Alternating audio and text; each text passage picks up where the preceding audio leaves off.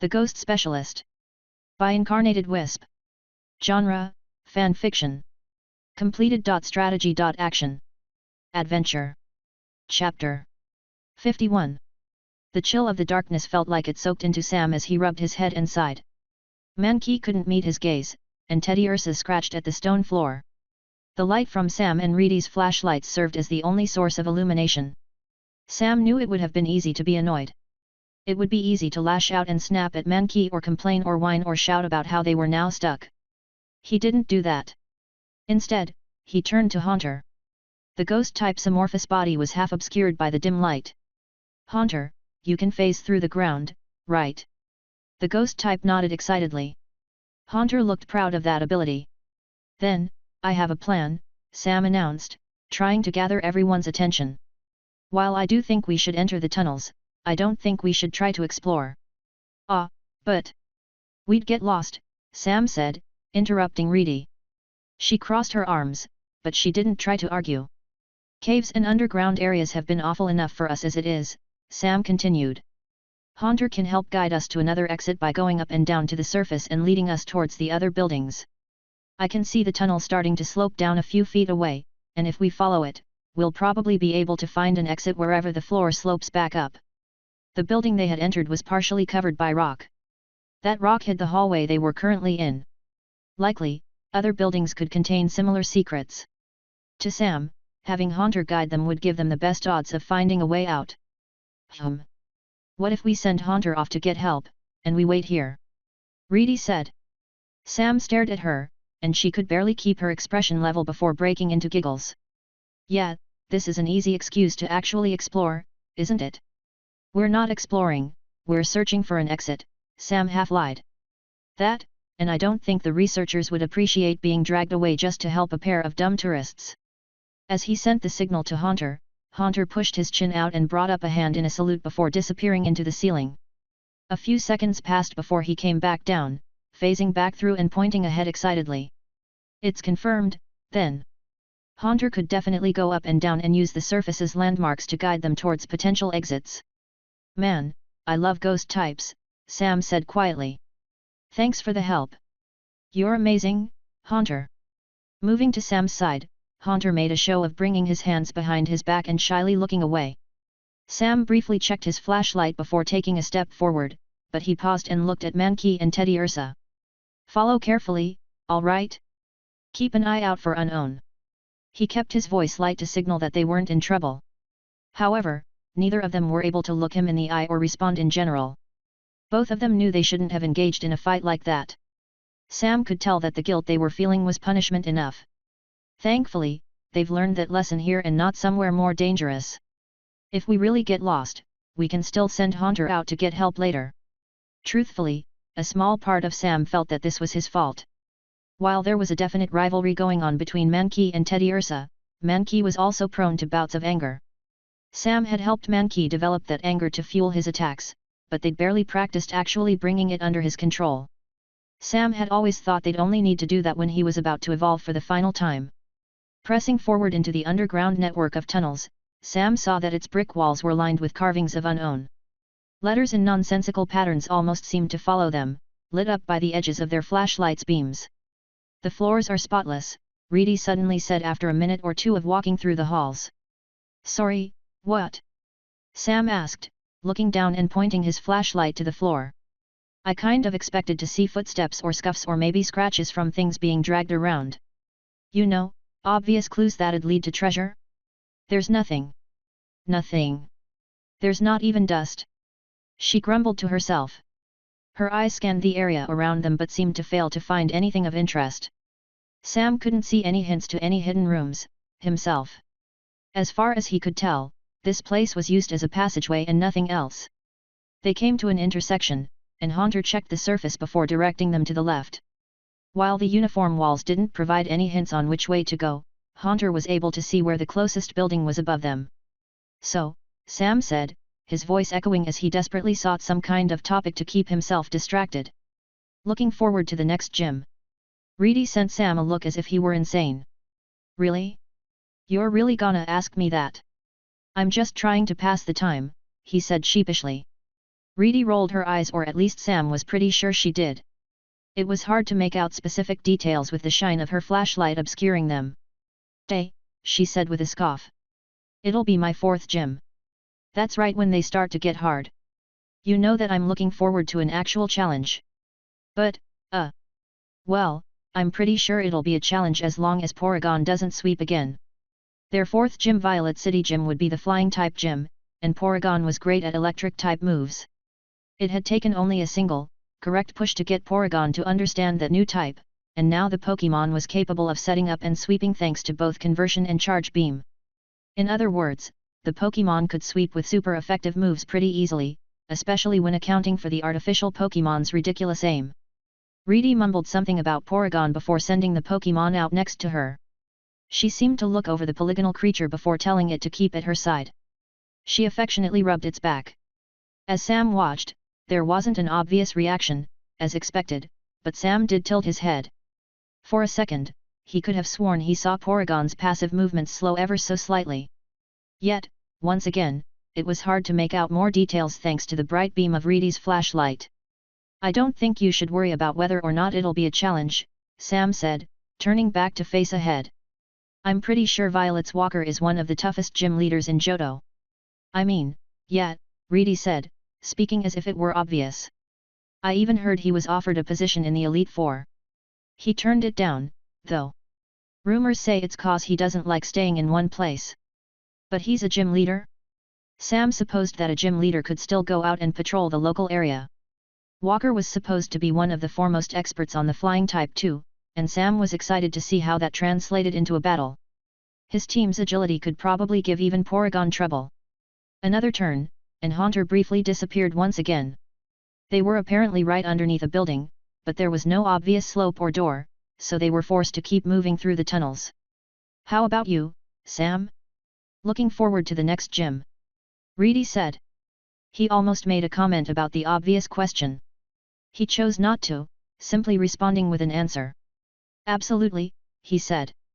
My team is amazing. Everyone's getting stronger by the day. By the hour, sometimes.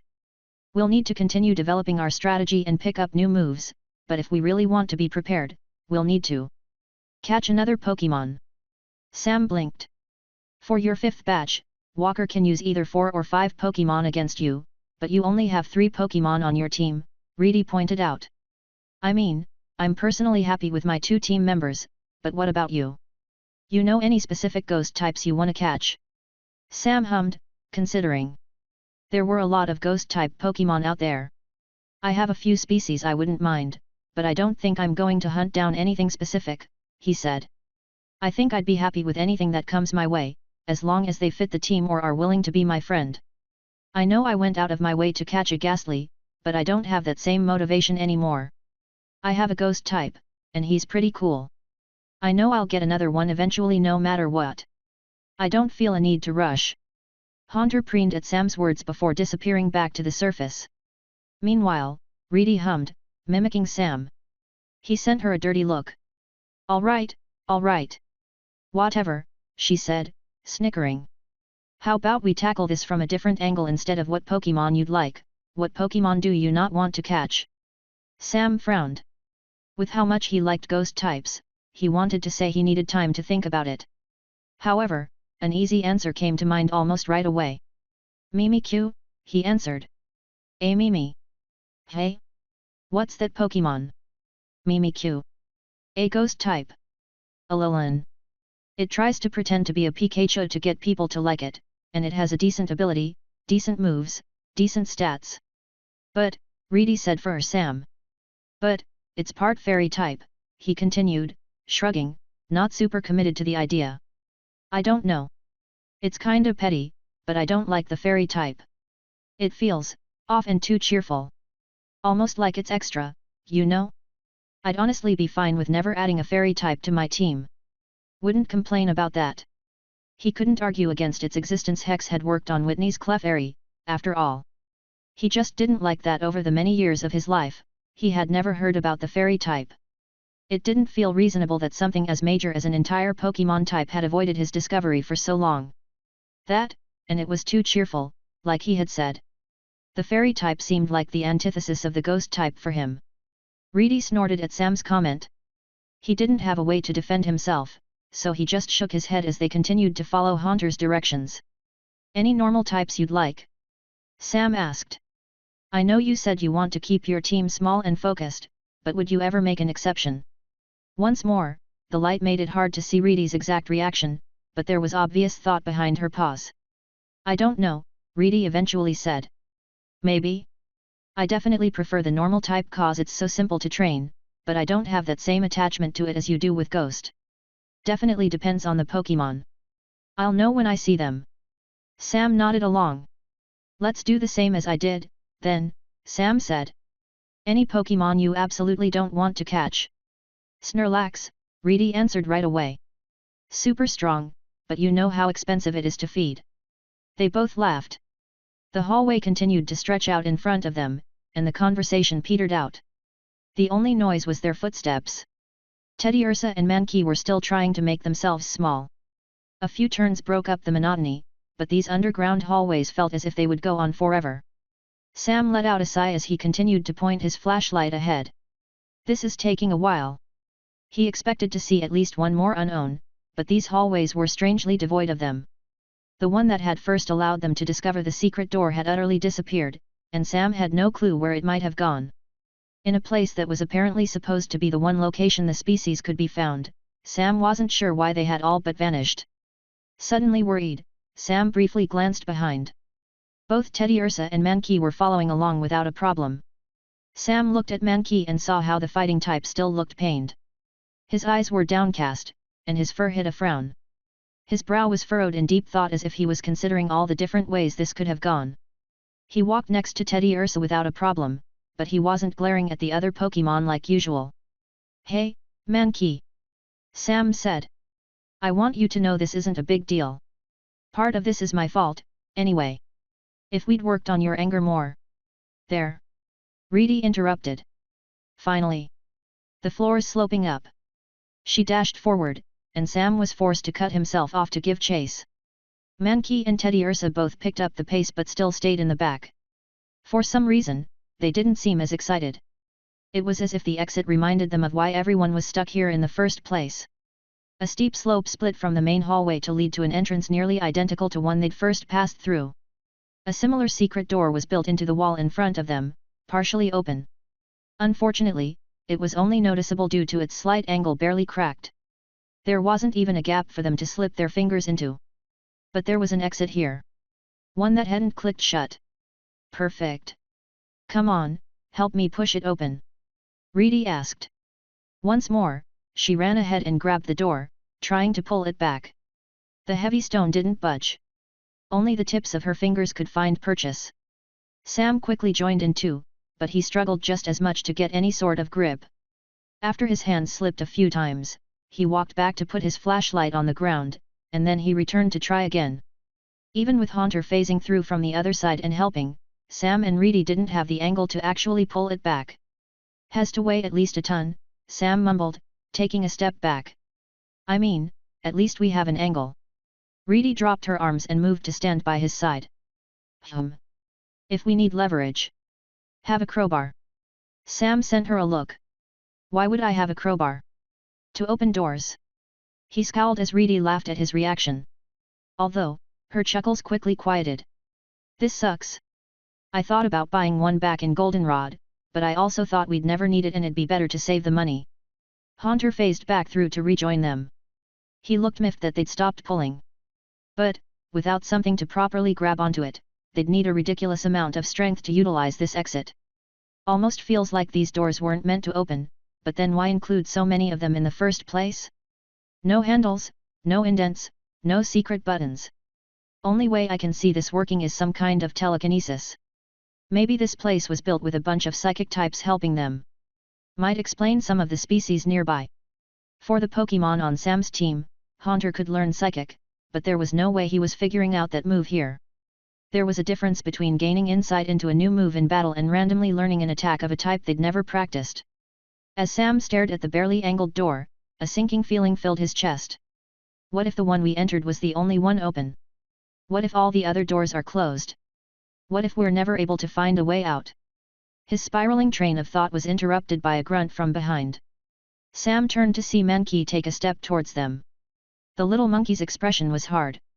When he noticed Sam looking, he nodded and he started to walk right towards the door. Each step came out slow and controlled. Putting to use Quilava's tutoring, his hair stood on its ends as Curse boosted his bodily might. Curse might help in battle, but it's better used for improving attacks, Sam said, frowning. It's less about increasing physical strength and more about making your moves come out with more power. Mankey grunted again. He was saying that he at least had to try. He paused once he reached the door, closing his eyes and breathing in. He used Curse several times over, trying to maximize how much energy he could draw from the boost. While his hands weren't any better at grabbing the door than Sam's or Reedy's, as a fighting-type Pokémon, his grip strength was significantly stronger. Though only his fingertips managed to grip the edge, it almost looked like he had a better handhold. Mankey roared. His arms shook from the effort. Mankey, Sam said. The door didn't move an inch. He ended up falling backwards, breathing heavily. Reedy was frowning next to him. You don't need to do this. We can find another way out, Sam said. Mankey shook his head. At first, he was just trying to help. Now? It was a point of pride. Pushing off the floor to stand back up, Mankey moved closer to the door only for someone else to join his side.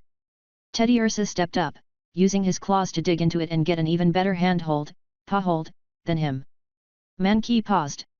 He met Teddy Ursa's gaze. Both of them seemed to hold it for a long time before Mankey joined him to try to pull. Woo! You can do it, Teddy Ursa. You too, Mankey. Reedy cheered. Sam quickly glanced at Haunter. Can you push from the other side? You might be able to help. A salute. Haunter once more moved to phase through the wall, but he was stopped when both Mankey and Teddy Ursa shouted. They stared at Sam pointedly. You too, you don't want Haunter's help.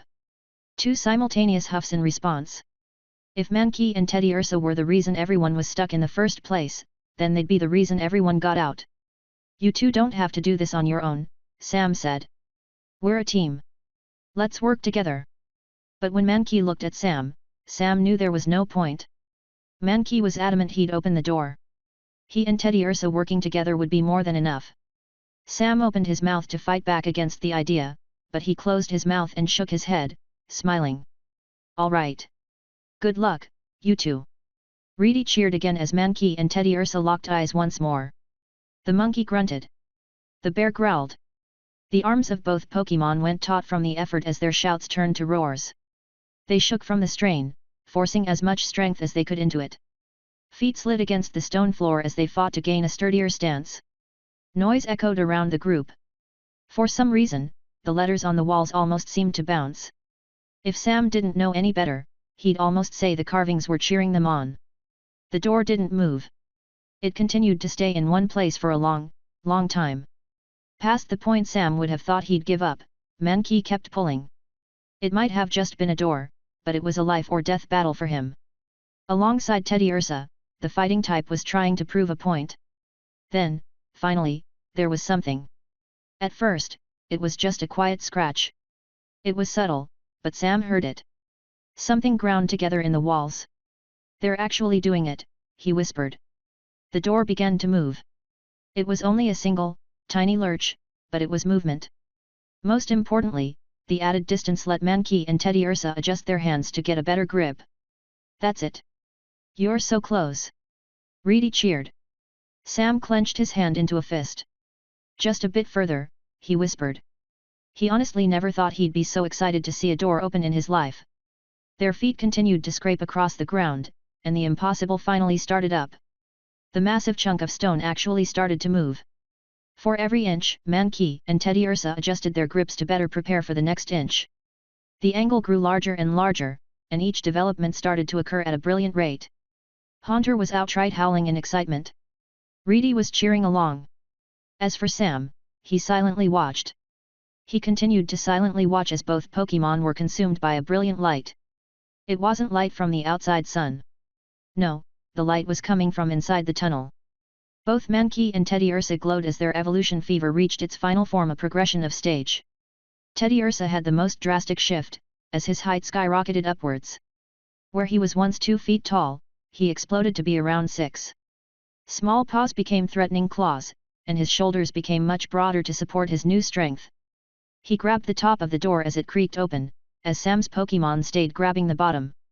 For Mankey, he ballooned outward. His rounded body stayed round, but it increased in size. The biggest change was in limbs, which thickened and rippled with muscles. His hands lost their individual fingers to change into a form resembling a boxing glove perfect for punching. He also lost his tail. Sam wasn't sure how he'd take that. When the light faded away, there was no Teddy Ursa and a Mankey trying to rip open the door. Instead, there was a full-fledged Ursaring and Primeape easily pulling open the stone. Their evolutions came with a drastic increase to strength, and Sam could hear the bricks crack into dust due to the difference in power.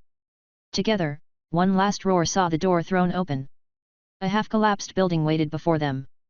Those two secured everyone a way out. For a moment, no one could say any words. Primeape and Ursaring looked at each other, as if sizing one another up. After several long seconds, Ursaring chuffed Primeape was now only about half his height. However, as veins throbbed on Primeape's head out of annoyance, the evolved Pokémon held up an arm in threat. He flexed, showing off his muscles. Yes, Ursaring was strong, but the bear was no fighting type. For all the rivalry those two had, neither of them attacked. Instead, both of them grinned and clasped arms, congratulating one another on their evolution. The very second the moment passed, Reedy snapped out of her shock and charged forward. She cried out and let herself fall onto Ursaring's side. "It's not fair. I wanted to be able to carry you more." Ursaring chuckled under his breath, saying the name of his evolved form. Sam could see him bring an arm around, but Reedy didn't. She yelped as his claw wrapped around her side and brought her into the air. She flailed, but when the movement stopped, she looked around from where she now hung off of Ursaring's shoulder. "Actually, this works too," she said. Ursaring gained a nasty grin and smacked his claws together. Reedy's expression matched his, as both seemed ready for any future fights. As those two shared a moment, Sam faced Primeape. The evolved fighting type stared back. Despite curse having worn off, his hair still seemed a bit frazzled, standing up on its ends. Though evolved, his new height still didn't reach Sam's chest. "So you evolved, hey?" One of Primeape's ears twitched. Once again, veins throbbed in annoyance. Primeape snorted at Sam as if to say, "That's it." Sam just laughed in reply. He walked to his Pokémon and put a hand on his head, rubbing the Pokémon's coarse fur. "I'm proud of you," Sam said, crouching down. "You worked really hard for this, hey?" Sam didn't need to sit to let Primeape look him in the eye. The Pokémon had become so much bigger than he was before. As he stared, Primeape's expression was flat, face hard to read. However, with a pig-like nose, he sniffed once. Then twice. His eyes began to water. "Oh, no. No, Primeape, not again." Even with Sam trying to flee backwards, Primeape was still able to lunge forward and wrap Sam into a hug. Primeape's newfound strength squeezed the air out of him, but Sam did his best to hug back. The air was filled with the sounds of their Pokémon's reactions. Primeape cried, Ursaring made noises as he flexed to show off, and Haunter whispered something congratulatory to Primeape from over the Pokémon's shoulder. Sam was finally able to free himself when Primeape let go to give the ghost type a high five. Quilava squeaked something as well apparently. She had released herself from her Pokeball to try to ask for Primeape to let Sam go. Still, her squeaks were just as congratulatory. There was a smile on her face as she looked on, just as proud. But Primeape stared at her. More specifically, he looked down, standing rather imperiously, if Sam had to describe it. The fighting type was trying to make a point. Ursaring might have been taller than him, but he was at least taller than her. Any celebration from Quilava ceased as she immediately squeaked indignantly and ran around Primeape. He just laughed, flexing his arms just like Ursaring. Evolution was a point of pride, and he wasn't going to give up the chance to brag about his increased strength. "Well, everyone," Sam said, standing. "The door's open. Ready to head out?" Reedy added, shouting to Sam from where she still hung off Ursaring's back. He looked to her and to where the sun's rays leaked in from the wide-open door. "Absolutely," Sam said. Next stop, Violet City, and there, a fight against Walker in his gym. Chapter 52. Primeape could break boulders with his fists, and Sam wasn't sure how to react to that. The evolved fighting type could throw a punch and shatter the stone, or he could pierce his fist straight through and cause the rock to crumble to dust when he drew his hand back. Sam and everyone else were camped not too far away from the ruins of Alf, near where a few boulders were strewn about on the hilly Route 36. Likely, those boulders were the result of a rock-type Pokémon's moves, but now they served as the perfect targets for testing out Primeape and Ursaring's increased strength. Again, please, Sam said hoarsely, his eyes flicking over all the rubble on the ground. Primeape huffed, breathing out, and walked over to the next boulder. He brought his naturally gloved fists up into a stance not unlike a boxer's, and then he threw the strongest right jab he could muster. Once more, a loud cracking noise rang out. The boulder before him utterly shattered. When the dust cleared, the only thing left was his fist hovering right where the center of the rock used to be. Sam didn't know what to say. He knew his team was capable of great things, but this was. Haunter can dive into shadows. Quilava can launch explosive fireballs. But Primeape? There was something about the sheer force behind his strikes that made Sam truly understand the heights his Pokémon would reach. Feeling like he was in a daze, Sam turned to Reedy. She had on her face just the largest of smiles as she watched her Pokémon. Nearby, a full-grown tree laid on its side, its trunk completely sliced through thanks to a single swipe from Ursaring's claws. Ursaring switched targets to face the boulders as well, mostly to not anger any local grass types with more fallen trees. While he didn't have that same shattering force Primeape had, Ursaring's claws left clean grooves in each rock. Reedy kept shouting for him to continue his attacks, all while occasionally tossing new commands towards Porygon in hopes of it finally figuring out try-attack. Sam had to manually close his mouth. He truly understood why people thought both Ursaring and Primeape were fully evolved species. They were displaying a power that seemed top of its class. Yet, Sam also knew both Pokémon had subsequent evolutionary forms.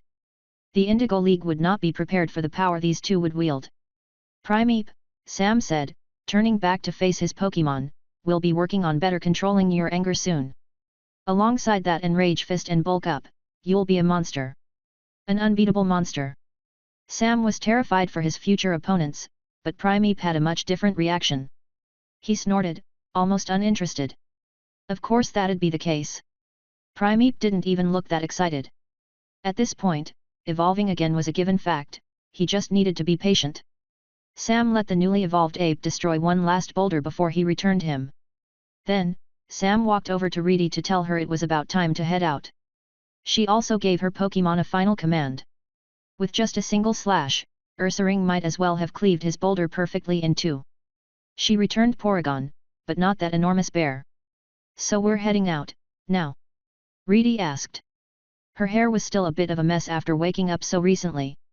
I think Violet City's not too far away. Maybe.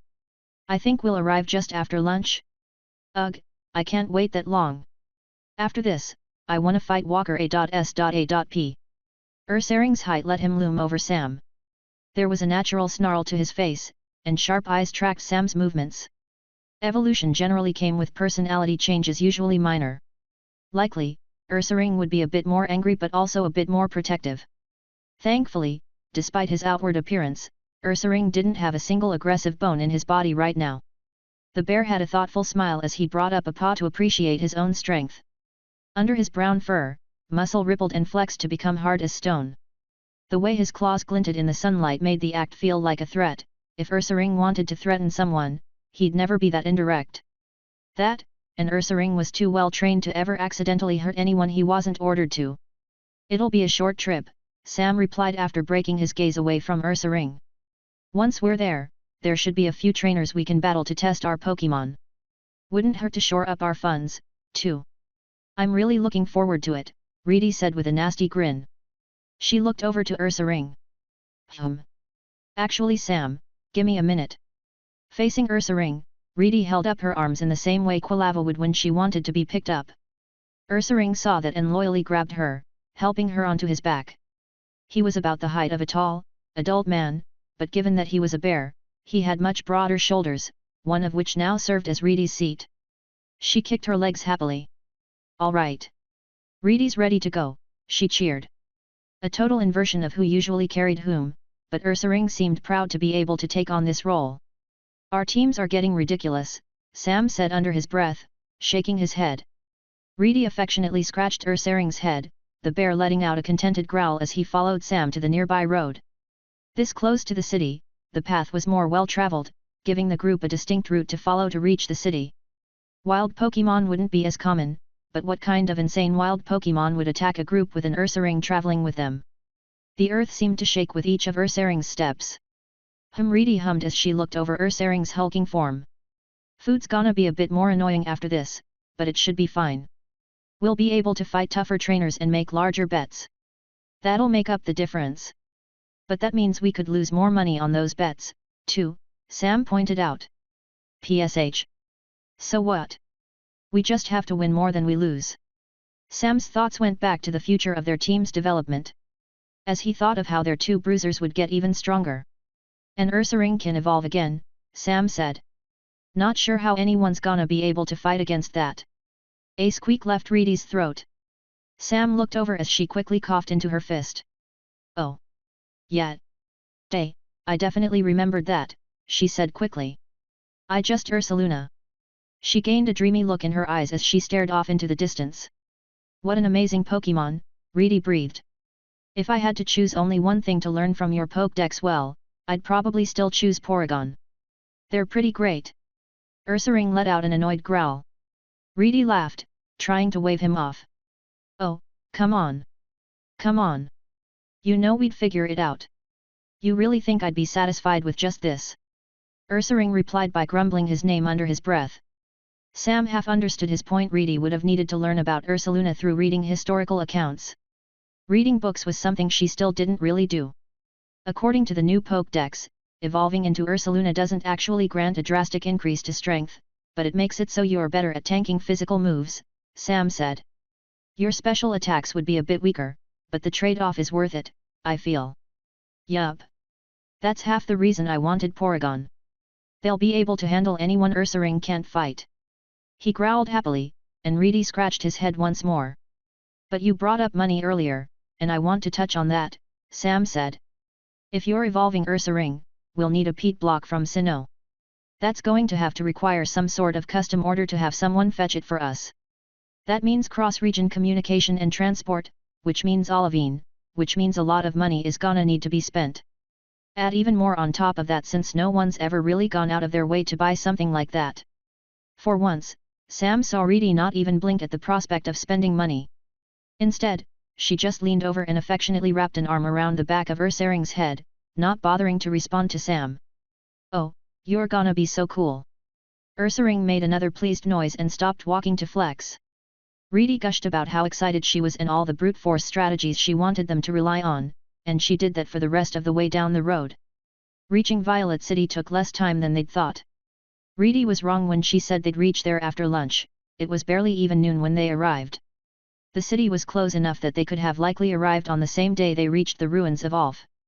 Although, if they hadn't taken a night's rest, Sam wouldn't have been able to learn just how strong Primeape was, and he wouldn't have been able to get all of his thoughts about Professor Oak and his grandfather out of his mind. Shoot! He chose to think about his upcoming challenge in Violet City's gym instead. From where the path crested over a hill, Sam could see Violet City from a distance. The city lacked the dense skyline of Goldenrod, and it didn't have a big downtown district like Olivine. A few tall buildings stood in its center, but none of them reached the same heights. However, there was one tower that scaled higher than the rest. Its upper floors looked under construction, with only bare supports visible. Actually, he blocked out the sun with his hand and squinted, looking closer. Around that tower, Sam could just barely make out tiny, black dots circling its top. They reminded him of how flies buzzed around rotting food. They either glided around the tower's many floors, or they moved in to land on its upper open-air structure. Flying types, Sam realized. Those are flying types. That's the gym. It looked to be specifically designed to allow flying Pokémon to move in and out freely. There was nothing holding them down other than their own whims. Although, Sam was a little curious to see how such an open building dealt with rain.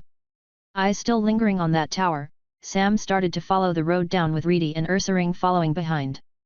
Beneath his feet, dirt turned to stone, and to his sides, buildings became more and more common until they were properly in the town. This place might have been a dense city, but its streets were wide. Trees lined the sidewalks, and Sam could see flocks of Pidgey nesting in those trees. I wonder if there's so many Pidgey here because of the gym, Sam mumbled. Or maybe the gym is here because there's so many Pidgey nearby. Reedy remained sitting on Ursaring's shoulder as they followed the signs directing them to the Pokémon Center. Though he wasn't doing anything but walking, Ursaring was a pretty intimidating species. People eyed them from across the street, and it wasn't uncommon for someone to immediately cross the road rather than walk nearby. Those reactions didn't seem to bother Reedy. If anything, she seemed to appreciate people's reactions as a recognition of Ursaring's strength. I have a worry about our upcoming battles, Sam said as they continued down the road. Hit me, Reedy replied. Sam briefly considered literally hitting her as a joke lightly, of course, but one look at her position on top of Ursaring, and he knew that wouldn't be a good idea. Walker uses a team of flying types, Sam said. How are we supposed to handle that? She frowned, tapping her hand on Ursaring's shoulder. He stopped to let her hop down. Rubbing her chin, Reedy moved next to Sam before they resumed walking forward. Porygon can definitely do it, but Walker's team probably has some kind of defense prepared for electric-type attacks. Not sure if Ursaring can hit a Pokémon in the air, too. He can jump. Sam offered. Maybe. Or we could try to learn some kind of rock-type move to chuck stones at things in the air. Sam almost missed his next step. Picturing Ursaring hurling boulders at opponents was intimidating, to say the least. I'll check the new Pokédex for rock-type moves later, he whispered. Thanks, Sam. I'll make sure to help with Primeape's training, too. They didn't need to ask any locals for directions, as there were enough signs around to direct them to the Pokémon Center without trouble. Sam did notice a teal-haired policewoman staring at Reedy suspiciously, but Reedy wasn't doing anything illegal. She was just walking with Ursaring. Although, if the bear was any larger, there'd likely be restrictions on where he was allowed out. Interfering with foot traffic was a minor yet punishable crime. The Pokémon Center was directly across the street from the gym, in a shorter building that went only a few floors up. It went deep into its block, however, with many rooms within to support treatment and boarding for a city of this size. Primeape, Ursaring, and the rest of their teams were passed over to the nurse to be healed. The two newly evolved Pokémon needed to be checked over to ensure nothing went wrong with their evolutions, and then everyone else needed a base checkup after spending so long on a route. While waiting for their Pokémon to be returned, Sam lingered off to the side as Reedy explored the front room. The lobby was the same basic Pokémon Center lobby, video phones in the back, seating areas in the front, with a few trainers loitering around, but Reedy always liked chatting with visiting trainers. Sam preferred to keep to himself. Reedy preferred talking to others. Doing so let her get a rundown of new places in exchange for information about the routes she'd just traveled. Sam watched her spend a while bouncing around all the different people in the room, chatting and talking about miscellaneous things. She cheerfully went from group to group, eventually reaching a woman who likely wouldn't be out of place on an ace trainer team. A short conversation later, and Reedy's smile faltered as she forced back a frown. Thanking the woman and waving goodbye, Reedy then jogged over to meet back with Sam. Bad news. I just learned something about the gym. Is it closed? Sam asked. No. Worse. Reedy sighed. For anyone with less than 6 gym badges, Walker only accepts challenges from trainers who beat his gym trial. But we were going to do that anyway, he said. Yeah, but the problem is we need to place first in his trial, Reedy said, rubbing her neck. His gym trainers hold Pokémon races around the city 3 times a day. Only one person can earn the right of challenge each time. The strength of the other trainers in the trial wouldn't be an issue. Both Sam and Reedy's teams could face 5-star teams well enough. The true issue was that no Pokémon on their teams was that fast. Or at least, fast enough to outpace the rest and finish first in a race. What are the rules? Do you have to ride Pokémon? Run alongside them? Or is it Pokémon running without any commands? Sam asked. Trainer and Pokémon work together. Moves are allowed to a certain point, according to what she said, Reedy explained, pointing to the woman she had talked to.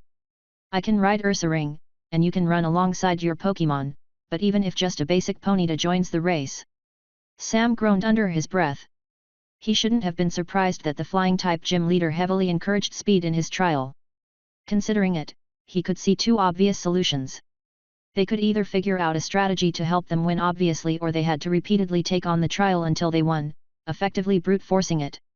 The trainers with fast Pokémon would win for sure, which meant they'd be a threat only once. If the influx of new competitors was low, eventually, Sam and Reedy would be part of a gym trial with only slow opponents remaining. But they'd have to get lucky enough for that twice once for both of them.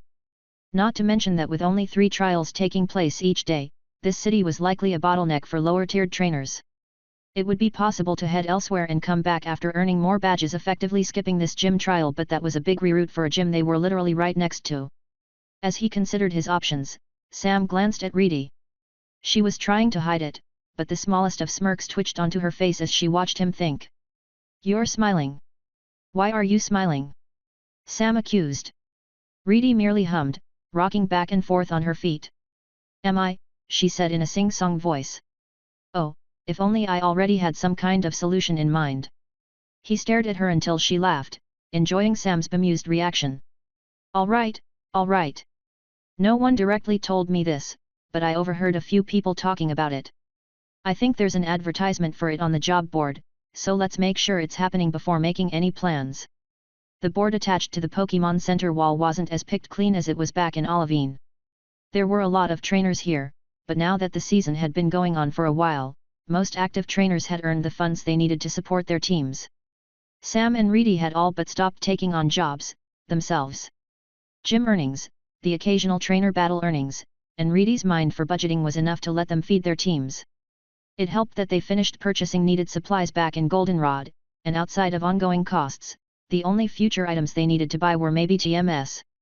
And probably a crowbar. Unfortunately, evolution probably meant they'd need to take jobs again, as larger Pokémon needed to eat more food. Sam was already scanning the job board as they approached, seeing the usual suspects for jobs as well as a few more difficult ones now that he had a tougher team. There were jobs like scaring Pokémon away, helping people move heavy things around, and the occasional request to burn some spare wood. Sam also saw one job that mentioned helping someone break apart boulders to clear out a field, something he knew Primeape could absolutely do. However, in addition to everything else on the job board, there was one flyer that stood out to him, an advertisement for an event coming up rather soon. The Violet City Tournament, Sam read. Second of this season. And the prizes? He stopped. Winner gets the right to challenge Walker in his gym, he said. Yup. Reedy said. Top 3 get to skip the gym trial, which is perfect for us since this round of the tournament is aimed at trainers around our level. If it were the end of the season, we'd stand no chance, but right now. Not just that. Look at the other rewards, Sam interrupted. Reedy glanced to the bottom of the flyer and froze. The flyer was misleading in that it listed an incredible sum to brag about its cash prizes. However, it was talking about the total value of all prizes, not the prize money the first place trainer would receive. Still, mentioning money was normally enough to get Reedy excited, but she wasn't looking at the numbers. She was looking at the additional prize mentioned below. The flyer advertised a choice between 4 TMS as a prize alongside the money, with the first place trainer being able to choose 1 from 4, second place 1 from 3, third place 1 from 2, and fourth would receive whatever was left. Normally, trademark moves were attacked on bonus, but this flyer listed attacks known to be the top of their class: Fire Blast, Thunder, Blizzard, and the incredibly powerful Hyper Beam. Sam, Reedy whispered. Sam. Sam. Sam. She turned to place her hands on his shoulders. She stared directly into his eyes. I want that Hyper Beam trademark. No, I need it. Place in first, Sam replied. She scoffed. I'm not stupid. I won't be able to. Ursaring might be strong, but I only have 2 Pokémon with me and that's not enough to get through an entire tournament, she said in a quiet voice. We'd be able to win the first few fights, but the damage and exhaustion would build up until we wouldn't be able to fight back. Given that the final rounds are where the toughest Pokémon end up. She let out a rather self-defeating chuckle. No, I can't do it. But you? Yes. Yes. Sam, you can do it, Reedy said, a terrifying smile creeping onto her face. Think about it. My Pokémon would get worn down, but you're all about making it so your opponents can't hurt you back. I only have 3 Pokémon. That's only 1 more than you, Sam pointed out. And their moves expend a lot of energy. But they can rest between the battles. Recovering spent energy is a lot easier to do than healing from injuries. Sam turned away from her piercing gaze to stare at the advertisement. While he'd have liked the Fire Blast trademark for himself, it was Reedy's turn to get a trademark next. She'd gone and put in the effort to get him that cursed trademark back in Olivine. She'd also allowed him to take all the prize money from Whitney and purchase 2 more TMS for his team. For her to obtain Hyper Beam here. Walker's Pokémon were likely too fast for it to matter in the gym battle, but just thinking about it being used in any other fight, Sam shivered. He was very thankful the ghost types on his team would be immune to that attack. All right. I'll do it, he said. He owed it to his friend, anyway. Great. Reedy pulled away. We have about a week and a half to get ready for the tournament, but don't worry, I'll help. Believe me, when we're done with your team, there's no chance you'll get anything but first. She dropped her hands to her side and turned back to the flyer as well. As she did, she chuckled. The sound sent chills down Sam's spine. A week and a half was a long time to prepare his team and master new moves, but there was something about Reedy's look that made Sam nervous. For some reason, he had a feeling this upcoming week would be more difficult than the tournament itself. Chapter 53. It was dusk, now. The colors of the sky were layers of reds, oranges, and purples as the first stars began to peek through. The sight framed the nearby Violet City, with only its condensed skyline and tall gym tower being visible between the tops of 2 short hills. Sam sat on a boulder. Reedy paced before him. It had taken a few hours of searching Route 36 to find a place this isolated. She was insistent that they needed to practice somewhere where no one could spy on them. All trainers had secrets, and if Sam was going to do well in the tournament, the less others knew about his Pokémon, the better. First off, I want to make a few things clear and set ground rules as I do, Reedy started. I will be battling other trainers over the next few days. You are not allowed to battle anyone until the tournament itself. What? Why? Sam said, standing up. Battles were way more interesting than doing jobs when it came to growing their funds. His outburst was matched by cries from the rest of his team. Quilava and Haunter both shouted their names to complain, and Primeape outright took a step forward and huffed, looking as though he was ready to fight Reedy over that demand. But, upon this assault of complaints, Reedy merely stopped pacing to stand next to Ursaring. The large bear Pokémon loomed over everyone, crossing his arms like some sort of bouncer outside a club. With how Reedy smiled next to him, those two painted a rather intimidating picture of trainer and Pokémon. Because, Reedy said, looking only at Sam, I thought you were all about strategy. You'll practice off-route. Train off-route. Staying away from other people means that no one will be able to learn your plans. You really want to risk being scouted? You really want your strategy to work? Remember that we're aiming for first. We need every advantage we can get. Sam fell back onto his boulder and crossed his arms, same as Ursaring. He stared at Reedy, reluctant but acquiescing. Fine, then, he said. But it still doesn't make sense for you to battle but not us. Aren't you worried about people figuring out your plans? Aren't trainers going to recognize you when you compete? Hey? Oh, that's easy. I'm allowed to fight because I won't be battling in the tournament. Ursaring snapped his gaze to Reedy. He clearly hadn't known that. Like I said, you have the higher odds of actually placing first, Reedy continued, and as much as I'd like to be able to take out 1 or 2 tough trainers for you, we can't risk the chance of us facing each other again. I'd be forced to defeat you, and then you wouldn't be able to actually place anywhere. You really think you'd be able to defeat me? Sam leaned back and glared at Reedy and Ursaring. Her bear Pokémon's evolution had brought a lot of strength, but so had Primeape's.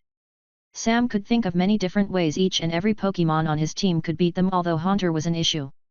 He only knew ghost-type attacks, which the normal-type Ursaring was immune to. We'll need to fix that. Reedy cleared her throat to gather everyone's attention once the jeers had stopped. She didn't address them. So, to summarize, you can't battle in the city, but that's because only you will be in the tournament. And then adding to that, I don't think you should use Hex, either. Anything else, Your Majesty? Sam said, rolling his eyes. Should Quilava not use Will-O-Wisp? Should Primeape not punch? Reedy smirked. If you really want to reveal Hex to the world, then go ahead. And feel free to keep calling me that. Your Majesty fits me pretty well, Don Cha think. She brought up her chin to look down at him imperiously. Sam frowned. He hated to say it, but Reedy had a point. Ugh. He scratched at the side of his head. Hex is Haunter's main trump card. If we reveal it here, we won't be able to surprise people with it in the conference. I want to use it, but can't. And then you saw what happened with Edgar, too. Without Hex, Haunter might as well not fight. Haunter eagerly nodded along in agreement. He didn't even blink at Sam exposing his main weakness so readily. Reedy pursed her lips, considering it. Her gaze turned towards the ground in deep thought. How's Nightshade coming along?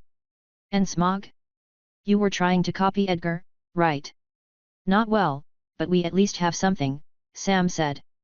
Haunter was more than willing to show off, as he closed his eyes and caused an aura of dim shade to flicker around him.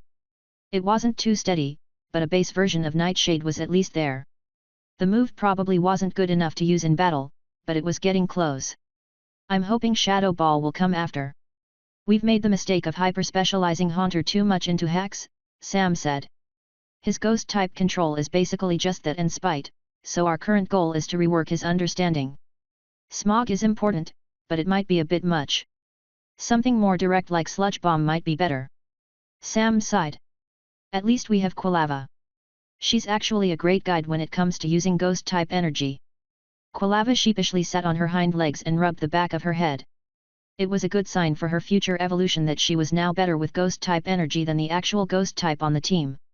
Reedy listened to Sam carefully and looked at Haunter once Sam was done. Okay. So since you already have a decent goal, I'm giving you to the end of the week to learn either Nightshade, Shadow Ball, or a poison-type attack, she said to Haunter. To motivate you, I'll pull back your berry funds if you don't get that done. Haunter didn't seem to be bothered. Never mind. I'll have Porygon follow you and ruin all of your scares if you don't succeed, instead. That got his attention. Sam frowned at Reedy. She said that she'd help train his team, and they were just going over plans right now. For Sam, the problem was that Reedy was only talking about his team. But don't you think this is a bit much? Sam asked. You're throwing yourself into training a team that isn't even yours. Reedy took one look at Sam and shook her head. She almost seemed disappointed. Sam, you're great at knowing what to train, and I'm really good at knowing how to train. You're the one who told me about Porygon, and you're the one who gave us the goal of figuring out electric-type attacks. If it wasn't for you, I'd probably still be in Ecruteak, trying to figure out how to get Teddy Ursa to fight a ghost-type with normal-type moves. Think of this as me paying you back. Thanks, Sam said quietly. Plus, I really want that Hyper Beam trademark, so you better win it for me, got it? He laughed. Got it. Even with the issue of having no real way to attack flying Pokémon in her upcoming gym battle, Hyper Beam wouldn't help Reedy since it came out too slow and necessitated a recharge. No, Reedy was the same girl Sam had met back on the boat, someone who absolutely knew what she wanted, and she wanted her team to fight with the most powerful moves possible. Members of Ursaring's species are also pretty well known for their powerful hyper beams, so for her not to teach him that move would mean letting him down. We still need to figure out what we're doing for Quilava and Primeape, but as far as I'm concerned, it's more about getting their baselines up rather than learning any new moves. Sam nodded, he had shared that expectation with Reedy earlier. So then that's basically our plan for your training over the next week. We'll come back here tomorrow morning to actually start all of it, she said. But before then. It's getting pretty late, isn't it? Let's go get some dinner, my treat, and we can worry about the tournament tomorrow. Sam's Pokémon cheered, especially Primeape, who tried to hide how his mouth was already watering at the base mention of free food. However, Sam looked at Reedy suspiciously. She wasn't one to spend money without a dedicated reason. Buying everyone a meal was suspicious, but he couldn't figure out any greater plan. That, and Sam wasn't one to turn down a gift. He still went along with it, and once they left the route and found a restaurant back in Violet City, he ate his fill alongside everyone else. It was a good night to start a good week.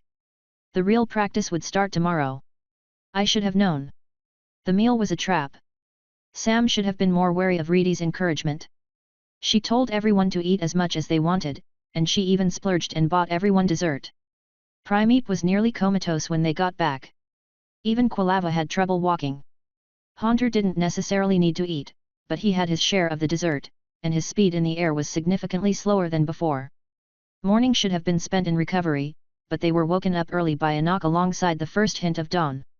The second the door was unlocked, Reedy barged in and threw open the curtains to let in the sun's painful light. "Rise and shine, everyone. Time for your training." She got around in groans in response. "Humph, pathetic," she said. "See this, Porygon? This is one of the reasons I like you so much. You don't fall for tricks, and you don't need to eat. You're the coolest." She fondly patted the Pokémon floating at her side. Breakfast was only a few bites that everyone had to force down. Sam still felt full from last night, even though hours had passed.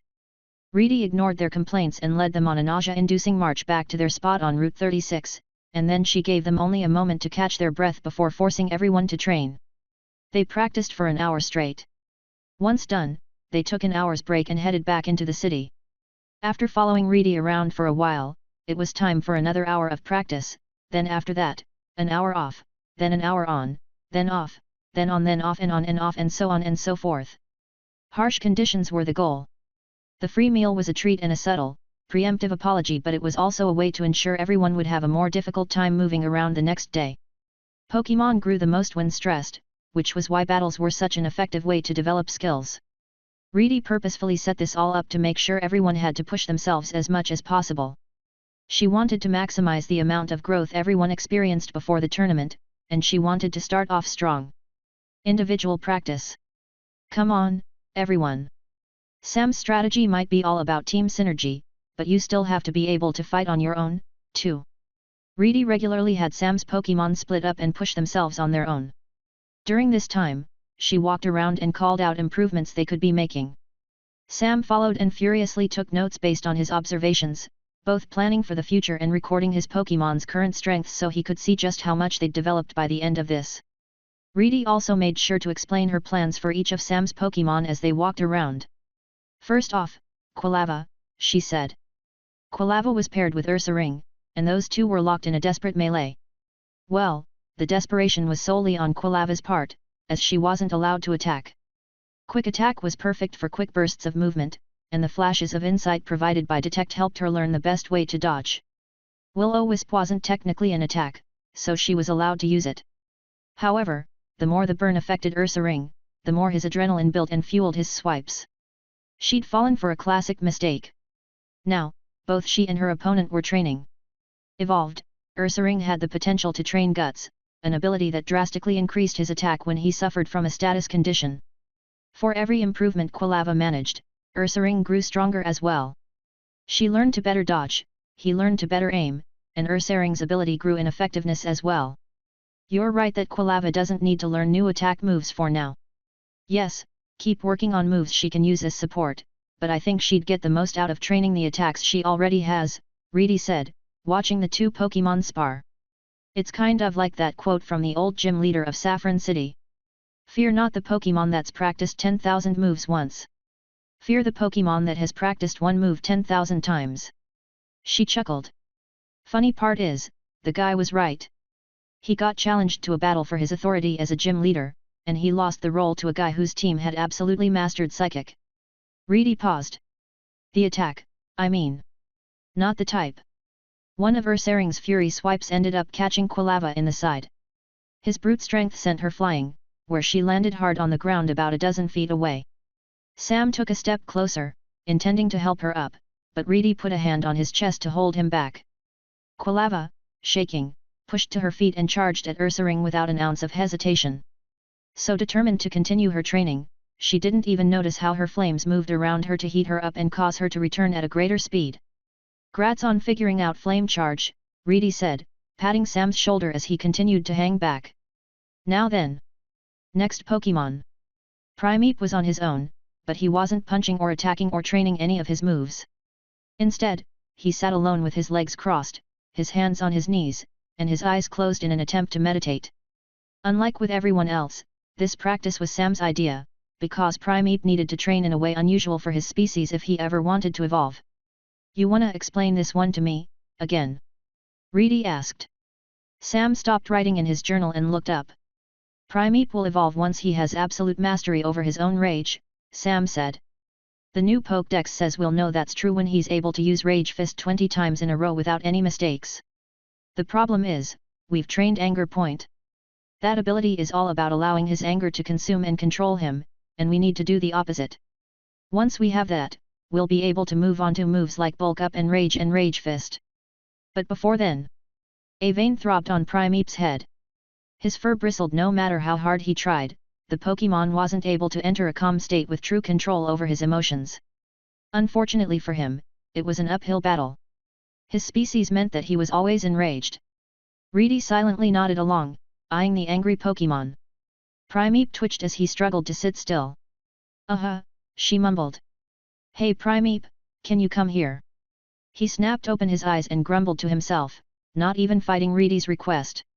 It wasn't like he was getting anything done anyway, so he stomped over to stand right before them. Hot air left his nose alongside every breath. Reedy pointed to the rock Sam had sat on when first discussing their plans. Remember how you were breaking boulders outside of the ruins of Alf?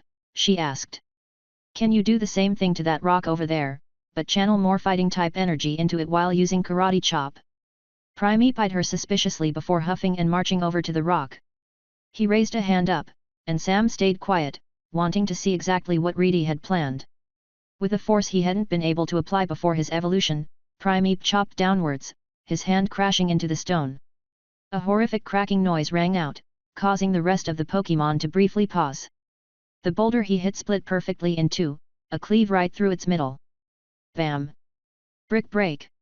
Reedy punched a fist into the air. A bit weaker than Cross Chop, but a lot easier to use when you only need one arm. You won't need to rely on Karate Chop anymore, won't you, Primeape? Primeape stared at his own hand in shock before his eyes curved up with glee. He used the same attack on the boulder twice more, turning the two halves into 4 quarters. There goes my seat, Sam grumbled. As Primeape practiced his new attack into the air, Sam turned back to Reedy, looking at her curiously. How long have you been holding back that idea? He asked. A bit. I have a bunch of plans for your team I want to test out. I've got months worth of Reedy built up, and I plan to unleash it all on you this week. She cackled. Next Pokémon. They moved over to Haunter, who was staring up at the clear sky. He was trying to use Nightshade, but the move was failing to come out, even in its incomplete state like before. You've always said that ghost-type moves work best in darkness, so that screams to me that it's better to train them during the day, Reedy said. If light can mess with their moves, they should learn to use them in the light to make their attacks even stronger. Sam wrote her words down in his journal and stared at Haunter. It looked as though a tendril of darkness tried to creep out of the ghost type, but it dissolved away under the light of the sun. Sam frowned. This isn't going to work, he said. Why not? I guess this could be a way to train the move once he actually learns it, but Nightshade's too weak to be used even now. I think we should work on a poison-type move instead. At least until he has a better mastery over Nightshade. Reedy clicked her tongue. Guess not every plan is a winner, she said under her breath. Sam had Haunter change his method of practice to see if he could do anything with gas or sludge, and then they started the cycle of observations over once again. Later, during a break period, Sam was still writing in his journal. Months had passed since the start of his journey, and he was now about 3/4 of the way through. Soon, he'd need to buy another one if he wanted to continue recording his thoughts and everything he observed. Brick Break can shatter screens. Primeape can counter any psychic types that try to get cheeky. Quilava can become a pain to catch with Flame Charge. Can she learn Double Team? I'll need to double check the new Pokédex later. Haunter is trying. Poison gas might be better to aim for instead of smog. Or can he learn Toxic? Sludge Bomb? One of those might work better with his poison type. Chewing on his pen, it took a moment for Sam to notice Reedy standing before him. He looked up at her from where he was sitting on the hillside. She had a knowing smile on her face. And as for you, my court jester. Sam scoffed. I'm not calling you your majesty. And I am not your court jester. All right. Then, you'll be my fool. So, fool, did you really think your Pokémon would be the only ones to train? Reedy had mentioned she was going to battle other trainers in the city, and she did. She just made sure that Sam was absolutely brought along. There was a trick to this: if she was the one to fight, then he could observe her opponent's teams without those same trainers observing his own. Keeping his training to be solely off-route meant no one could learn the ins and outs of his strategies, and no one was able to develop any counters to how his Pokémon fought. But Sam was able to craft counters to the trainers he watched. If they competed in the tournament, he'd already know what to do. Reedy's Ursaring demolished a Skiploom that tried to paralyze him with Stun Spore. Her Porygon fell to a Raichu that was able to withstand and charge itself from Porygon's own electric-type attack. There was one trainer with a Magmar that wore her Pokémon down through poison inflicted due to smog. Sam noted that other trainers were beginning to rely on status conditions more often. Not as much as him, but it was a common theme between all these mid-level trainers trying out new things. Reedy's net wins and losses were about even, so they neither made nor lost money when it came to these battles. Instead, Reedy got to have fun and train with her Pokémon while Sam spent the time writing down his thoughts and theory crafting new ideas. Now, there's one more thing we have to do, Reedy said, approaching him as the week progressed. Let me ask you a question. When I say Erica, what kind of person do you picture? Erica? She's a grass-type specialist. The leader of Celadone's gym, right? Sam asked, with Reedy nodding to confirm his words. Then, I think of some kind of noble lady. Cantonian style. Wearing a kimono, which she's known for, I'm pretty sure. Right. Reedy said cheerfully. And then when I say Lieutenant Surge? A military officer. Or some kind of soldier. Koga. A ninja. Giovanni. A businessman. Reedy looked extraordinarily pleased as she smiled at Sam. Great. So now I won't need to argue my point. Appearance affects how people see you day. If you really want your strategies to work, that means relying on mind games, and a big portion of mind games is your style. Sam wasn't sure how she did it. Reedy was the one that managed their shared pool of funds, something they both agreed on when they first decided to travel together. He always thought they didn't have much spare money, but when she marched him into a clothing store, she told him that they didn't need to worry about any of the listed prices. There was a trick to it, he was sure. So, when I say ghost-type trainer, what kind of person do you think of? Reedy said, browsing through a rack of dark-colored coats. My first thought is someone who stands tall in the darkness, Sam said, really thinking about it. There, someone who doesn't back away from the unknown. Someone who's brave no matter what. A ghost-type trainer faces the future without forgetting about the past. And no matter who they might lose, it doesn't affect them. They keep pushing forward. Reedy's hand lingered on one coat. She stared at it for a while without comment. When she spoke next, her voice was somewhat softer. All right. But what do they look like? Sam blinked. I don't know. Maybe some kind of librarian. We're not dressing you like a librarian. Why not? I've always been a fan of Argyle. Reedy glared at him. It looked as though she desperately wanted to say something, but she bit her tongue instead. Quick question, did your mom buy all of your outfits back home? Yes? Is that a bad thing? She shook her head. All right. So I guess this'll be up to me, she mumbled under her breath. Sam followed along as Reedy flew through the shop. She looked between articles of clothing, looked back at Sam, and occasionally grabbed one piece and slung it over an arm. She gathered quite the collection for him to try on, all the while, she explained her thoughts. I'm mostly thinking of how Lieutenant Surge does this, she said. He dresses as a soldier and acts as some big, tough guy, but he's a lot more than that. You think he's all about offense, but when you watch his battles, he does do that, but his real strengths rely on positioning and speed. She hummed and grabbed a pair of pants. He's kinda the main inspiration for my team. But you get why I mean style is a good way to trick your opponents, yeah? You wouldn't know a guy who acts as bold as him would rely so much on clever tactics. It sets up an expectation that you either match or deny. Sam briefly thought back to his battle back in Azalea's gym. There, he had intentionally tried to make himself seem arrogant to goad the young gym trainer into making a mistake. First impressions are everything, Sam said. We're trying to throw off my opponents with my looks. You got it, Reedy said, smiling once more. Pile of clothing in hand, she led Sam into the back room and shoved it into his arms. She then waited outside as he stepped into the changing room. The number of outfits she chose for him was a lot. Reedy. I hate this, Sam called out. Great, but try something on before making up your mind. And remember, if you hate it, that probably means your opponents will hate it, too. Sam grumbled and stared at the sheer amount of clothes before him. He knew that he couldn't skip trying on any of them. Reedy would definitely remember what she picked, and she'd call him out for trying to trick her. He picked up one shirt and one pair of pants and tried to figure out if they matched. Everything here was dark-colored, mostly. Despite being chosen for the sake of a trick, these outfits were definitely themed around the ghost type. Sighing, he closed his eyes and put his backpack on a hook in the room. He took off his belt too, where his Pokémon were resting in their Pokeballs. He kind of envied them. They didn't need to worry about outfits or anything like that. They just needed to worry about fighting and training and evolving, and no, Sam was alright with just this. Opening his eyes again, he reached down to take off his shirt, but he paused when he noticed the changing room mirror. The reflective surface ran the length of his body, allowing him to see any outfit he wore in full, but it wasn't himself that caught his eye. No, it was his breath. Mist came out with every exhale. "Reedy, do you feel that?" he called out nervously. "Feel what? Is a shirt I chose too itchy?" The hair on the back of Sam's neck began to stand up.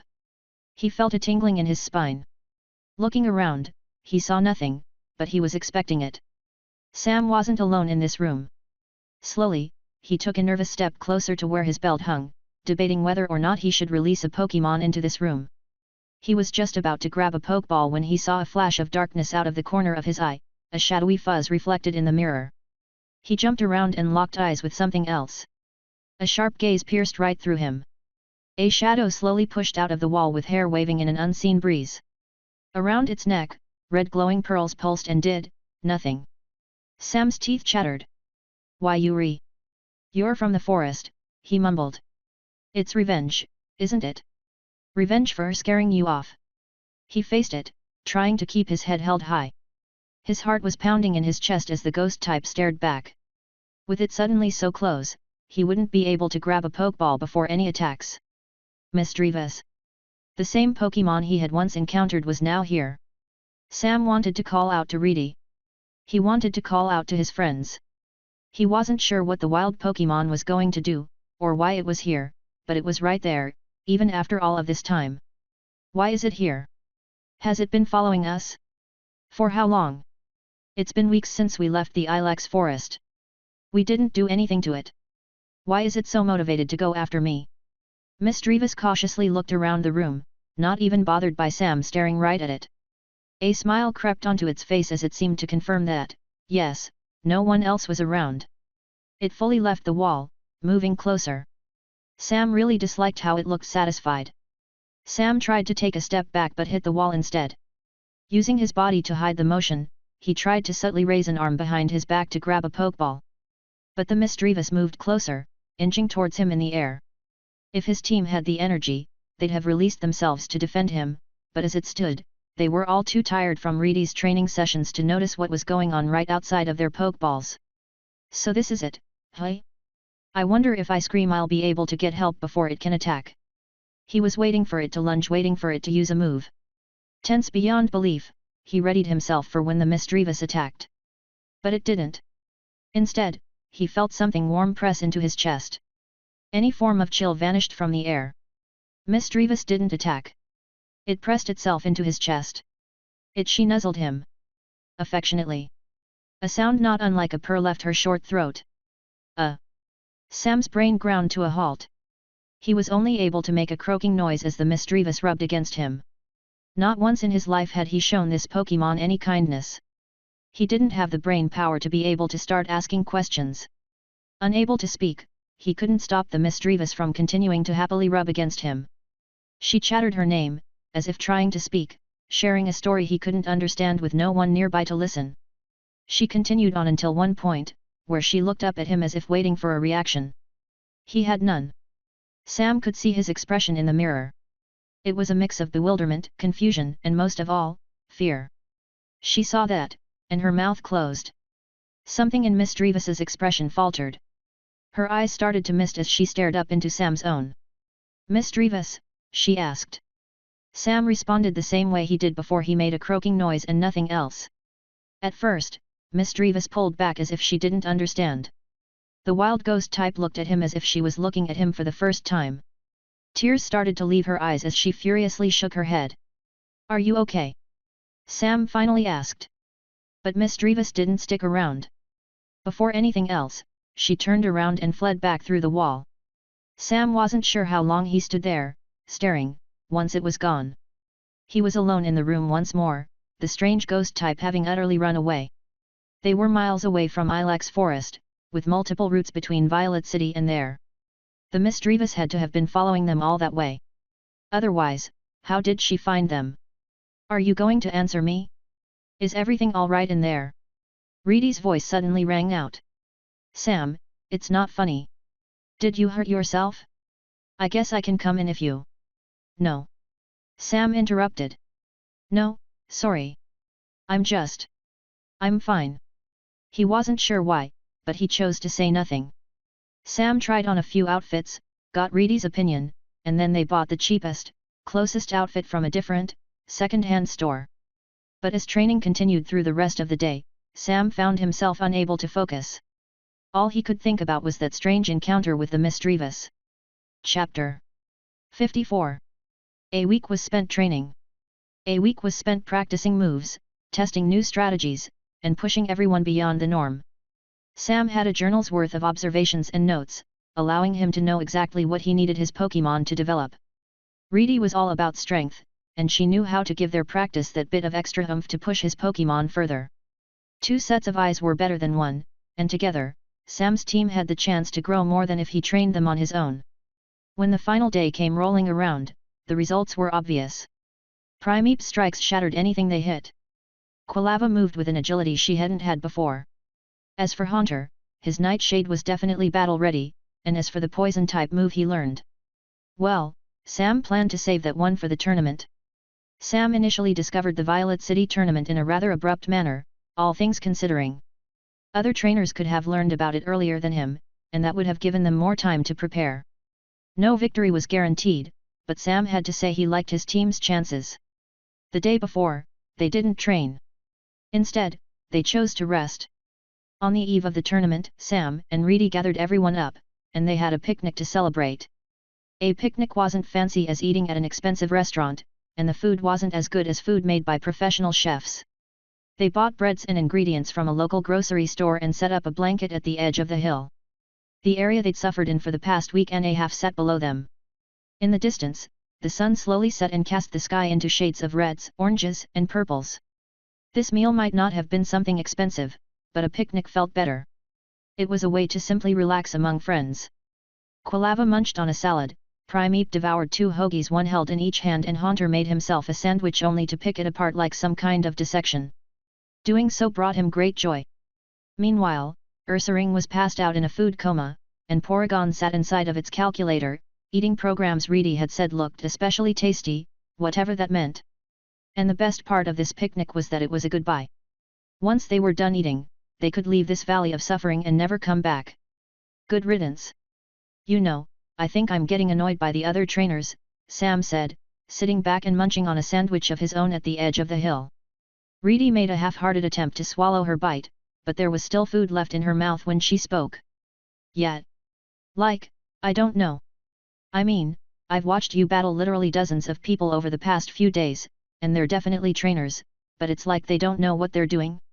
Ugh, no, not as extreme as that. They obviously know how to train Pokémon. It's more like... Reedy finally managed to swallow the rest of her too large bite.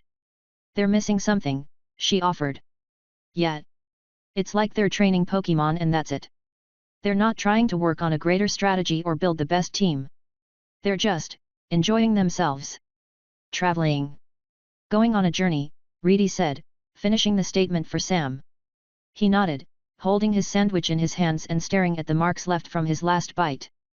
Most trainers did try to be Pokémon trainers, but once their journey ended, that was it. Usually Pokémon stayed with their ex-trainers, but sometimes team members were handed to the Pokémon League. Doing so allowed those Pokémon to continue living a battle-based lifestyle if that was what they preferred.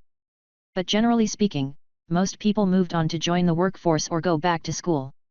They'd get hired. Get a job. Get paid.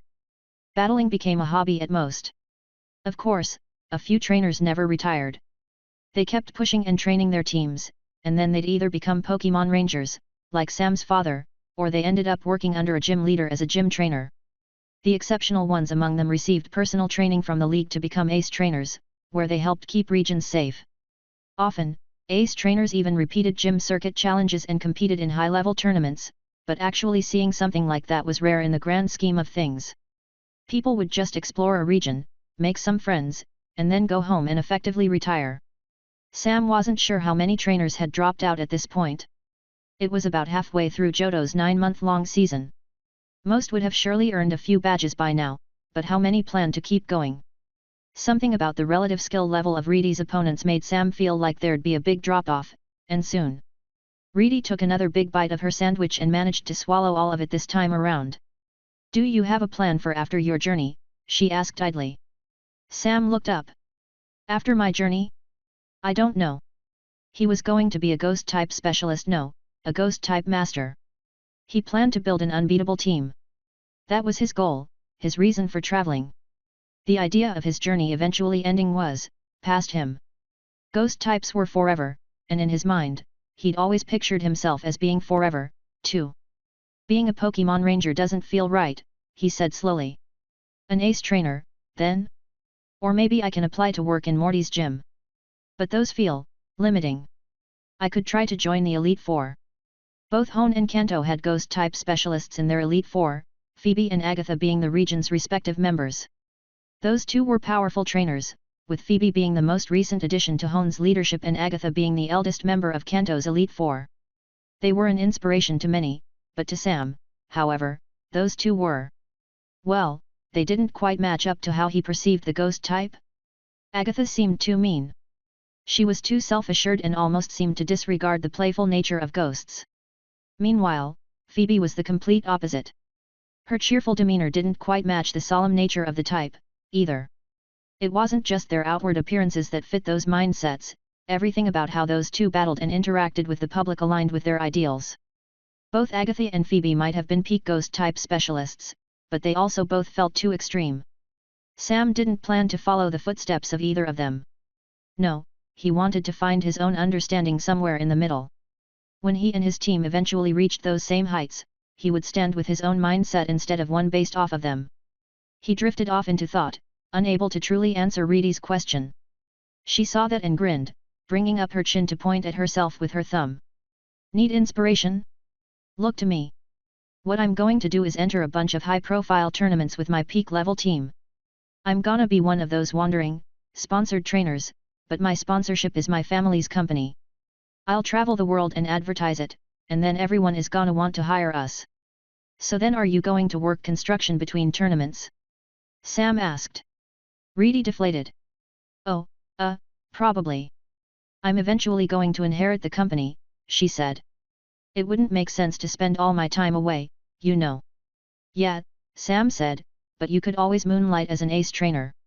"And then I'd have to answer to a greater authority," she said with a snort. "No thanks. Reedy is her own boss." Sam chuckled. That answer was about what he expected. "But what about you?" Reedy asked, putting her sandwich down and sitting up straighter. "You gonna take over your mom's bookstore?" I don't know," Sam said. He might as well have been 15 at this point, but he felt like he was too young to need to plan something so far in the future. "Whatever," Sam said, shaking his head. "I don't really want to talk about this stuff. I'm just looking forward to the tournament tomorrow." "Yeah. Oh man, they really don't know what they're in for. I think I'm most excited for the higher rounds." "You have a plan for larger teams, right?" "Day," Sam easily replied. "Primeape can sweep. Or Quilava. Haunter's got a few mean tricks, too. My opponents are going to learn to hate Haunter's hypnosis." What was nice about this last training period was that Reedy was great at figuring out how to bring out the best in a Pokémon, but her training was more about improving Pokémon at an individual level. Her strength was strength even for her team right now, there wasn't much interplay between them outside of being difficult opponents to face on their own. However, Sam had the new Pokédex behind him, and he had years of looking into the ghost type past that. Not to mention that he'd spent the past week observing battles to learn how other trainers fought. He hadn't just watched Reedy's fights, there were a bunch of people who were almost constantly in battle behind the Pokémon Center. He was able to figure out a bunch of tricks and counters that were now firmly recorded in his notes. Sam's strength was all about strategy, having his team members play into one another while relying on status moves. While only Primeape could likely match Reedy's Ursaring through Rumite alone, Sam knew his Pokémon would be able to weaken that Ursaring so much that any of his team members would win in a one-on-one fight. So, as both of them had taken what they excelled at and used it to train Sam's team, the effective rate of growth was greater. In Sam's opinion, it was practically exponential. But facing 5 Pokémon on one team, Sam said quietly. Sam only had 3 Pokémon. A disadvantage in numbers became a bigger issue as Pokémon grew in level. It was why Reedy chose to sit out this tournament, as a team of 2 Pokémon simply did not have the stamina to wear down a team more than double its size. You have a plan for a 4th yet?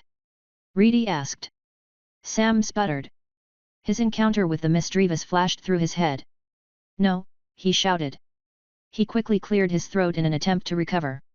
No, I plan to catch whatever comes my way. No specific plans. Quilava looked at him funny, glancing up from her meal. Sam hadn't told her or anyone else about Misdreavus yet. Something about that encounter felt private. It wasn't his place to publicly discuss another Pokémon's problems. She'd cried. It'd been days since Misdreavus appeared in that private space, but Sam still found himself frequently thinking about her. Each time he remembered that encounter, all Sam could picture was Misdreavus's tears. Do you remember that Misdreavus from Ilex Forest? Sam asked softly. The one that attacked us? Yeah, I remember it. He paused. It was strong, he said. I'd catch it if I found it. That'd be a lot of backtracking. Maybe. Sam stared at the rapidly changing sky. But something about how it looked at us makes me think she just wanted a friend. Attacking her didn't feel right. Back then, he hadn't understood why Misdreavus looked so betrayed. He hadn't understood why she had cried after approaching him in the clothing store. She liked him, for some insane reason, but back then, Sam also had enough knowledge to have been rightfully fearful of a ghost-type ambush. Sam was now in a much more peaceful situation. He could now look back on those encounters with proper hindsight. He messed up. Misdreavus just wanted a friend. Given the chance, Sam would take it. He'd apologize and ask her to stay. Lost in thought, Sam didn't immediately notice that Reedy fell silent, staring at his expression curiously. When he saw her looking at him, he blushed. He needed to get a handle on how much he was drifting off into thought. So, the tournament, Reedy said. The tournament, Sam repeated. Something warm brushed up against Sam's side, and he ran his hand through Quilava's fur. His team was stronger than ever, and the Violet City tournament would be their biggest challenge so far. It would be rounds of back-to-back battles, but he knew that as long as they worked together, they'd win. All of their training would finally be put to the test. The thought helped to distract Sam, and he smiled, returning to his sandwich. Around him, his team relaxed, Reedy ate, and the sounds of Pokémon filled the air. Sam focused on all of the strategies flowing through his mind. Bright and early, hey? Is it too late to request a delay? The Violet City arena was large, not as large as the one in Olivine, but what it might have lost in impressiveness, it made up for in horizontal scale. Where other arenas tended to be built with steep slopes, this arena was wider than it was tall. There was no ceiling, only a central opening. It was almost as if the view of the sky was more important than the view of the field. Sam could see all of that from within the entrance lobby, but not personally. Television streamed a view from inside, just barely showing the edge of the arena at the bottom of a live view of the early morning sky. Some people stood around and chatted, but others slowly filed in to head to their seats. Having registered, Sam was supposed to head to the competitors' waiting room, but his feet felt like lead blocks. He clutched a paper bag full of clothes at his side. I don't know if this plan is a good idea, Sam said to Reedy, his gaze lingering on the crowd heading in. They're gonna laugh. I'm gonna look dumb. They're going to see my outfit and think, who's this poser, and then I'm going to lose all my battles. Reedy tried to lightly push Sam forward. He resisted. She started to press an arm harder into his back, and red eyes opened up in Sam's shadow to watch the ongoing struggle. Come on, Sam. Reedy said, still pushing. You agreed with me that this'd work. And I might have chosen the clothes, but you know I wouldn't have finalized that outfit without your permission. Reedy was strong. Sam had to lean back with his full weight to not be moved. With her words, however, he let out a breath and stepped to the side. The sudden relief of pressure caused her to stumble, but she caught herself before she could fall. I know, Sam said, sighing as Reedy looked up at him and glared. It just feels like a lot. Does it? The outfit is pretty generic. It's different, Sam corrected. I'm gonna get sweaty. Reedy just rolled her eyes and stood back up. You won't notice once you're caught up in battle. But the sun's out. The sun's always out during the day. Am I really supposed to put on a heavy jacket when it's not raining? Yes. Sam pressed his lips together in reluctant acceptance. Reedy smiled at him and patted him on the shoulder. There you go. Come on, Sam, you know pretending is fun.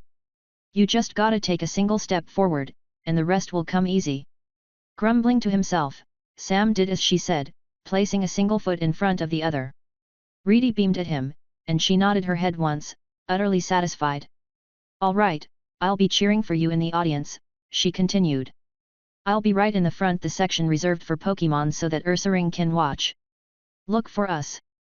We'll be holding up a sign. See you later, Sam mumbled. Later. Reedy said much more cheerfully. She jogged away, waving goodbye as she disappeared into the crowd. Her face merged into a sea of countless others as she fought to reach a good seat. Sam might have taken a single step, but his legs still refused to move. The overall feeling of the Violet City tournament was definitely more casual than the beginners tournament, but this was the first time he actually had a proper strategy to show off. And he'd basically be selling himself as a worthwhile trainer to keep track of, too. He had a reason to be stressed. But he couldn't stay there forever. After several long seconds, he rubbed his cheeks to break out of his trance and marched over to a closed side door. There, he showed a laminated badge to a Machoke wearing sunglasses, and the Pokémon opened the door to a long hallway before returning to guard. Another big difference between this tournament and the beginners tournament was that trainers were required to be mid-level rather than complete novices. That meant a more limited pool to pull from when it came to potential registrants. In the days approaching, when Synopsis had closed off, advertisements changed to mention 5 rounds there'd be 32 trainers at most. Competing trainers had to have their teams be rated at a minimum of 4 stars, and Sam's team was just barely considered 5. No one with too many gym badges or a 6-star rating or higher was allowed in. After all, if someone that strong won, the prize of the right to battle Walker would go to waste. The hallways Sam walked through crisscrossed the entire structure of the place, leading to various rooms for storage and practice. An arena this large was often used for more than just base Pokémon battles, so it needed more than just rooms for trainers. These lower halls almost felt labyrinthine, but signs on the walls directed Sam where to go. Group A would be on one side of the arena with Group B being on the other. That divided competitors into 2 distinct halves, assisting organizers when it came to laying out matches. As a member of Group B, Sam's destination was a sort of locker room/waiting room with benches across the floors and places to store possessions off to the sides. A large television hung on the wall, streaming the version of the tournament shown on cable, but there was also a staircase in the back that provided balcony access if competitors wanted to watch with their own eyes. Sam deposited his backpack in a locker and kept himself small as he inched to the side. A few doors blocked off changing rooms, and Sam stepped into one that was unclaimed. There, he sighed one last time before looking at the clothes contained within the sack. He returned Haunter from his shadow, giving himself privacy as he forced himself to get dressed. Hope this works. When Sam stepped back out to the waiting area, he was no longer the nervous-looking boy that had entered. Instead, a confident, practically arrogant, teen stood in his place. Or at least, there was someone trying to be one. The smirk Reedy told him to maintain came out more like a scowl. Sam's lips contorted as he did his best to maintain some semblance of confidence. He strode to take a seat in the center of the room, keeping his hands in his pockets and fiddling with his team's pokeballs as he did. Knowing they were there helped him better control his nerves, but it still felt like everyone was staring right at him. Overall, these clothes were generic, just like Reedy had said, but they were also something clearly picked out to fit a ghost-type specialist. For this tournament, Sam wore a dark, open jacket with similarly dark jeans. The colors of his outfit primarily came from a purple shirt under that jacket and a scarf loose on his neck. The jacket hung open, and it was somewhat oversized. Like how his jeans bunched around his ankles, its sleeves bunched on his arms. His hood was up, which helped him pretend that his expression was hidden. Reedy had been adamant he needed to stay hooded at all times, as that apparently helped emphasize certain expressions on his face. The one piece of this outfit that Sam liked the most was the scarf. He may or may not have picked it out when he recognized it as one styled after Morty's own. It was thinner, and instead of wrapping it around his neck, he let it hang loose, draping his chest. The scarf might not have fit too well, but he liked it. It helped him feel more like a real ghost specialist when he had it on. He could remember Reedy's words and her reasoning behind these clothes. When he thought about it, her explanation came back to him. It was a pretty basic idea overall. You train ghost types. People are always going to expect tricks. What I want to do is make them expect less than you'll actually use, Reedy had said. Play up your age. Act like a teenager. Make your opponents think that you're overly arrogant, and make them think you'll be relying on mostly direct attacks. Reedy called Sam's strategy vampire-like. He trained his team to wear down their opponents before finishing them off. This outfit was supposed to influence an opponent's first impression of him, but Sam just thought it made him look like some sort of stereotypical thief. Other than Sam, there were about 10 other people in this room. About half had dressed up. Most kept to themselves, but a few glanced his way as he looked around. Reflexively, Sam slouched under their gazes, trying to minimize his presence. Not wanting to see their reactions, he turned his head to stare only at the TV. The tournament hadn't started yet. The screen was still displaying the sky. Likely, that was the default angle of the arena's cameras, probably due to the influence of Walker's flying types. There was no telling how many battles and how many Pokémon had been fought in this arena. Sam's upcoming matches would be added to that history. He hoped he'd do well. He went on trying to distract himself by going over all of his strategies in his head. As he did, his shirt felt itchy. His shoes didn't fit right. Time felt like it stretched on forever, but eventually, after hours, about 20 minutes or so, the display on the television started to change. A fanfare played, and a cartoon version of a Pokeball rolled in from the side. Once it reached the center of the screen, it opened up, and a flash transitioned the scene. 3 people sat behind a desk, a pink-haired nurse, an older man with a white mustache and a bowler hat, and a guy with blue hair covering one of his eyes. All 3 were smiling, but the expression of the one with blue hair looked more strained. Hello, hello. Welcome to the Violet City Tournament. I'm Mr. Pokémon, the primary sponsor and the person who organized all of this in the first place, the man with the mustache said. He followed it up with a jovial laugh. I'm Nurse Joy. Hello. Thank you for having me. The woman with the pink hair brought her head down in a bow. And I'm Faulkner. Faulkner briefly brushed his blue hair away from his eye. I work for the Violet City Gym. I'll be sitting in on the behalf of Walker. He apologizes for not being able to be here today. From Faulkner's terse tone, Sam had a feeling that might not have been true. On the screen, a faint applause could be heard, but it was much more audible from the nearby opening with the stairs. Mr. Pokémon, and that was a wild name to Sam, smiled and tipped back his hat before resuming his opening speech. Thank you, thank you.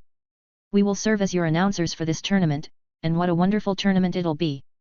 They went on to chat about their expectations, talking about the upcoming battles with a few comments from Faulkner about Walker's plans for Violet City, brought on by mention of the Gym Battle Grand Prize.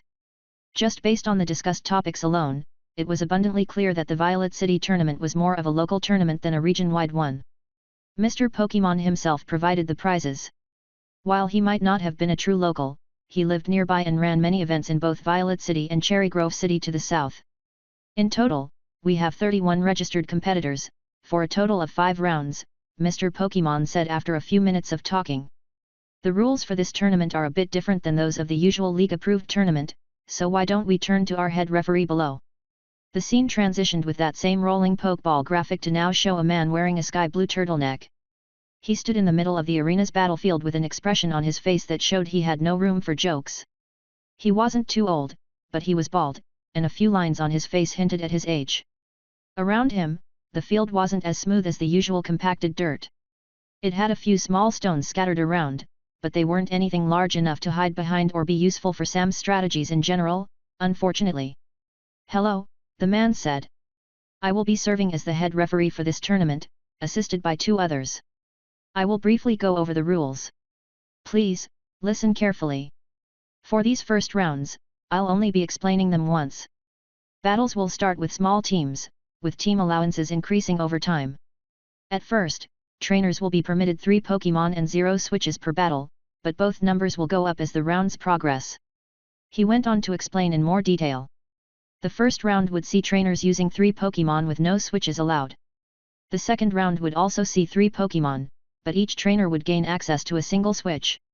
In the third round, the number of Pokémon would increase to 4, and the fourth round would also involve 4 Pokémon per trainer, but a second switch would be allowed in the match. It wouldn't be until the finals that both numbers would increase at once. There, trainers would be allowed 5 Pokémon on their teams with 3 switches each to use at their discretion.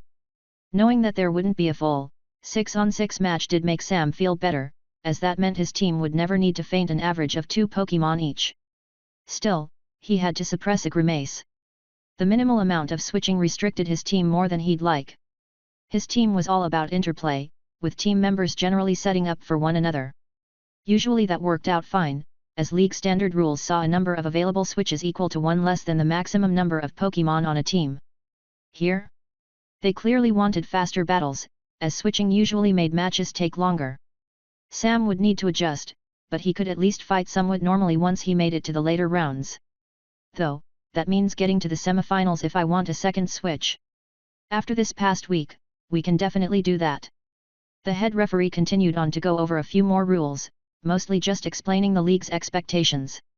Pokémon could hold only one held item at a time, battles were generally fought to the knockout with exceptions determined by the referees, and trainers could be carded for extreme unsportsmanlike behavior.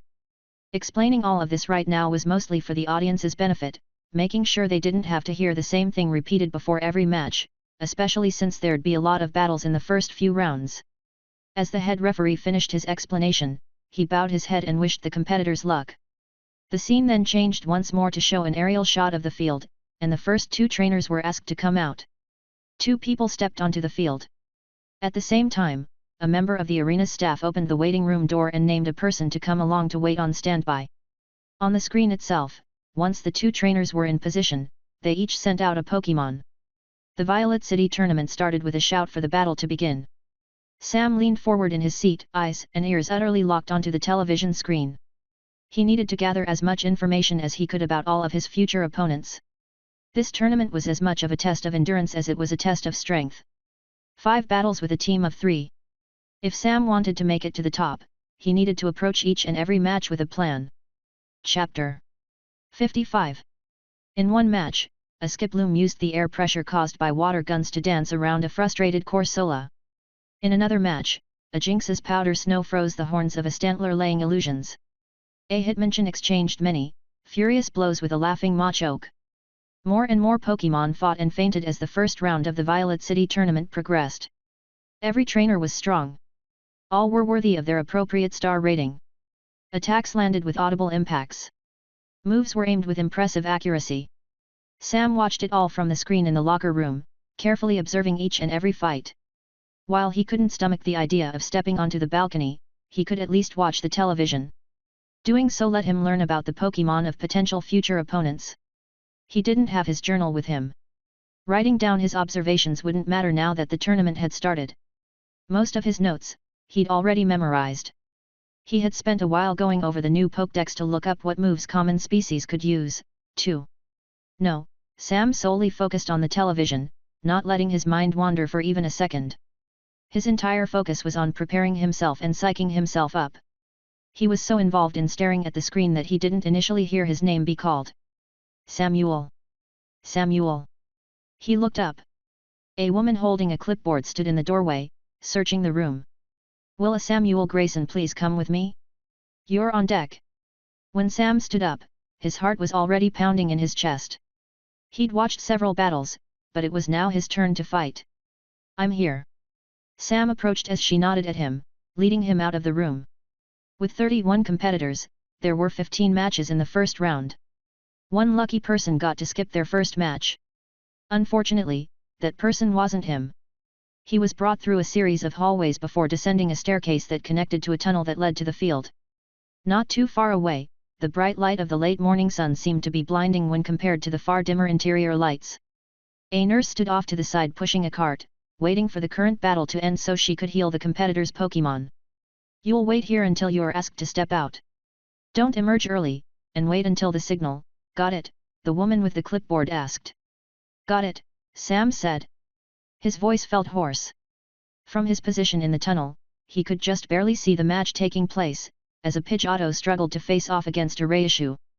Unfortunately for the bird, sometimes a type advantage couldn't be bypassed. The Pidgeotto was struck by lightning and fainted. The Raichu's trainer stood victorious on the field. The loser of the battle returned his Pokémon, shook his opponent's hand, and then all but ran back into this tunnel. He covered his eyes with an arm and only remembered the nurse was there when she called him over. Sam didn't want that to be him. Sam didn't want to lose. He still gulped, though. There wasn't any stopping how nervous he was. You're up in 5, 4, 3. The woman held up a hand and pulled her fingers down one by one. The three announcers' voices were still echoing in discussion of the last match, but Sam was already walking towards the field. The referee asked for the next trainers to approach the very moment Sam stepped out of the hallway. And there we are. Our next competitors. Mr. Pokemon's voice shouted through the speakers. Sam emerged to the roar of an audience. The place wasn't completely filled, but it was still packed.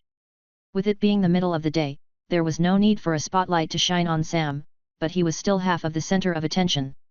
He was suddenly very thankful for the hood of his jacket. Reedy hadn't helped choose this outfit with much thought for comfort, but Sam took comfort in it, anyway.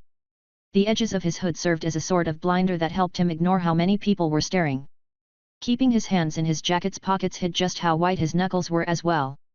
Opposite to Sam was the other competitor, stepping out from an entrance on the complete opposite side of the field. Sam's opponent was tall, overweight, and wore a yellow vest with a flame pattern creeping up from its bottom.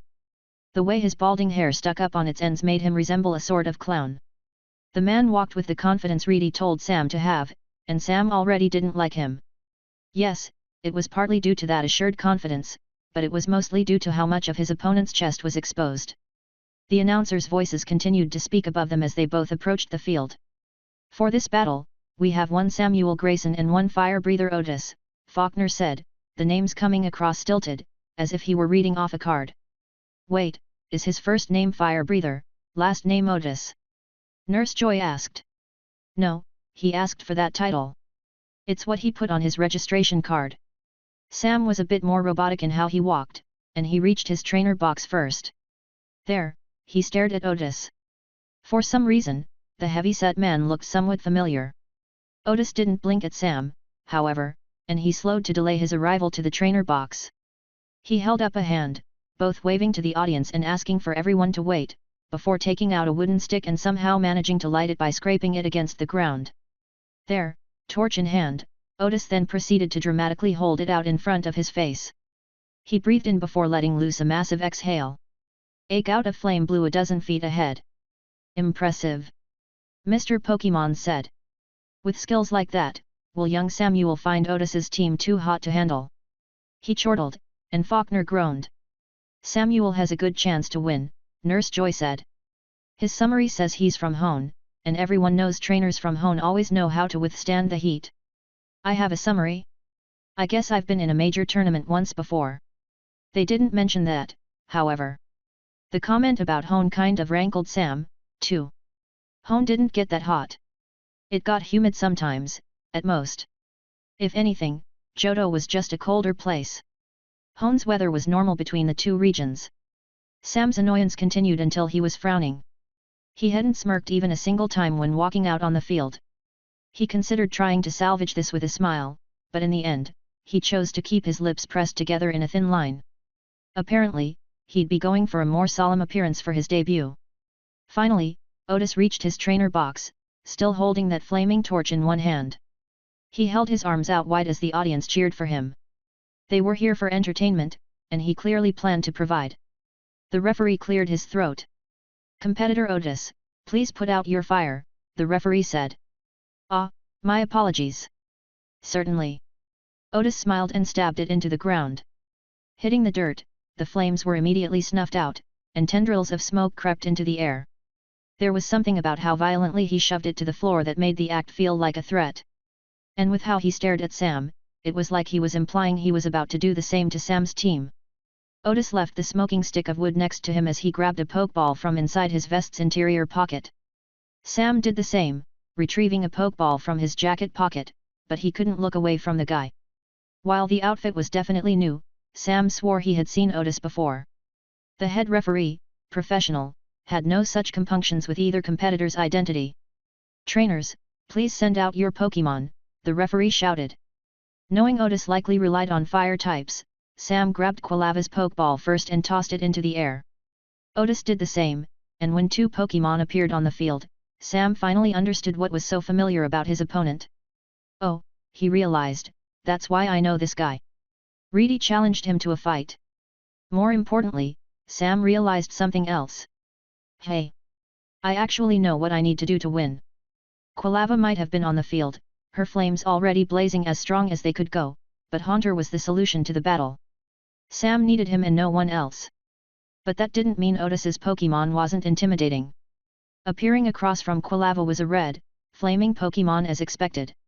It stood on two legs with a bulbous head and a build mouth that curved up into a mix of a snarl and a smile. The Pokémon, Magmar, readied itself, raising up both its hands and widening its stance. It had done the same thing against Reedy's Ursaring. Two fire types faced each other and prepared themselves to fight. "A fire type, hey!" Otis said. "Kid, you've made a mistake going against me today." Sam replied with nothing. He knew his persona was meant to be arrogant, but he chose to stay silent instead.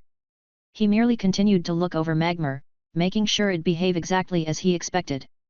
Otis's taunts meant nothing to him, Sam was going to win. "Begin," the referee shouted. Magmar was already inhaling, Otis dramatically pointing forward with a deep lean, causing even more of his chest to be exposed. "Smog," he ordered. Unnaturally green smoke blew out of Magmar's mouth. Its exhale was strong, sending the gas out like a flood. It threatened to consume Quilava, but Sam countered. "Smoke screen." Sam spoke calmly. He didn't feel the need to yell. Like the Magmar, Quilava breathed in. However, she was much less dramatic about it, and her smoke was pure black. Though with a smaller size, the smoke screen collided with the smog, and the two approaching clouds collided, were sent upwards, and created a swirling cloud in the center of the field. Sam didn't wait. "I'm withdrawing Quilava from this battle," he announced. There were a few shouts from the audience. The referee nodded to confirm Sam's statement. "Interesting," Faulkner murmured from above. "Completely withdrawing a Pokémon so soon? He won't be able to rely on his Pokémon for the rest of the match." If Sam had a switch, he would have used it. Since that wasn't a possibility, this was the next best thing. It wasn't risky since he already had a plan to win this fight. Quickly, he withdrew Quilava into her Pokeball and a flash of light saw Haunter appear above the field. "Flamethrower!" Otis shouted the very moment the battle resumed. Haunter was already eyeing the cloud in the center, and as a stream of flames tore through it, he dropped to float near the floor and rushed to disappear within. "Nice try, but hiding won't matter if we can just burn you out." "Another flamethrower, keep it up." More fire left Magmar's throat. It carved through the mixture of smokescreen and smog, but it didn't reveal Haunter. Sam said nothing. He chose to sit back, wait, and watch. Magmar was Otis's most powerful Pokémon on his team. The man had beat Reedy. He had worn her down through its use of smog and flames. Haunter didn't need to worry about poison, but he did need to worry about heat. However, if he didn't show any injuries, and if they could just get this one Pokémon to faint. Through the smoke, a slowly closing hole formed from the flamethrower let Sam see Otis's face. The fire breather looked annoyed at the lack of any reaction. They made eye contact, and Sam pounced. He finally smirked. "If this isn't working, head right into it, Magmar. Use Fire Punch." Otis sounded annoyed. A swipe through the air saw Magmar's fist catch fire. A second swipe saw its other fist burn just as bright. Two hands prepped for flaming strikes, and the Magmar charged. Sam waited for just before it entered the cloud to give his first command. "Hypnosis!" Haunter burst out like a jump scare. Magmar made a honking noise that didn't quite fit its appearance, letting loose a panicked swing. The fire punch came out early, swiping through nothing more than a few wisps of gas, and the power carried in its punch saw Magmar spin in place due to the momentum. Credit to it, it was still well trained, and Magmar caught itself before it fell. It turned back to Haunter to try its second punch, but it froze. Inches away from its face, Haunter's blue-tinted gaze claimed it. "Pull back." Don't stare! Otis shouted. Too late, Sam said under his breath. The flames on Magmar's fists faded away. Haunter floated closer to it in the air. It didn't move, utterly trapped, and Haunter pressed his forehead to Magmar's own. A sizzling sound could be heard as Haunter pressed against Magmar. A bit of steam entered the air where the two Pokémon touched. Arguably, this move could only hurt him, as Haunter was being hurt by the heat. However, maintaining the hypnosis through the ridiculous heat was intimidating. The corner of Otis's mouth quivered. Magmar slumped to its knees as Haunter pulled back. It crumpled to the floor like a puppet with cut strings. Nightshade. Darkness utterly consumed it. Two Pokémon disappeared, and Otis tried to shout more commands. Haunter's newest move, Nightshade, might not have been that strong on its own, but it was the perfect cover for anything else he might be doing inside. The announcers chatted about the relatively unseen battle so far, and a short while later, the Nightshade dropped. The smokescreen smog combo had all but faded away, but Haunter remained. He floated victorious. Beneath him, Magmar laid unmoving on the ground. The head referee raised a flag in Otis's direction, signaling Magmar had fainted. Otis was forced to return his Pokémon. When he did so, Sam took pride in how Otis gritted his teeth. Sam needed to wait for Otis to decide who to send out next. As time passed to let the other trainer make a decision, the screen above the field showed the status of both trainers' teams. Sam had 3 circles under a photo of him. 2 circles displayed pictures of Quilava and Haunter, but the last was a question mark. Meanwhile, Otis had 3 circles Magmar and 2 question marks. And, since they had been eliminated from the fight, both Quilava and Magmar's pictures were grayed out. As Sam smiled at that, the first true knockout of the match, he suddenly heard Mr. Pokémon laugh. Oh! It looks like young Samuel already has fans in the audience. The screen above cut to show Reedy sitting next to Ursaring. They each held up one side of a banner that said, "You can do it, Sam." Sam felt warm when he saw that, but Ursaring quickly tapped Reedy on the shoulder. She glanced up at the screen, a grin appeared, and they worked together to quickly show the other side of the banner. Hire Vermilion Construction Co. for all your construction needs. The camera couldn't switch away fast enough. Vulpix! Otis shouted. The shout brought Sam's attention back onto the field. Otis looked serious. Angry. He all but snarled at Sam. "You won't faint my other Pokémon as easily as Magmar," he said. "Wanna bet?" Sam asked. For the briefest of moments, Otis looked as though he wanted to take Sam up on the offer. Instead, he bit his lip and said nothing. The referee resumed the match. Hypnosis. Confuse Ray. Sam couldn't help but to snort.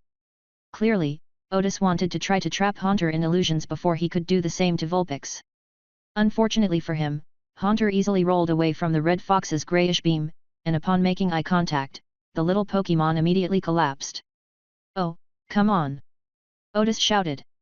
Vulpix and Haunter disappeared within a nightshade before the move dropped, leaving Vulpix fainted on the ground. Otis practically slammed the Pokeball back into his vest pocket once Vulpix was returned. A hand went down to grip the end of his torch, likely an unconscious reaction. Sam couldn't hear it, but it looked like Otis let out a growl as well. "Ferret!" he shouted. Sam raised an eyebrow. Ferret was a normal type, not a fire type. A week ago, it could have utterly walled Haunter.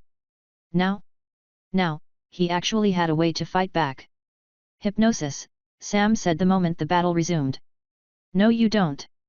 Use quick attack. Into Sunny Day!" Otis shouted. Before Haunter could lock eyes with it, Ferret was already dashing to the side, circling around the floating ghost type. It focused on what was ahead of it rather than its opponent, meaning that Haunter couldn't land his move. He stayed in place, though he rotated to track the running ferret. As part of its circling dash, it leaped into the air, rolled with its limbs clutched close to its chest, and tossed them out when it faced upside down. With that movement came a fiery sphere it threw high into the air. Sunny Day was a weather move, the first time Sam had personally seen one in battle. Sunny Day's harsh sunlight seared away all other weather conditions and created an intense heat that powered up fire-type attacks. Sam could see where Otis was going with this. Sunny Day was bright. The man wanted to make the darkness-conjuring nightshade impossible to use while also empowering the fire type. Except, there was a problem with that line of thinking.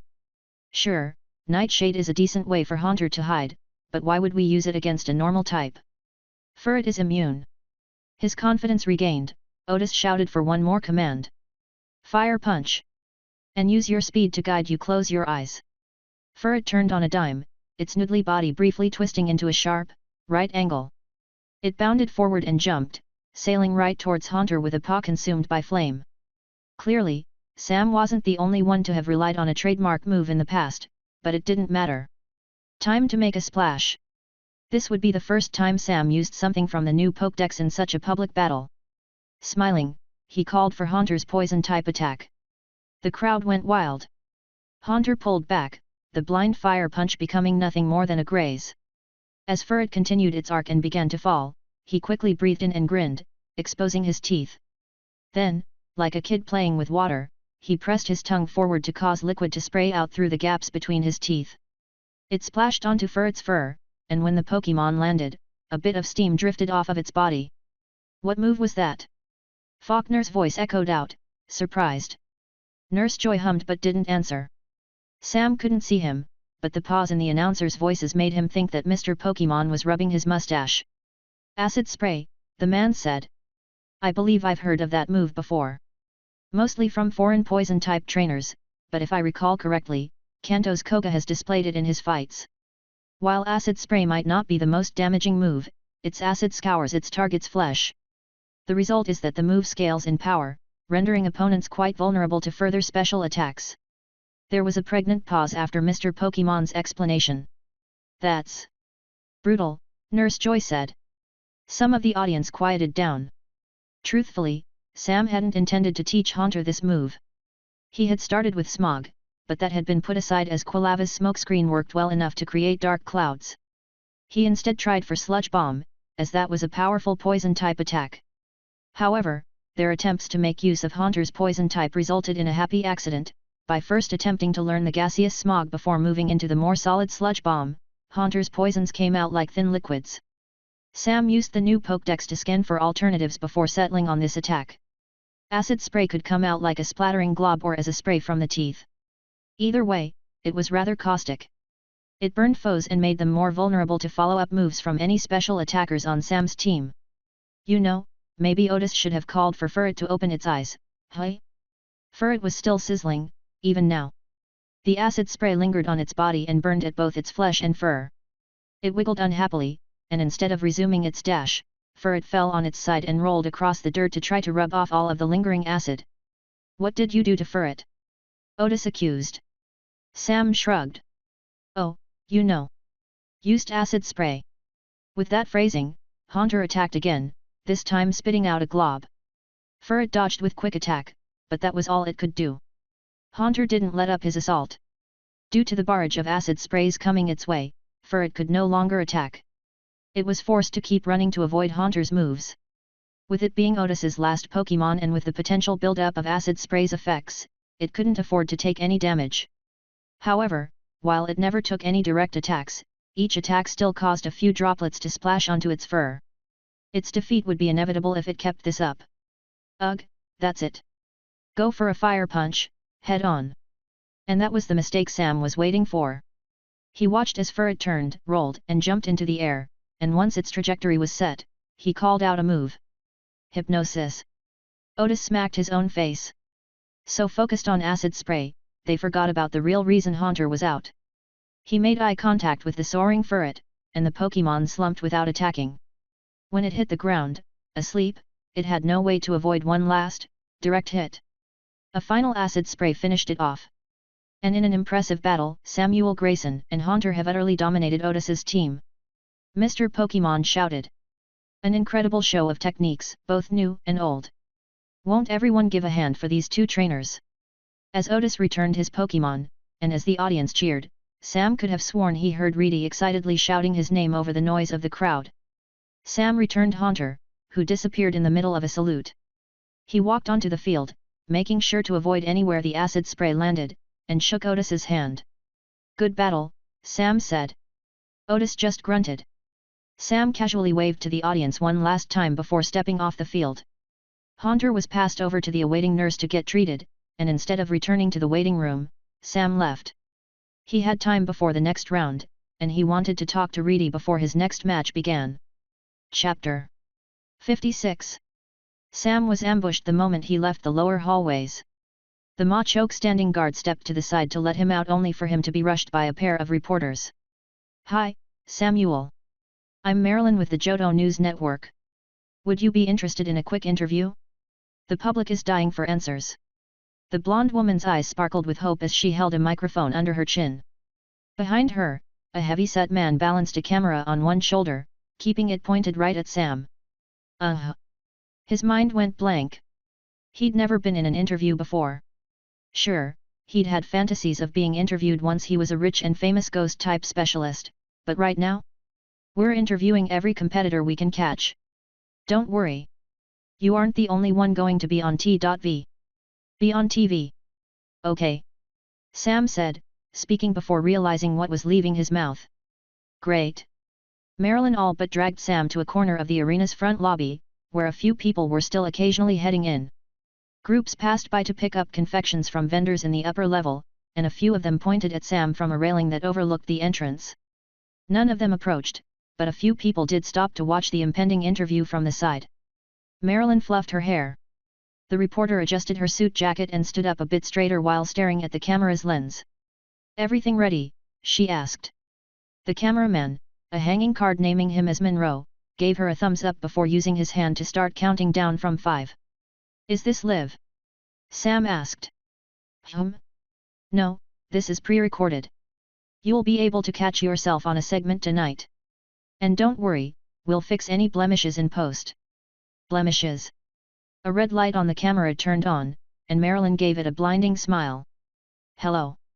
Today we're here with competitor Samuel Greyson, whose Haunter made an impressive showing in the first round of the Violet City tournament." She turned towards Sam. "Your use of hypnosis was inspiring, and acid spray was a genuine surprise. Everyone wants to know, where do you get your ideas from, and how did you train your Pokémon?" Sam blinked at her and shifted uncomfortably. The camera recorded every smallest movement. He was suddenly very aware that Haunter wasn't nearby. The Pokémon was actively being treated by a nurse for the damage he'd taken during the fight with Otis. Without him in Sam's shadow, there was no comforting chill in his spine or the occasional brush of something next to his feet to remind him that he wasn't alone. His mouth opened and closed a few times before he managed to say anything out loud. "I've done a lot of research," he said, wondering why he agreed to this in the first place. "I've spent a lot of time looking into the ghost type. Morty helped me kickstart my strategy, too." A pause. "Wait, do you mean gym leader Morty? Morty of Ecruteak City Gym, that Morty?" "Oh, yes. He helped me get out of a rut I was stuck in. Helped me figure out what kind of strategy I wanted for my team, too. I wasn't able to get a sponsorship, though. I met him after the season started, which meant any offers like that had already been given out." "But you're saying that a sponsorship was on the table," Marilyn stated incredulously. Sam nervously licked his lips, realizing he probably said too much. He kept his mouth closed as he tried to find a way to recover. "Well," the reporter chuckled to herself, "now that's a twist. Tutored by Morty himself. He just gave me advice to help out with his team's strategy," she continued. "I don't suppose he's helped you with any other tricks, or if you have any other secret plans up your sleeves?" Sam swallowed a bit of saliva. He already knew a few answers to that question. Haunter has been training another ghost-type move. It's not battle-ready, but he might be able to pull it off in a pinch. Quilava doesn't have any new attacks, but we've been chaining her moves together in new ways. And no one's going to expect a bruiser like Primeape to be on my team. Not to mention that Brick Break and Rock Smash are basically the same attack, and with all the practice we've done with his anger and his other punching moves. I guess you'll just have to wait and see," Sam offered. Marilyn laughed, and Sam was already looking for a way to escape. A hallway led to a publicly accessible route, and he knew it contained a staircase that'd let him reach the upper levels and talk to Reedy. Only 2 questions had been asked, but Sam already felt like he had butchered this interview. First he was too revealing, then he wasn't revealing enough. He also hadn't thought to maintain his persona. Managing appearances was getting really annoying to do. "For the rest of your team." "Sorry, but I'm actually needed somewhere else." "I have to leave," Sam interrupted. "Oh well." Marilyn was cut off again when Sam started to walk away. "Any final words before you go?" He stopped, paused, and remembered a statement he had heard back in Goldenrod. He turned to face the camera one last time, a confident smile returning to his face. "Yeah," Sam said. "I'm winning this tournament, and I'm going to win the Silver Conference, too." Marilyn's expression would have fit a hungry Meowth finding a pile of fish. She turned back to the camera and continued to speak at it as Sam disappeared out to the side. Maybe that salvaged something? He was experiencing this from a first-person view. He had no clue how he'd come across on the screen. Although, he would absolutely try to catch the news tonight. He'd also probably call his mom and tell her he was going to be on TV. Before heading upstairs, Sam slipped into a bathroom and changed his outfit. He took off his hooded jacket and scarf, bundling them under one arm. He had to fix his hair to make it not as flat, but when he exited, he didn't have anything on that'd identify him as a competitor. He looked like almost any other guy. No one bothered him as he moved to an upper entrance to the arena. A tunnel emerged to where the audience sat. Cheers filled the air around him, with the announcers' voices reacting to a battle taking place below. Sam searched for Reedy, having seen her hold up a sign around this area earlier. It took a few seconds, but he quickly found her. She was still seated in the very first row, the space dedicated for friends of competitors and trainers with larger Pokémon. "Reedy! Reedy!" Sam half hissed, half shouted from where he remained in the hallway tunnel. A few people passed him and gave him a strange look. One of Ursaring's rounded ears flicked back as Sam continued to hiss. The large, Ursine Pokémon looked a little out of place in a seat meant for a human, but sitting down, he was about the height of an adult male. Although, he was much wider than one and significantly more furry. Turning around, Ursaring made eye contact with Sam and nudged Reedy with his snout. He pointed to Sam, and she smiled. Reedy got up and jogged over to meet him. The moment she arrived next to him, Reedy pumped her fists. "That was perfect. Might not have looked as arrogant as we wanted, but you came across even better. The tired eyes. The shadows on your face. The way you had a scowl. Oh, you looked like you thought this tournament wasn't worth your time. Grumpy and annoyed that you had to be called out on the field in the first place."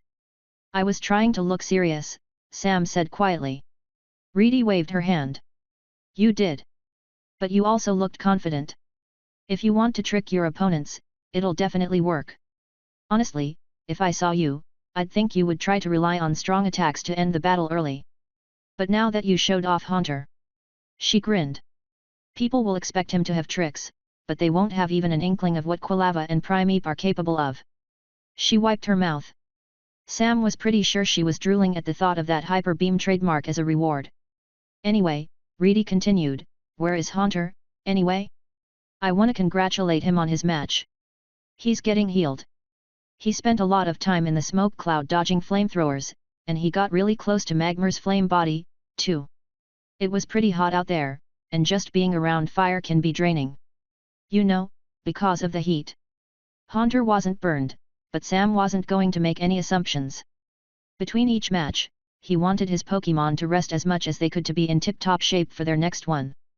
"I mostly came here to bounce a strategy off of you," Sam said. "What do you think about me only using Haunter in the next 2 matches?" Reedy hummed, crossing her arms as she considered it. "Didn't you mention making this mistake before? In the preliminary rounds of the beginners tournament? You talked about relying on Cyndaquil too much. She got tired and fainted, right?" Sam shook his head. "Different idea this time around. Those battles were restricted to one Pokémon at a time, which is where I messed up. I can swap him out if he's starting to slow down. I'm more thinking of really playing into his tricks. Make people less prepared for the rest of my team, kinda in line with what you just said." Haunter's moveset was perfect for wearing enemies down. He relied on utility moves the most out of any member of Sam's team. Primeape was the opposite in that he was pure offense, and Quilava was a mix of the two. Both of them were more susceptible to damage from attacks. Keeping Haunter out more often in these early rounds could help minimize the injuries Sam's Pokémon received. "I'd be careful about it, but it sounds like a good idea on paper." "I'd probably fall for it, honestly," Reedy said. "I'd have liked to tell you to be careful about people getting used to how Haunter fights, but..." She shook her head. "Nah," Reedy said. "You're the one better at strategy between the two of us. With what I've seen from you, I doubt anyone will be prepared for all of your tricks." "Thanks," Reedy! I! The crowd suddenly turned uproarious. Reedy's head snapped to the battlefield, and Sam went quiet, needing to cover his ears. From his position in the hallway, Sam wasn't able to see what was going on within the field so far away. However, all it took was a single look exchanged with Reedy to make a silent agreement to head out and check what was going on. A magnificent use of psychic from a Pokémon yet to achieve its final form. Who knows what Franklin's Pokémon might be capable of once it evolves. The screen on the field showed 2 trainers with team members listed out underneath them. One trainer had 3 Pokémon revealed, yet the other only had 1. A Vileplume and a Ledian were grayed out fainted. A headshot of a Clefable was still in full color, but things weren't looking good for it on the field. A lone Kadabra stood with a hand outstretched, a spoon held in one hand. Its opponent, that very Clefable, squirmed in the air, levitating due to a constricting blue glow. "Finish it," the Kadabra's trainer, Franklin, said. The spoon in Kadabra's hand bent at a sharp angle. Clefable was slammed into the ground, and it didn't get up. "The winner, Franklin." Mr. Pokemon's voice shouted from the speakers within the arena. "I can't wait to see what he'll be capable of in the next round." The crowd resumed its cheers at an incredible volume, and Sam and Reedy moved back to hide in the hallway. "Looks like you aren't the only trainer sweeping with 1 Pokémon," she said, nudging Sam's arm. Sam glanced back out to the field. He couldn't see it, but new trainers were already coming out. "Edgar's in the tournament, too," he said quietly. "A few other strong trainers as well. I know my team has trained well enough, but if I'm going to win..." Sam had an uphill battle ahead of him. Most trainers in the tournament had 5-star teams. Each of them were strong enough to have decent odds at winning their 5th gym badge. Thankfully, Sam's team was also at that level after a week and a half throwing themselves into Reedy's harsh training. It was exhausting, not something any of them would be willing to do often, but the results spoke for themselves. However, as Sam carefully observed what matches he could, he began to notice a pattern. Yes, trainers were relying on status conditions more often, but most of the competitors lacked an overarching strategy. People had been building up their teams, but they tended to fail to build up their strategies. As far as he could tell, these trainers were only just now preparing themselves for the long run. But, take Sam. He'd been working on properly developing his team's strategy ever since after his first batch. It was strange to suddenly stop, look around, and realize that he had somehow become ahead of the curve. He was also distinctly aware that his team had counters to the status conditions trainers were beginning to rely on. Haunter's poison type meant he was immune to being poisoned. Quilava's fire type meant she couldn't be burned. While Primeape's fighting type didn't grant him such an immunity, his ability Vital Spirit meant he could never be forcibly put to sleep. That meant their only weakness was paralysis, but Sam also had ideas on how to counter that. The more he paid attention, the more he understood that he had a legitimate chance to win. It wasn't just bluster, his team was legitimately strong and well trained. He only needed to worry about their stamina over time, as he was working with 3 Pokémon whereas the other trainers tended to have at least 4. For now, at least, the second battle was going well. "Hypnosis," Sam said. Haunter's move failed to put his opponent's last Pokémon to sleep, but it was a reminder that the Pokémon couldn't risk opening its eyes.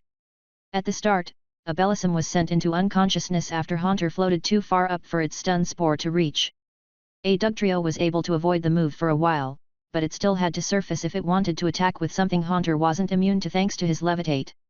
That just left a Graveler, who might as well have not been attacking.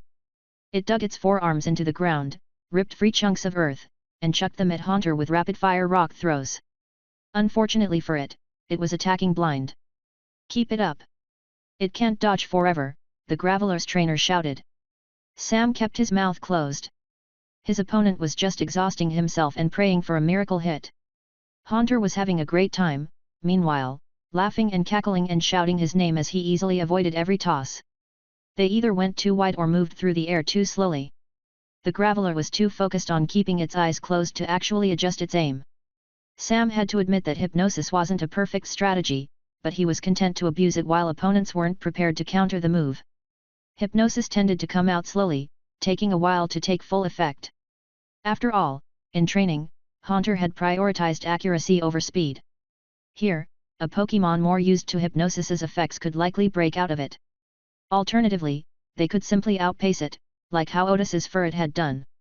For now, it meant an easy victory again in his second battle, which Sam was moments away from winning.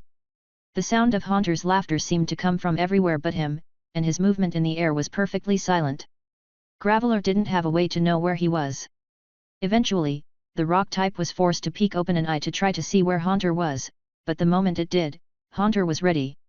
Confuse Ray came out faster than Hypnosis, and the illusions panicked Graveler and caused it to keep its eyes open.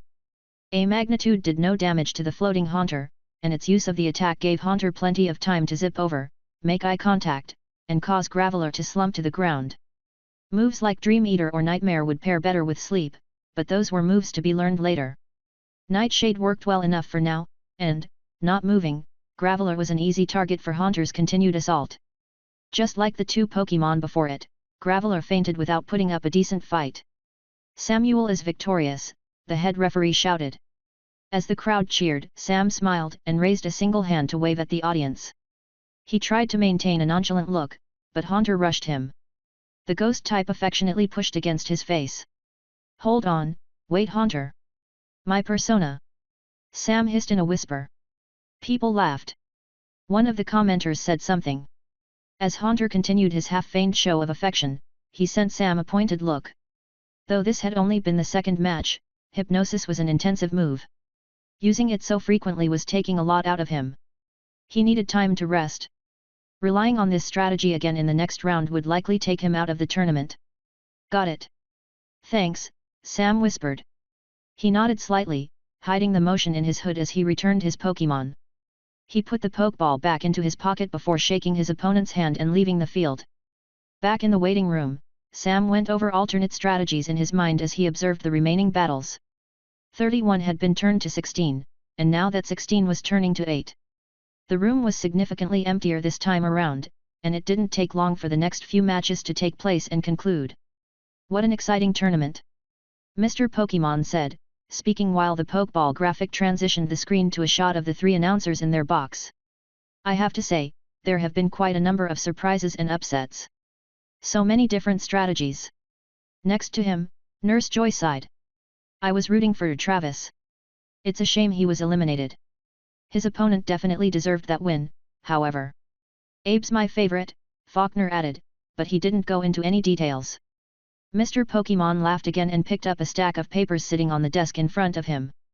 He smiled, but his bushy mustache half hid the curve of his lips. "Well then. With that final match concluded, we're on to the third round of the Violet City tournament. 31 trainers entered the arena today, and now only 8 of them are left. With the numbers cut to a fourth, it's time to change things up. We're now in phase 2 of how these battles are organized. I hope you are looking forward to this as much as I am." Another scene transition took place. An unlabeled bracket replaced the announcers on the screen. No matter who fights, all competitors have tough battles ahead of them. Whether it's Abe and his devastating Firo, Melody and her hard-to-pin jump Luff, or Samuel and his sleep-inducing Haunter, they're going to have to play well if they want to make it to the finals. The cheers were greater for Abe and Melody, as those two were locals and Violet City was definitely biased for trainers who lived nearby. Sam still puffed up his chest when his name was mentioned, however. It was a point of pride that his team was significant enough to be singled out. For the rest of these rounds, matches will be determined by the Pokémon League's latest pairing algorithms, now in use for major tournaments such as the conference itself. Computers will automatically pair trainers against one another to make the most exciting tournament possible. The results will be up shortly, as soon as the calculations are done. "Technology sure is incredible," Nurse Joy said. A fanfare played as a series of names randomly flashed through each of the 8 boxes on the screen, letters and portraits changing too fast to let anyone see. A drum roll then preceded a series of beeps, and one by one, boxes were filled with the identifies of trainers and their opponents. "You should be seeing the bracket on the screen now," Faulkner said. "Where is there we go? Franklin vs. Melody. Abe vs. Roland. Edgar vs. Sam was placed in the 4th match of the 3rd round. He stayed quiet as he took in the portrait of his opponent. A smug grin. A dark leather jacket. The smallest of goatees growing on his chin. He'd seen the man before. They'd fought once in Olivine. Sam was pretty sure he had witnessed his loss against Morty in his gym. Franklin and his Kadabra will likely be celebrating this outcome," Mr. Pokémon said.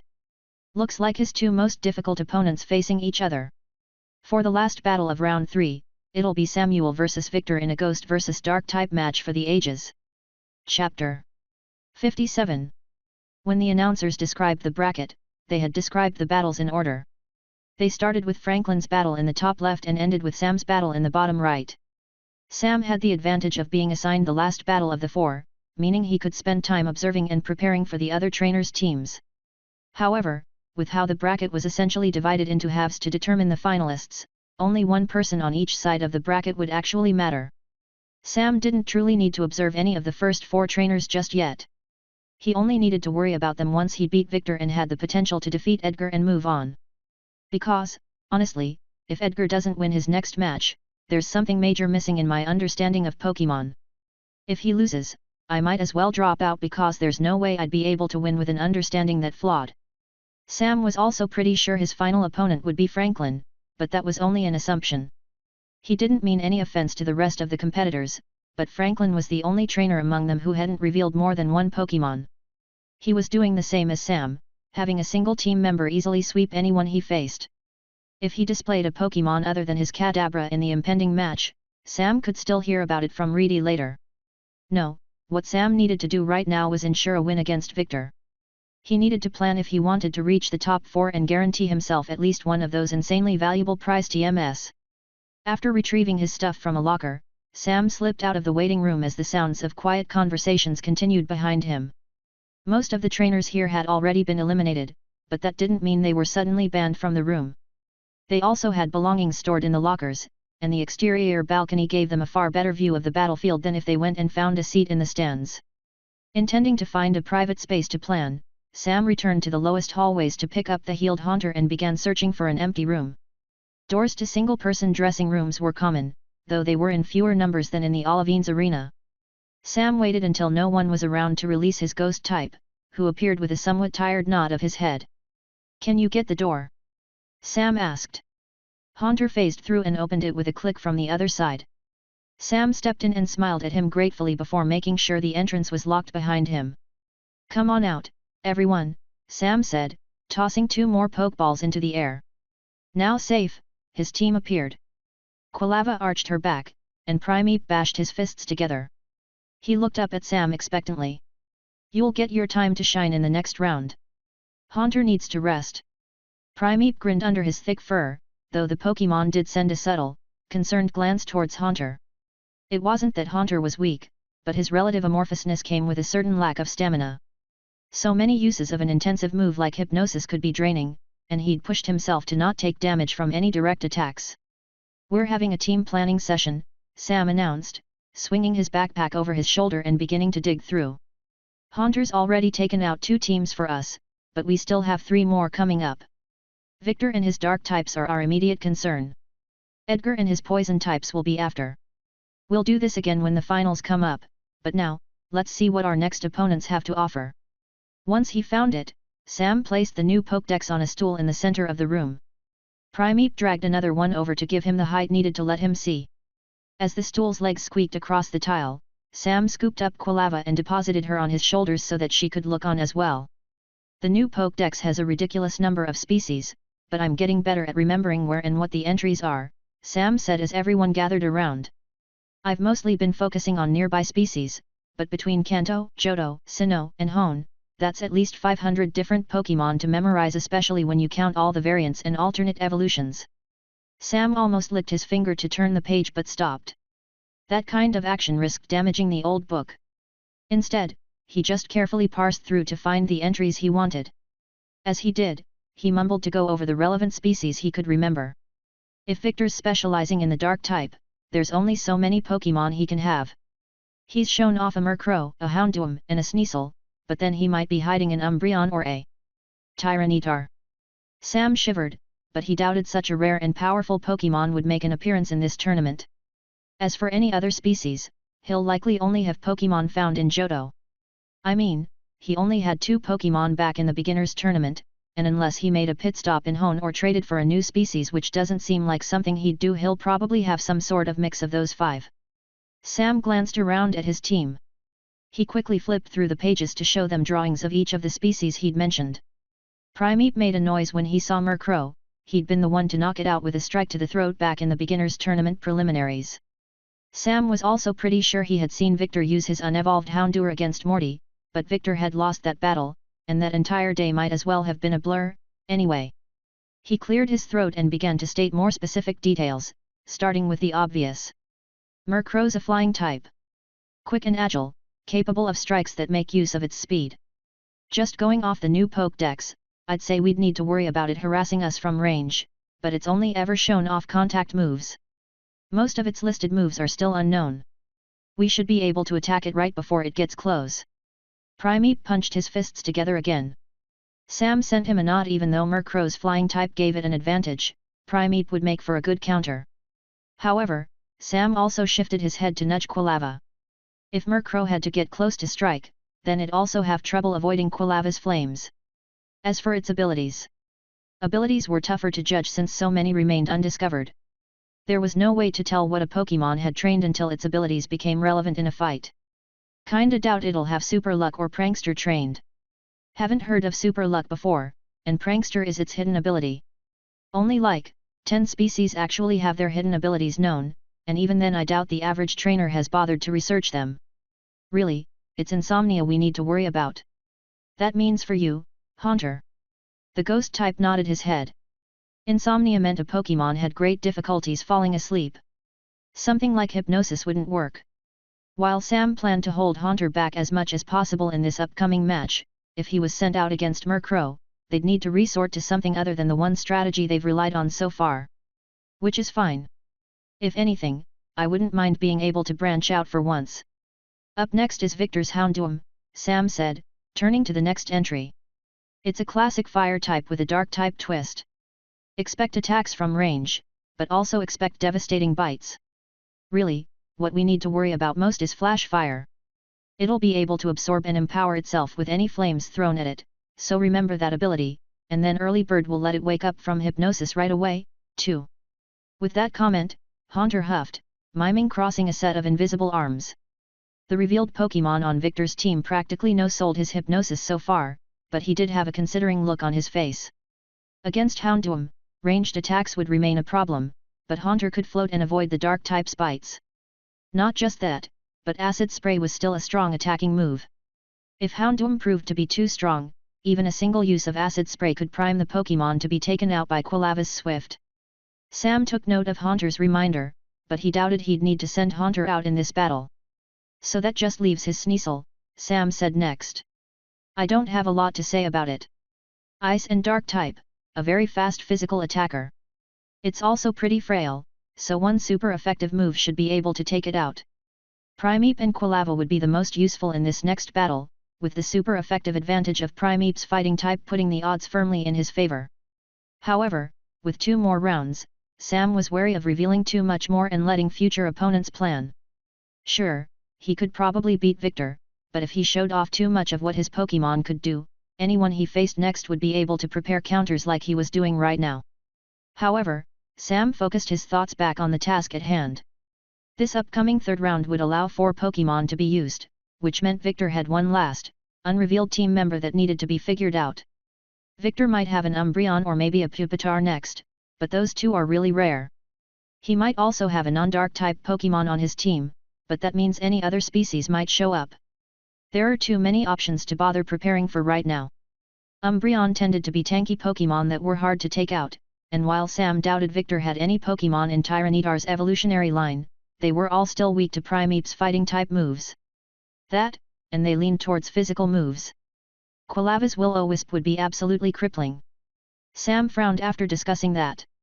Since this was the 4th round, battles would consist of up to 4 Pokémon each, though each trainer still only had one switch at their disposal.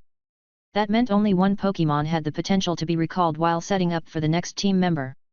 Sam's strategy was still hindered. This battle would be based more on personal power, something that Sam hoped all the training with Reedy had hopefully shored up. Any final thoughts, he said, nerves building. Any ideas or recommendations? Sam looked between his Pokémon. While he was the final judge of strategy in battle, his Pokémon knew what they were capable of and could have insights into what techniques to rely on. Speaking of, Primeape raised a hand.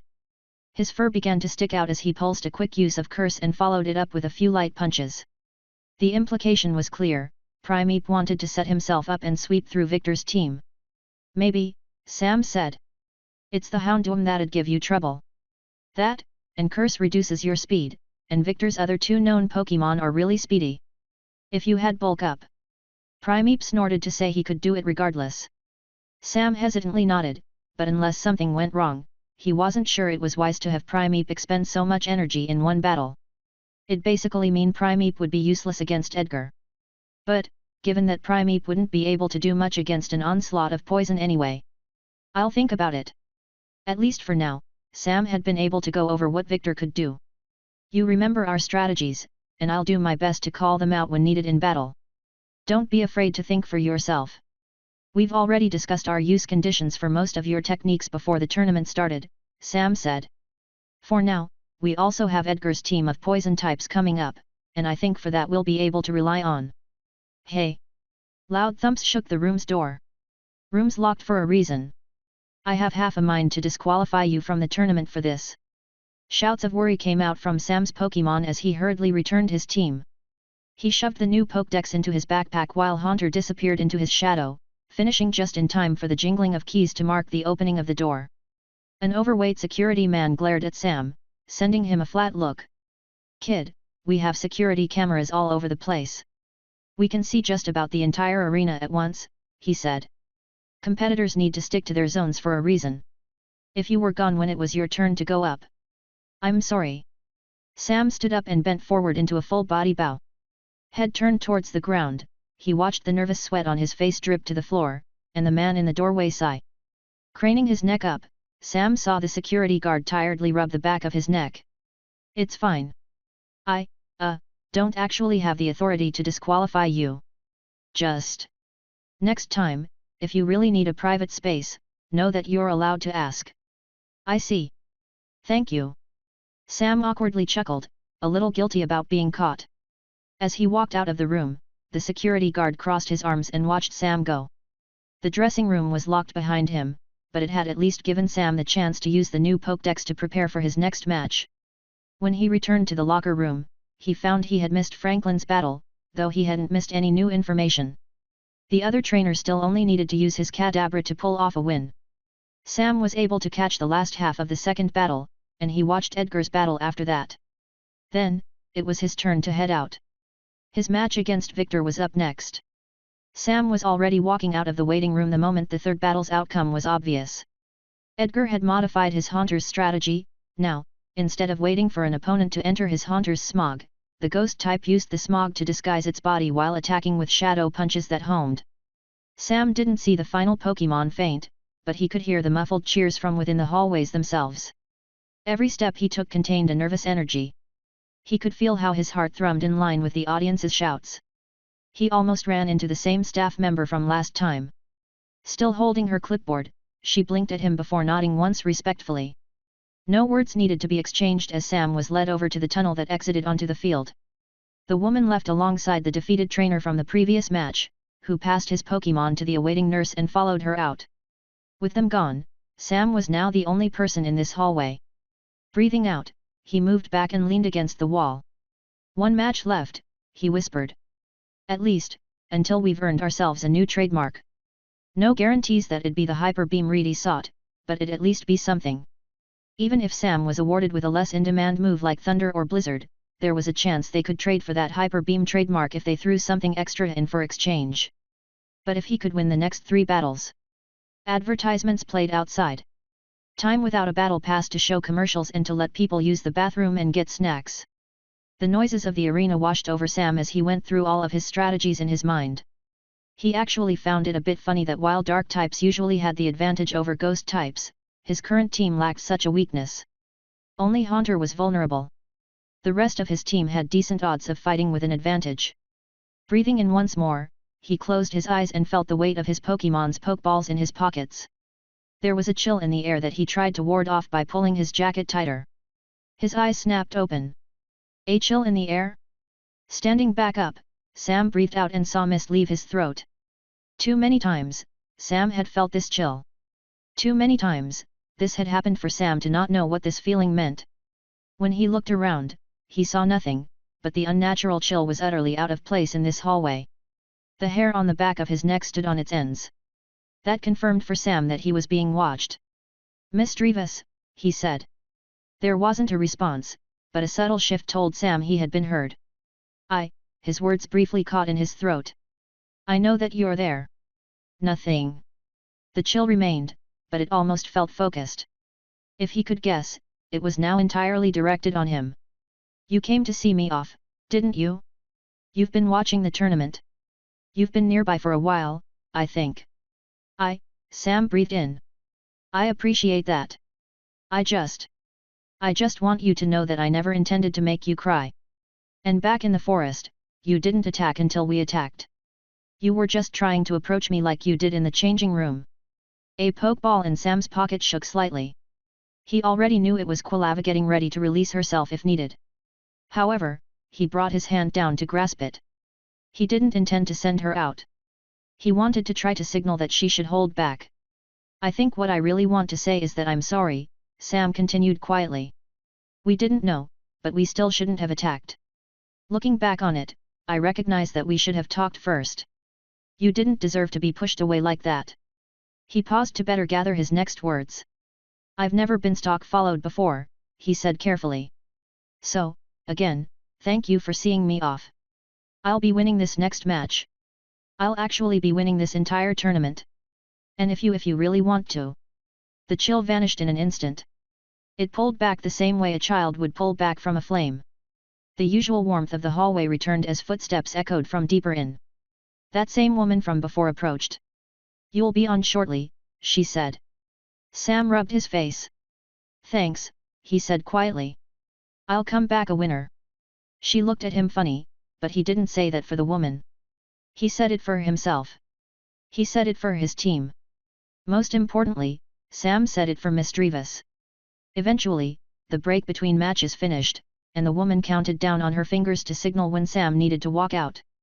He emerged to the cheers of the crowd and the voices of the announcers filling the air around him. "And there are the trainers we've been waiting for. Samuel. Victor. I can't wait to see how that Haunter will react to a team of dark types." Approaching the field from the other side was Sam's opponent. Victor's expression was hard to parse, it was either a malicious smirk or an unhappy scowl. Sam thought it was amusing how both of them walked up to the field with their hands in their pockets. Except, Sam was trying to be more casual about it, and Victor was a storm. As part of the pomp and circumstance of these later round matches, the head referee started to go over the rules. 2 other referees stood behind each trainer as well to provide more viewpoints for making tough calls. However, while the head referee spoke, what no one expected was for Victor to interrupt him by suddenly calling out. "Send him out," Victor said, his gaze not breaking from Sam. "You mean Haunter?" Sam asked. "No. You know who I'm talking about. Send him out. That Mankey of yours.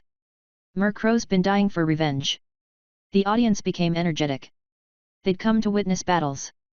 But with Victor's words, they were now witnessing a story as well. "Oh? Perhaps this grudge match might be a true grudge match." Mr. Pokemon's voice echoed out from above. "It seems that Victor and young Samuel have a history between them. I hope it's nothing too serious," Nurse Joy added quietly. To the shouts of the audience and a stare from Sam, Victor snapped an arm out of his pocket to hold a pokeball in front of his chest. He had a confident smirk on his face as he stared back expectantly. The referee glared at Victor. He sent out his Pokémon regardless. Sam almost shivered from the black-feathered Murkrow's threatening gaze. "Almost." PFT Sam scoffed, regaining his persona's show of confidence. "Like I'd do what my opponent says." Victor's expression contorted into a true scowl. Rather than send out Primeape, Sam released Quilava. She'd be able to weaken that Murkrow with a burn to start off the battle. But, since he didn't listen to Victor's challenge, oohs and ahs came from the audience. It was a rather dramatic start to a battle amid the more generic rest of the tournament.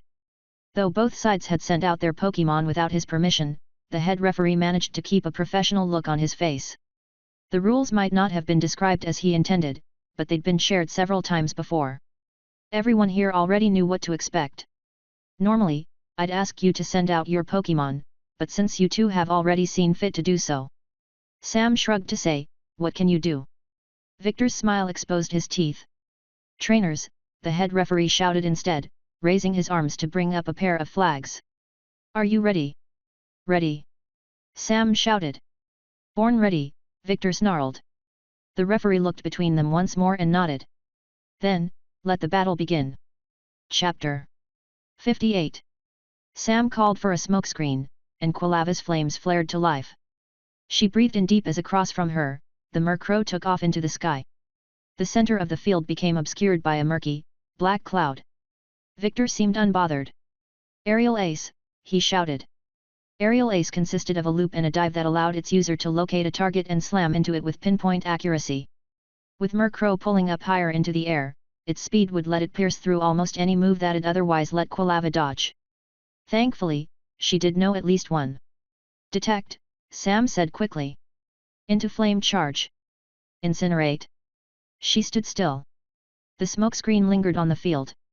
When the Murkrow dived, she waited until the very last minute to lunge to the side. Detect let her all but see the trajectory of the move, and as the bird's momentum carried it back into the air, she chased after it. Fire wreathed her body in a dash forward that increased her speed, thanks to flame charge. That translated into a faster projectile when she fired an incinerate into the air. The move exploded in an airburst, but Murkrow pulled to the side and flew past the flames with only the lightest of singes. Incredible! So little time has passed and this battle is already so heated. Mr. Pokémon shouted. "That Murkrow!" Faulkner's voice drifted off as Victor growled and shouted at Sam from across the field. "Don't expect something that simple to work!" Victor yelled. "Nightshade! Into feint attack! You know what to target!" Once more, Murkrow dived. Sam frowned. Feint attack was another highly accurate move that'd make smokescreen worthless.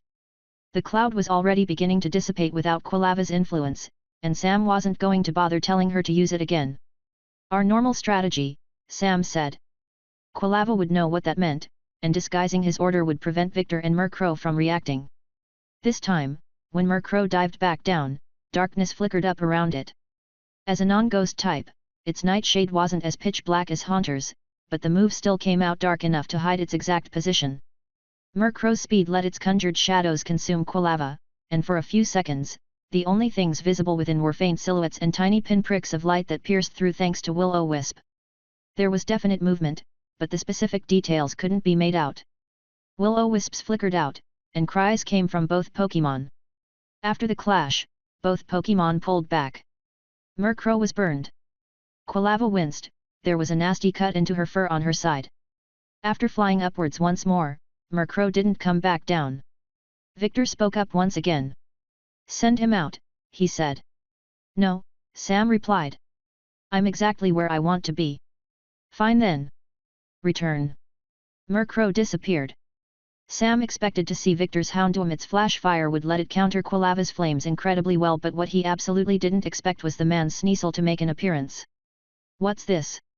Victor has just sent out an ice type against a fire type." Mr. Pokémon's voice shouted. Confused, Nurse Joy mumbled something, but Sam didn't hear. He was already trying to remember everything he could in an attempt to figure out Victor's game. The Sneasel wore a confident smirk. It ran the backs of its sharp claws across a feather sticking out from behind an ear. "Quick attack. You know the rest," Victor said. He sounded relaxed despite the type disadvantage he had for this fight. Sneasel licked a claw and narrowed its eyes at Quilava. She stood still and prepared herself, but then it was like the Pokémon disappeared. Sneasel moved fast enough that a blink would lose track of it. She appeared in front of Quilava, sweeping a claw low to catch her in the leg. Unfortunately, not used to such a small but speedy target, she wasn't able to avoid the slash. Victor cackled. "Keep it up." Will-O-Wisp flames sparked up around Quilava. She bid them to shoot down at the Sneasel, but its rapid-fire fury swipes prevented her from aiming too well. Each claw only ever swept downwards, always aiming at a single point on her front right leg. While her own agility was well practiced, Sneasel had taken the concept of speed and made it entirely its own. Too many attacks were coming her way, and more than that, Quilava almost looked like she was slowing down. "Ember!" Sam shouted. Any other attack would have come out too slowly to matter. Quilava's fire flared, and she opened her mouth to unleash burning sparks at her opponent. The move was desperate, but thankfully, Sneasel was finally forced away. Both Pokémon stood off from one another and panted. For how well she was doing, Quilava was already tired, and the assault to her leg meant she winced whenever she put pressure on that foot. Her fur also looked wet, strangely enough. I see, Sam said. Victor's smirk was infuriating. You're using Icy Wind. It's subtle, but you've been mixing it in with Sneasel's attack to slow Quilava down. The voices of the announcers sounded shocked. No one else had noticed a thing, but that was the only explanation for why Quilava was suddenly wet. While the bone-chilling frost from Icy Wind had passively melted, the added weight of the water was still weighing Quilava down. Victor replied to Sam by tapping a finger to his temple. As Sam considered it, Victor's strategy made sense. Speed control was often the difference between a win and a loss. Every ounce of Sneasel's strategy was making the most use of its speed, and that included slowing its opponents down. Between the targeted swipes at the legs and the icy winds themselves, it was trying to completely overwhelm its foes. But Sam wasn't willing to let Sneasel walk all over his team. Return. In this battle, 4 Pokémon were allowed, but there was still only one permitted switch.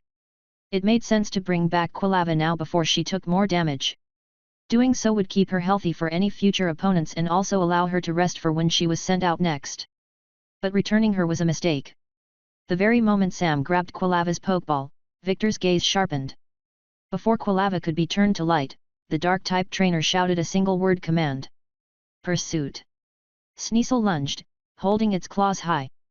Preparing herself to be returned, Quilava was in no position to defend against the dual strike that painfully slammed into her lower leg. Her cry of pain was quickly silenced by the act of being returned. As a Dark-type Pokémon, Sneasel put more effort into the attack than it needed to. Its pursuit was just plain cruel. And right before young Samuel can return his Quilava, Victor orders Sneasel to land a devastating blow. Mr. Pokémon yelled. Pursuit is one of the only moves that can hit a returning Pokémon, and when it does, it deals significantly more damage. Nurse Joy made an unhappy noise. That attack was too much. Sneasel's been too focused on where it strikes. I doubt Quilava will be able to use that leg until she's treated at a Pokémon Center. In other words, Quilava's ability to move would be shot for the rest of the tournament. Victor had decimated Sam's chances to win in a single blow. A third of his team wouldn't be able to fight at the same level as before. Sam stood there, clutching Quilava's Pokeball. He stared at it as Nurse Joy's words echoed in his ears. Until she's treated? Heavy injuries weren't uncommon in Pokémon battles, but to experience one here, not even halfway through a major tournament? Sam hated Victor's ongoing smirk. His expression was one of someone who had just won the entire tournament. So, gonna send him out now? Victor said, shoving his hands back into his pockets. On the field, Sneasel licked its claws. As Victor locked eyes with Sam, something started to burn in Sam's chest. Victor didn't deserve to act that smug. Sam could feel the scowl forming on his face, but he couldn't find a reason to care. They had tricked him. And what ate at him the most was how they had injured Quilava more than what was necessary. Primeape, Sam said, sending out his Pokémon. Victor smiled. So he evolved, hey. Sam could hear the audience cheering at the unexpected team member. Between the flames of Quilava and the shadows of Haunter, a bruiser like Primeape seemed otherwise out of place. But their shouts were deaf in Sam's ears. The voices of the announcers become meaningless to him. They hurt Quilava, Sam told Primeape. They targeted her legs and purposefully injured her. She won't be able to run until tomorrow. On the field, a vein throbbed on Primeape's head. His excitement for the battle faded away, slowly replaced by growing anger. She won't be able to fight how she likes. She won't be able to use her speed, Sam continued. Primeape's hair stood on its end. And worst of all, it was just a ploy to lure you out. They didn't even care for her. She was just a roadblock to bringing you in battle. A crack pierced through the crowd's shouts as Primeape clenched his fists. Victor's smirk twitched down ever so slightly. He looked to be struggling to maintain that same smile. Hey, so you know this is just a battle, right? Targeting certain body parts is just good strategy. And we don't actually care about the rematch that much. We were just trying to play it up for the brick break, Sam interrupted. When the battle resumed, Primeape exploded forward into a dash. Sneasel was still faster, but its arrogance vanished in the face of Primeape's pure rage. Victor's Pokémon used Quick Attack to run away and only run away something that served to increase Primeape's rage. For all its speed, Sneasel could never truly escape Primeape's impending wrath. After all, Victor had already used his one switch, and as a species, Primeape were known to never give up a grudge. Icy wind! Victor shouted. His stutter was music to Sam's ears. Sneasel paused to turn and release a frosty breeze across Primeape's body. Ice formed on his hair, chilling him and intending to slow him down. That didn't matter. His ongoing momentum carried him forward to crush Sneasel's face with a fist.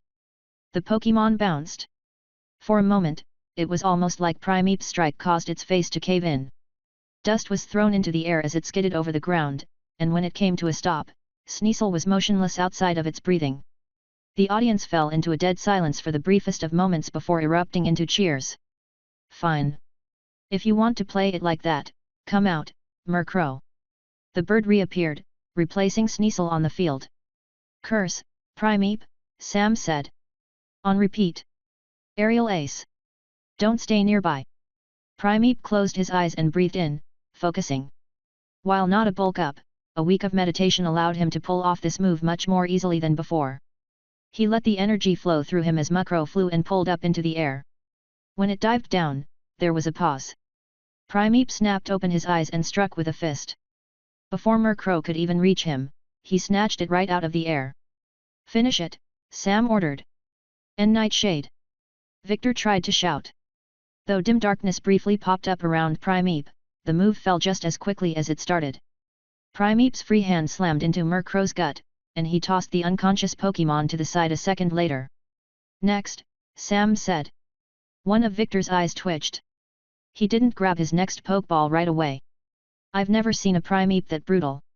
What move is it using again? Nurse Joy asked. Curse, Faulkner said. Primeape is maintaining a few instances of it at once. When used by a non-ghost type, Curse usually forces its user to slow thanks to the intense focus needed to maintain it, but with how Primeape is utilizing its rage. His voice trailed off. Someone else spoke up. A Pokémon consumed by anger, but not enough to lose itself. Faith in its trainers so strong, that there's no thought behind its actions other than directed violence. I would call it beautiful if it wasn't so terrifying, Mr. Pokémon said. The delay seemed to let Victor steady himself somewhat. He unclipped a third ball from his belt and whispered something under his breath. Then, with a shout, his next team member appeared. Houndoom. Overwhelm it with flame. Rage, Sam said. He didn't need to say more than that. Houndoom was a canine with fur that seemed naturally blackened by ash. Ridges of bone lined its back, almost resembling stripes. Two large horns curved out of its head as the dark type stared at Primeape. Fire licked out of the sides of its mouth before it exhaled a flamethrower that utterly engulfed Sam's Pokémon on the field. Now, Primeape didn't have much in the way of defense. Curse strengthened his body to help mitigate the damage of physical attacks, but that did nothing to help him against a special move like flamethrower. The fire and its heat crept into him, dealing damage he couldn't resist. But the move couldn't last forever, and when Houndoom stopped to breathe in, it paused, eyes widening in fear. Primeape was walking forward. The fire had obscured his movement. Curse meant he couldn't move very fast, but he was unrelenting. Each step caused his anger to grow as lingering embers burned at his hair. Again, Victor said. Primeape was engulfed once more. When the second flamethrower ended, parts of his fur was now charred black. Again. Victor shouted. Smoke drifted from Primeape. A burn had definitely settled in. His body was covered in scorch marks, but rage-filled eyes pierced through, malevolently locked onto Houndoom's. Briefly, Sam could picture how Primeape would be once he evolved. A resolute force of nature, a body rippling with muscle, a being chained to the earth through the force of his own will.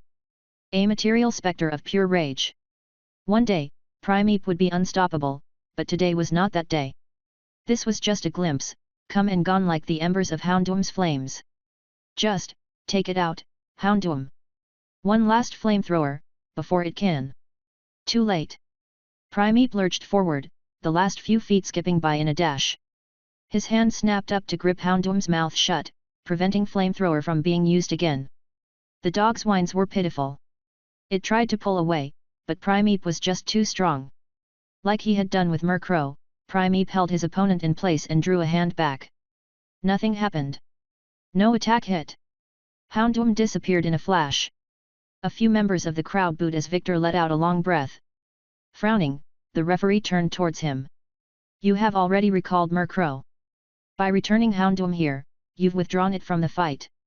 I know, Victor said with a sigh. One Pokémon left. There was only one Pokémon left between them and a guaranteed trademark prize, but Sam wasn't sure what that Pokémon was. Houndoom had done a number to Primeape. Though he looked as enraged and deadly as ever, he had been severely hurt from that fight. He should not have been able to withstand 2 flamethrowers, let alone 3. He was pushing himself beyond his normal level, and Sam could tell they'd pay for this later. Not too far away from Primeape, Victor unhooked his last Pokeball, and he held it in one hand. He stared at it, though not consistently. His gaze kept flicking to where Primeape stood on the field and back to the ball in his hand.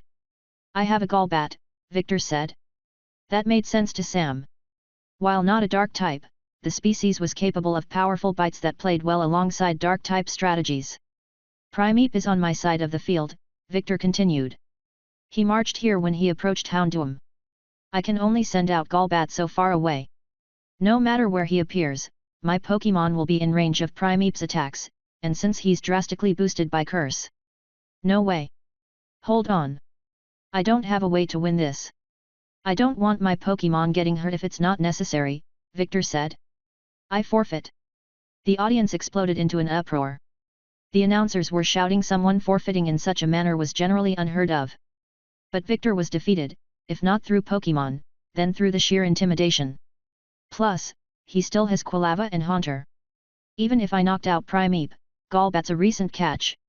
Not even dark-type moves would give us a win, Victor added. The head referee nodded along, accepting Victor's reasoning. Meanwhile, Sam stood there and clenched his fists. It wasn't Victor's place to end the battle like that. He shouldn't have forfeit. Except, as the adrenaline of an ongoing battle faded away, Sam breathed out. As a trainer, he had to acknowledge it was completely acceptable for Victor to end the match there. This was just one battle, and Victor had the right to care about his Pokémon. Sam had the right to care for his own team, too.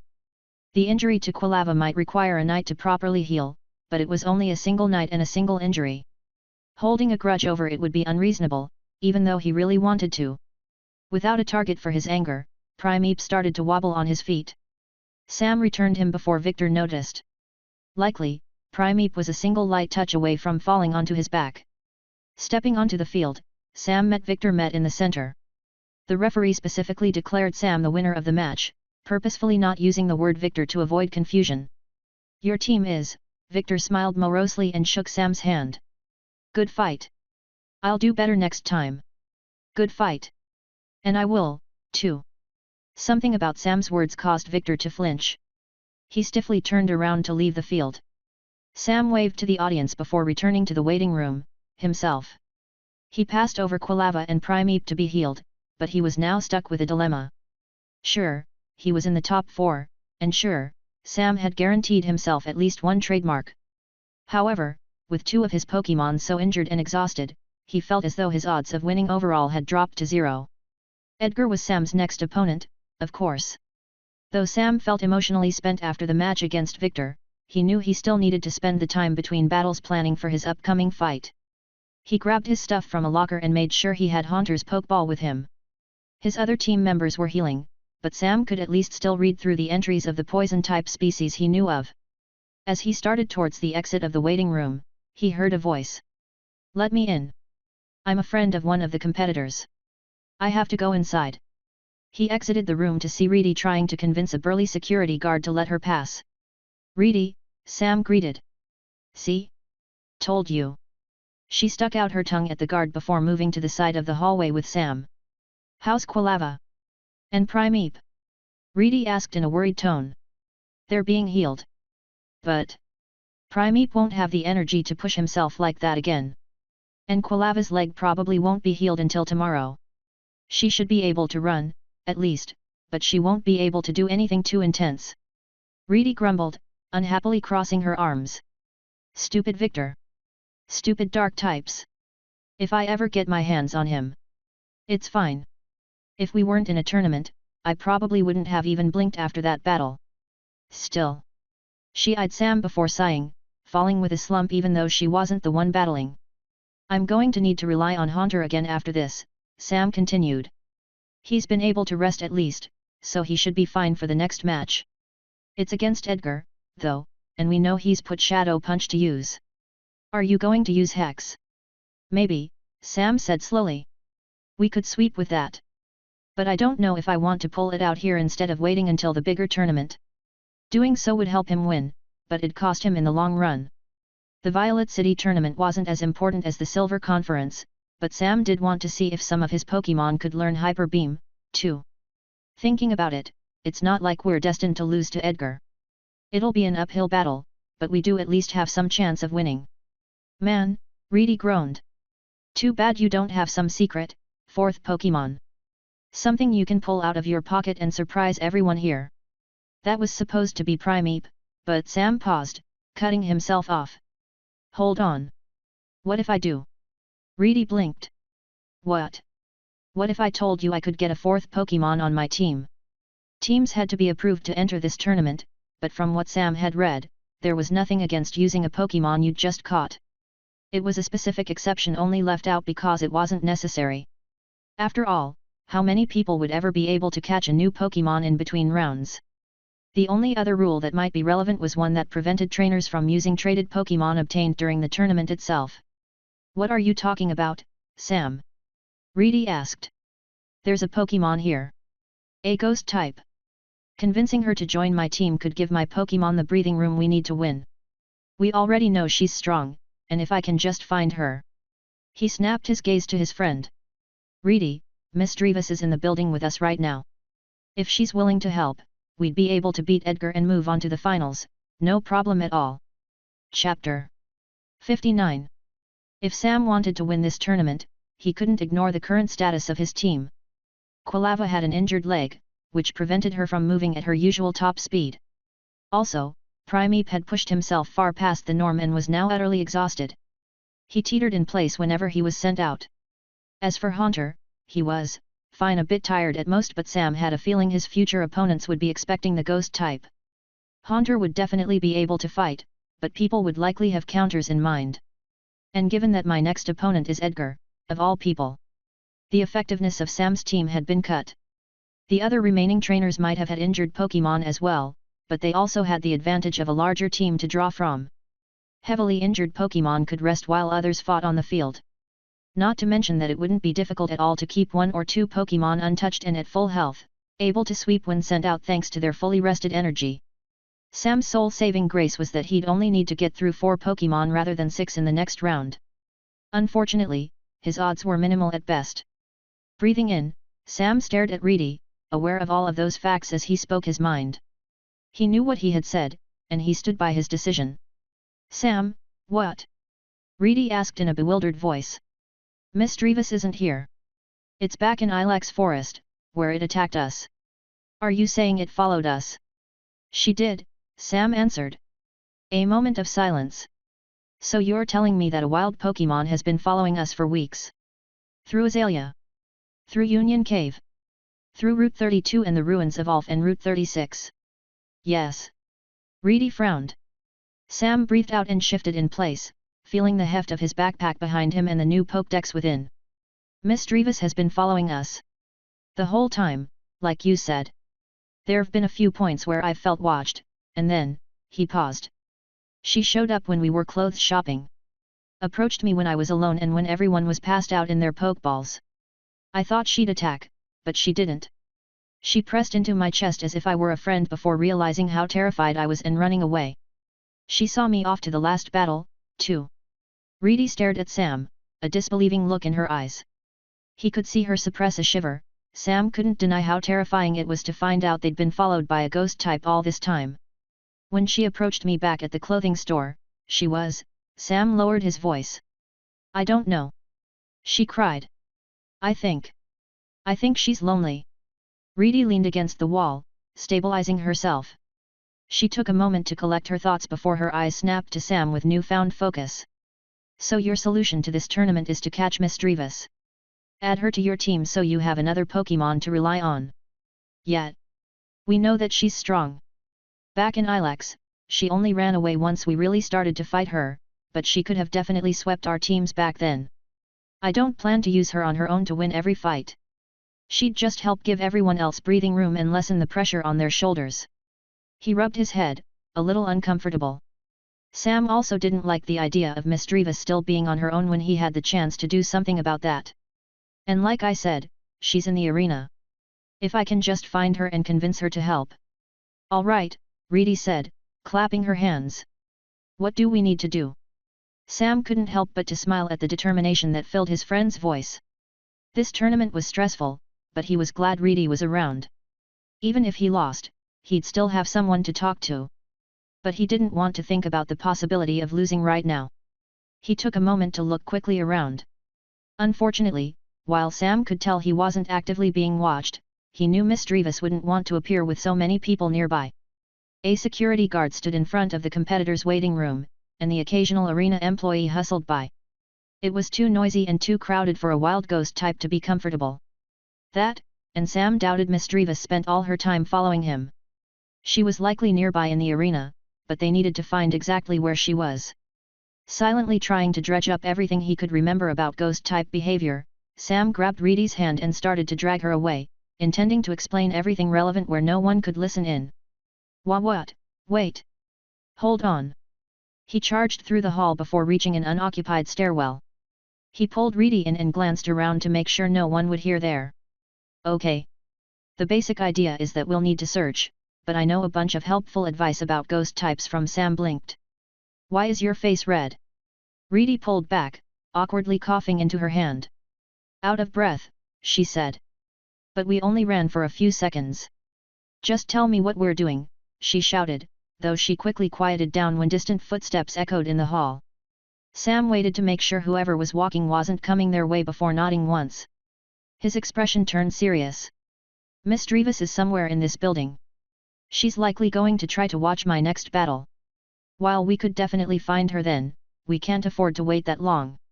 I need to convince her before it's my turn, since I need her with me when I step onto the field. The best piece of advice I can give you is that ghost types tend to stick to dark areas.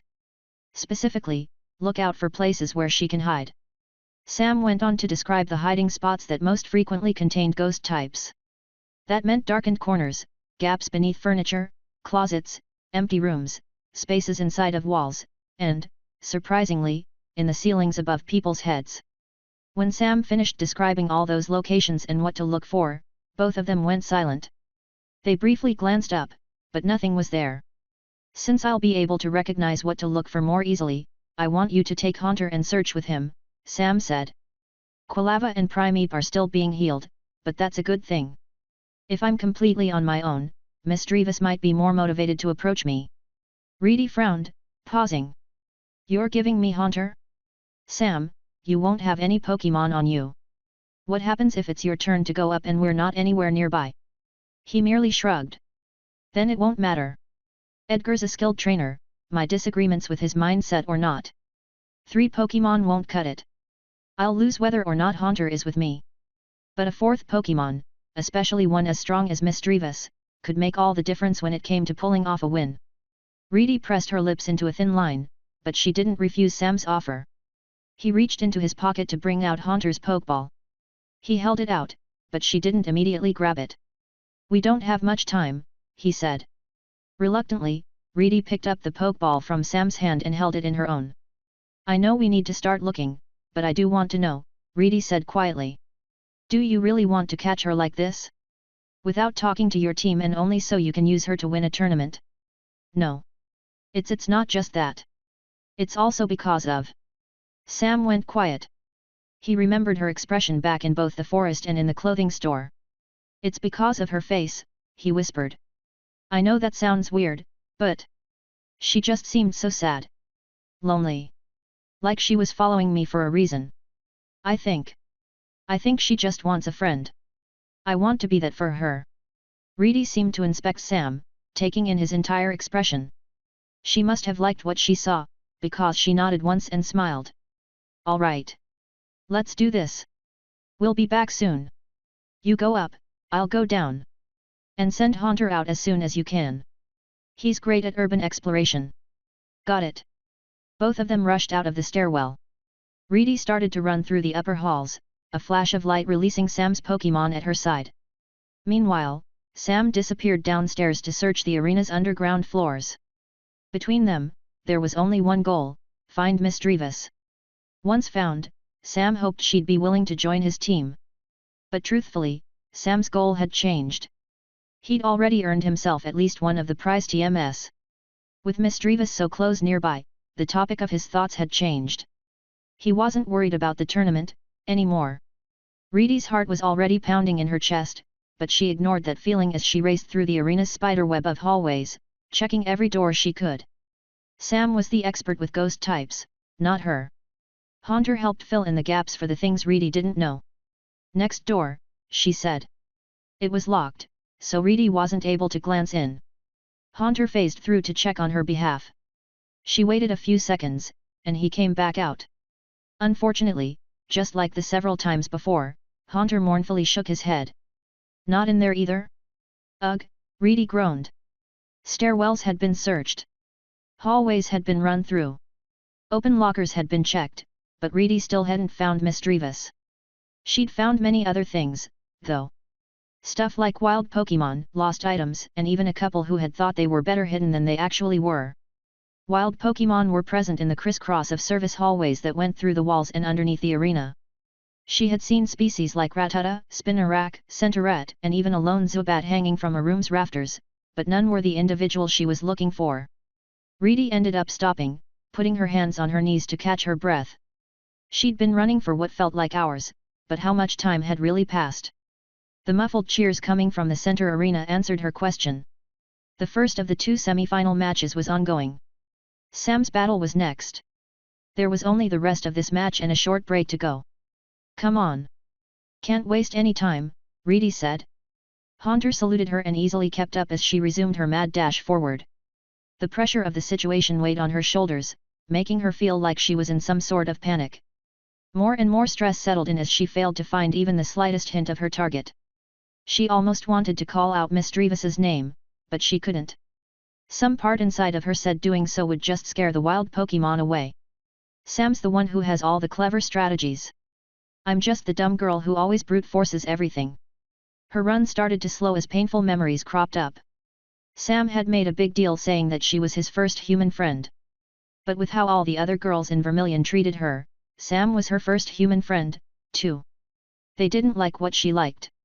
They didn't like searching for bug types or pushing wheelbarrows or running with Pokémon or climbing on Machoke like a jungle gym. They were all more studious. They cared about studying and schoolwork and preparing to become actual trainers. They went outside, yeah, but Reedy was considered to be abrasive. Their words had stung.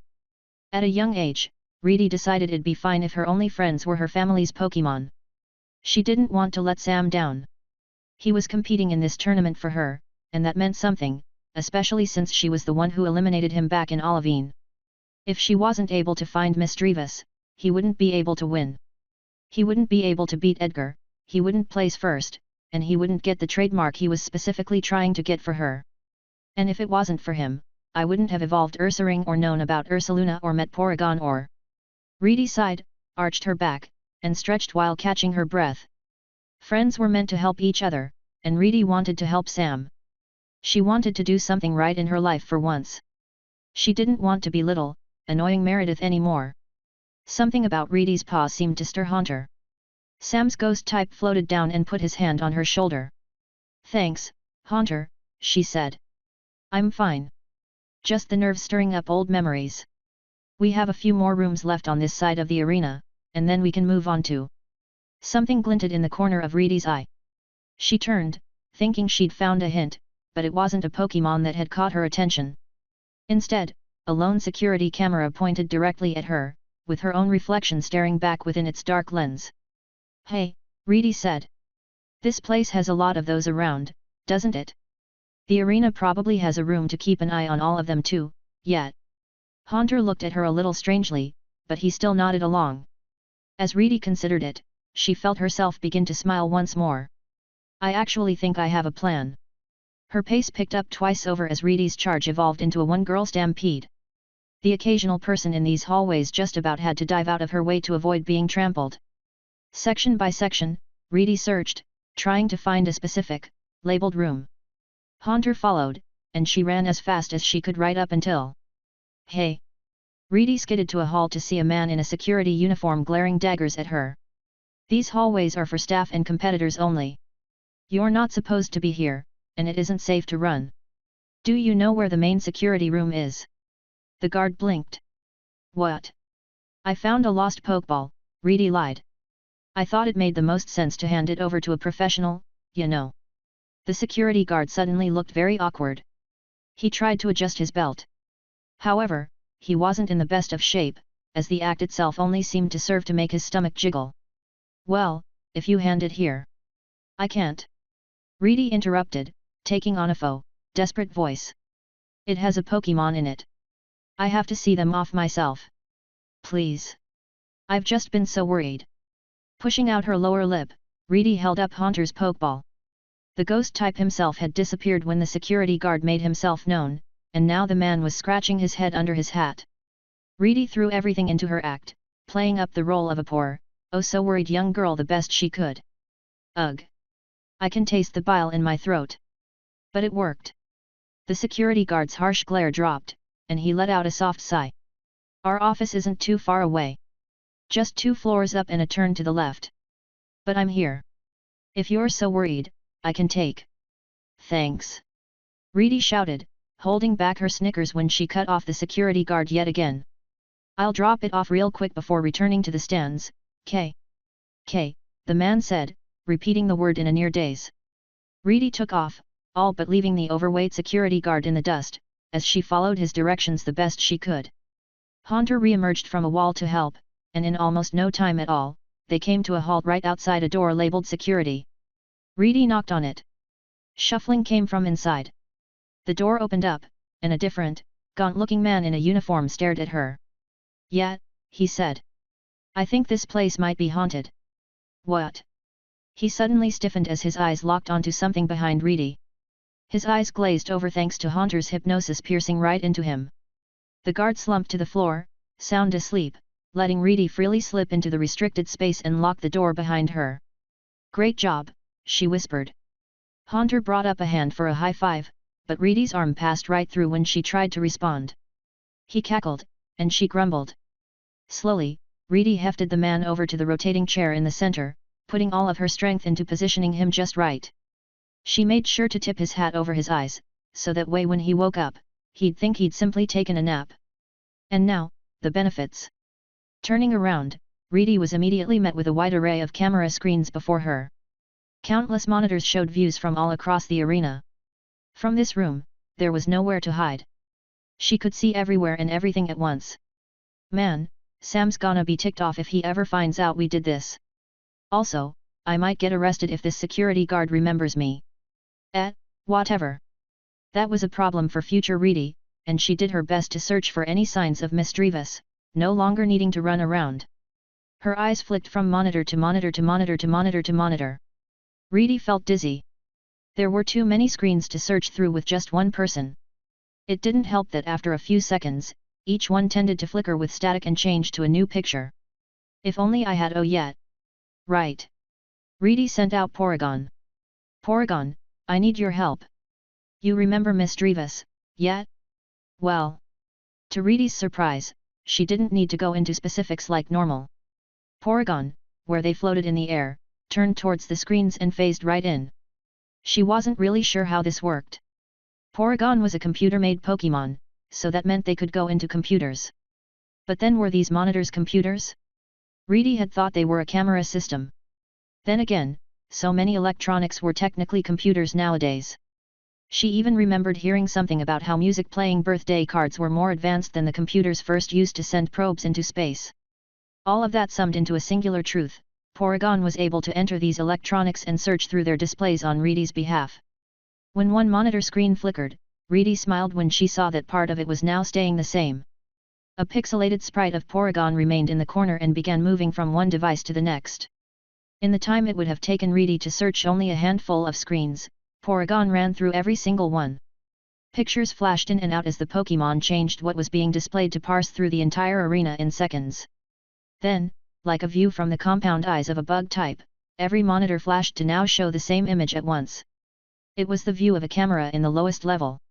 No specific Pokémon appeared, but some kind of fuzzy mist drifted through the hallway. It lacked details, but it was clearly ghostly enough. There. On the lowest floor. Reedy turned to face Haunter.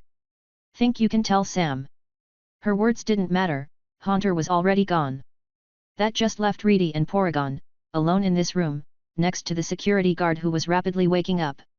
Oh no! Sam couldn't hear the sounds of battle anymore. The arena had been quiet for a while. These later rounds had a longer period between matches to give Pokémon more time to rest, but he knew that it'd be his turn to fight at any moment. He could only imagine what the staff might do when they found a semifinalist like him wasn't in the waiting room. To say he was nervous would be an understatement. It was taking all of his effort to not freak out. He was starting to regret this harebrained idea and everything it involved. But he also didn't care about that. Frankly, he was more worried about Misdreavus. Sam wasn't sure how long he ran through the basement levels, glancing through storage rooms and old, unused locker rooms, and tunnels that felt like they led to nowhere. Eyes occasionally stared at him from shadows, but those never belonged to the wild Pokémon he was searching for. He wasn't sure how long it took, but his saving grace finally revealed itself. While Haunter didn't make his main body visible, his hands popped out of the ceiling in front of Sam. They floated in the air and pointed, serving as arrows that told Sam where to go. "Thanks, Haunter. And you too, Reedy." He knew Reedy wouldn't be able to hear him, but he still wanted to say it. Sam ran. It was the only thing he could do. Haunter's hands stayed in front of Sam, guiding each and every turn. He moved from hallway to hallway, intersection to intersection, but it honestly didn't take that long. He turned one corner and suddenly felt as though all of the air had left his lungs. Something impossibly cold passed through his chest, causing him to collapse to the floor in a gasp. A yelp came from behind him. He could barely turn his head around in time to shout, "Wait!" There, Misdreavus stared, eyes wide in shock. Sam shook and picked himself off the floor, rubbing the spot on his chest she had just unintentionally passed through. "Hey," he choked out. "I found you, Misdreavus." She'd been wandering these halls, idly waiting for the next battle. But now that she'd been discovered, the wild ghost type looked like she wanted nothing more than to run away. If anyone else had found her, she would have immediately vanished. Instead, she waited. She waited to hear what Sam would say. Except, now that he actually was here, his words failed him. He wanted to convince Misdreavus to join his team, but he'd been so focused on trying to find her, he'd never actually thought of what he'd say to convince her. Silently, Pokémon and human stared at one another. Misdreavus's body passively waved in the air.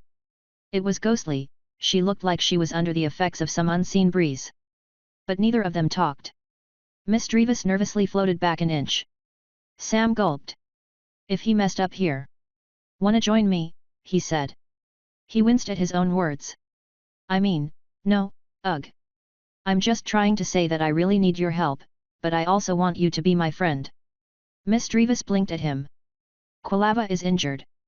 Primeape is exhausted. Haunter can still battle, but he won't be enough to win any matches on his own. We have fights in the tournament that we need your help to win, but..." Ugh. Sam let out a sigh and ran his hand down his face. He could already tell he was messing this up. "No, it's not actually that," he said, his words leaving his mouth before he gave them proper thought. "I know why I first got this idea, it's true that I thought you could help us win. Except, I kind of don't care about that anymore. I entered this tournament to get a trademark for Reedy. I'm in 4th place at a minimum, I will get at least one, which we can use to trade. And then when it comes to getting in first, who cares? This isn't the conference. It'd suck, but I can try to take on the gym trial if I want to beat Walker. I don't need to win overall." He shook his head. Misdreavus looked confused. "No, I just want you to join my team in general. Even if you don't fight with us, that's fine. You followed us all this way here. You left the Ilex forest to chase after us. We might not have noticed you, but if you've been with us for so long, doesn't that mean you're part of our group already?" Sam chuckled. That and I'm selfish. It bothers me to see you so sad. I guess that in the end it's, well, I just don't want you to be on your own anymore. So come with me. Let's be friends. Misdreavus didn't react. This whole time, while Sam was speaking, it was like the wild ghost type had been utterly frozen in place. But when Sam spoke those last two sentences, Misdreavus turned around. She didn't let Sam see her expression. Dree, the wild Pokémon said. Sam nodded as if he understood, but he really didn't know what she meant. I can't speak Pokémon. Annoyed, Misdreavus snapped around to glare at Sam. Now that he could see her, he could also see her eyes were watery and bright red. Dree. Dree, she repeated. Sam tried his best to decipher her body language. She seemed to want something. She seemed to. You want something in return. The wild ghost type eagerly nodded. It took a few more gestures, but Sam figured her out. When he did, he couldn't help but to smile. You want a hug, he said. A shout. Denial. More than that. A hug every day. A pause. It was slow and almost imperceptible. Misdreavus gave Sam the smallest of nods, as if she wasn't even aware of what she was doing. And Sam let out a laugh. Really? I can't accept that. No, it's too one-sided. How about 2 hugs? No, 3. Wait, how about this? I'll never turn down a hug as long as you ask, all right. Misdreavus continued to stare. She didn't even blink. The ghost type failed to give an immediate response. It was like Sam had given her an offer in an alien language. But he knew she understood. Mist formed at the corner of her eyes. So. Would that be enough? Are you willing to join my team? More than that, would you be willing to be my friend? This pause stretched for ages. The corners of Misdreavus's mouth quivered. Her eyes flicked up and down Sam's form as her face went through too many emotions at once. But in the end, she reacted in the same way she'd acted twice before. Like she had done in both the Ilex forest and the clothing store, she rushed right at Sam.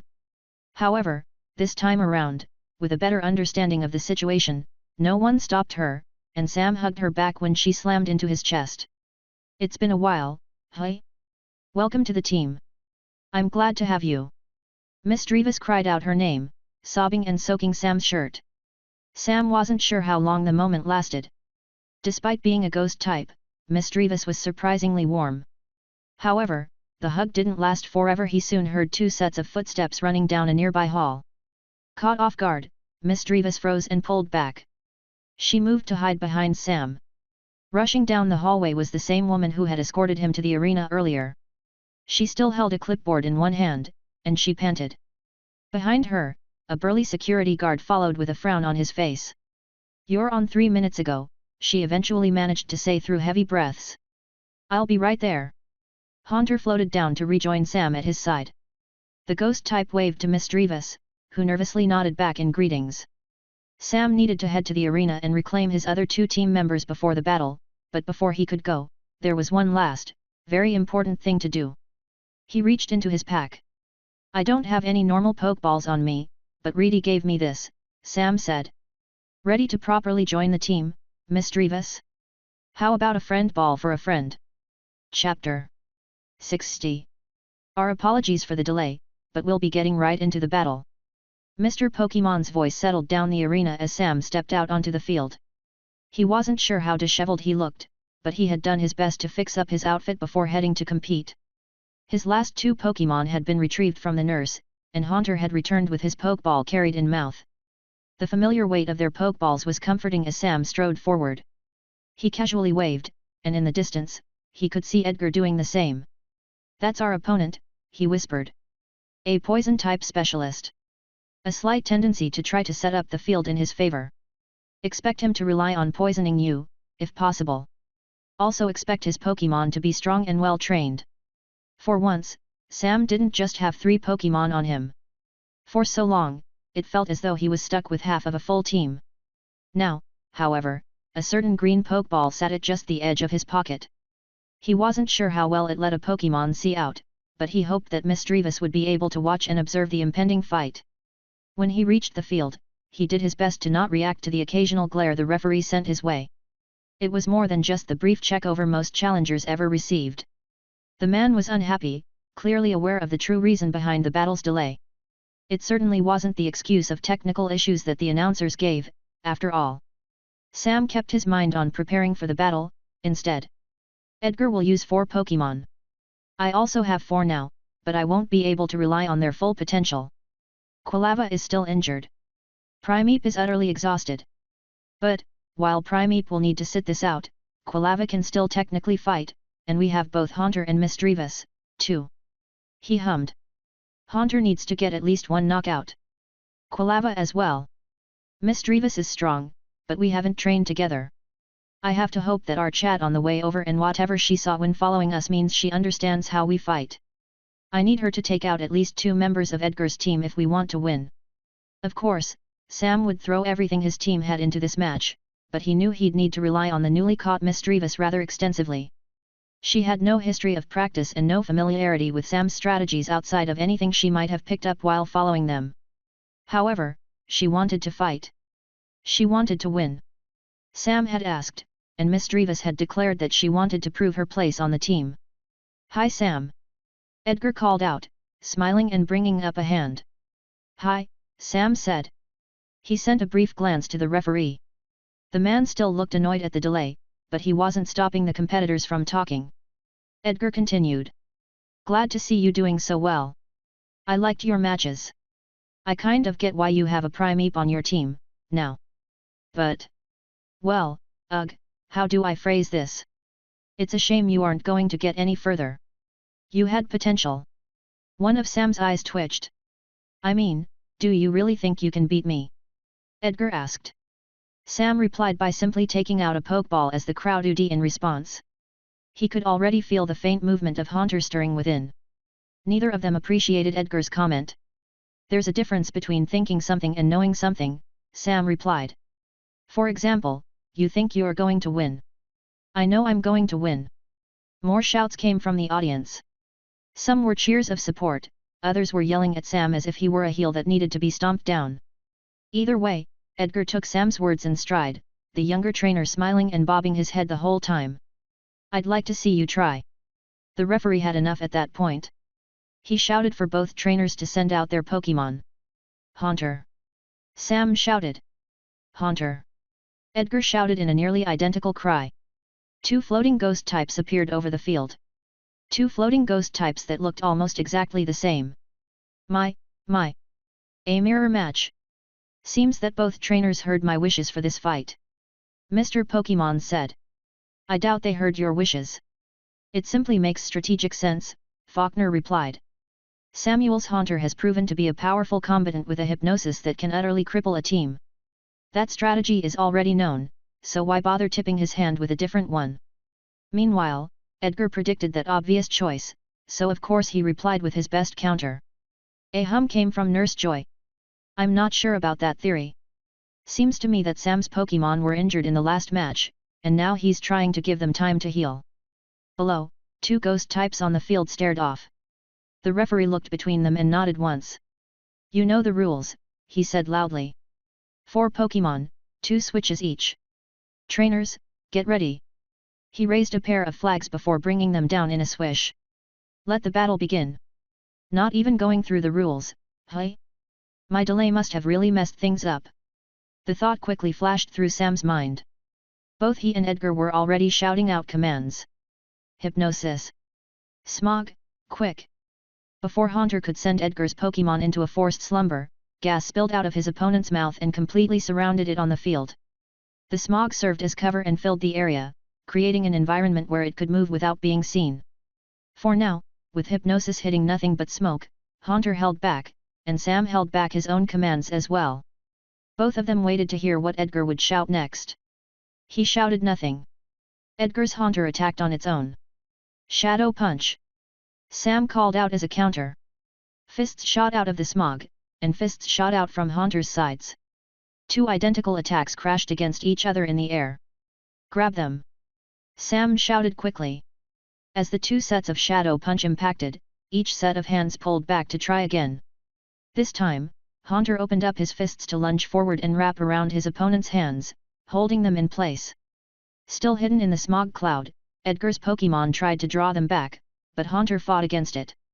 The hands of both Pokémon became occupied in a furious tug-of-war. Sludge Bomb! Edgar yelled.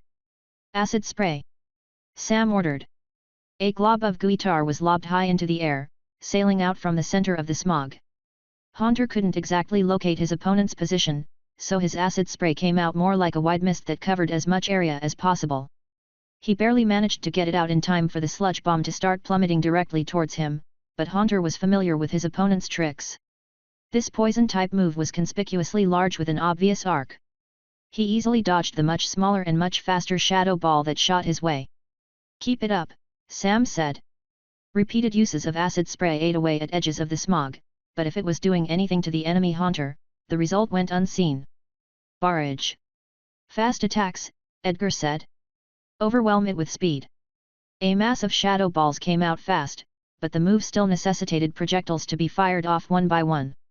This past week of training had put Haunter through worse, and he spun and rolled and drifted high up in the air in a dance that avoided each and every one of those attacks. He cackled. His smile told Sam he was clearly enjoying this. Several times over, he continued to spray his acid into the smog.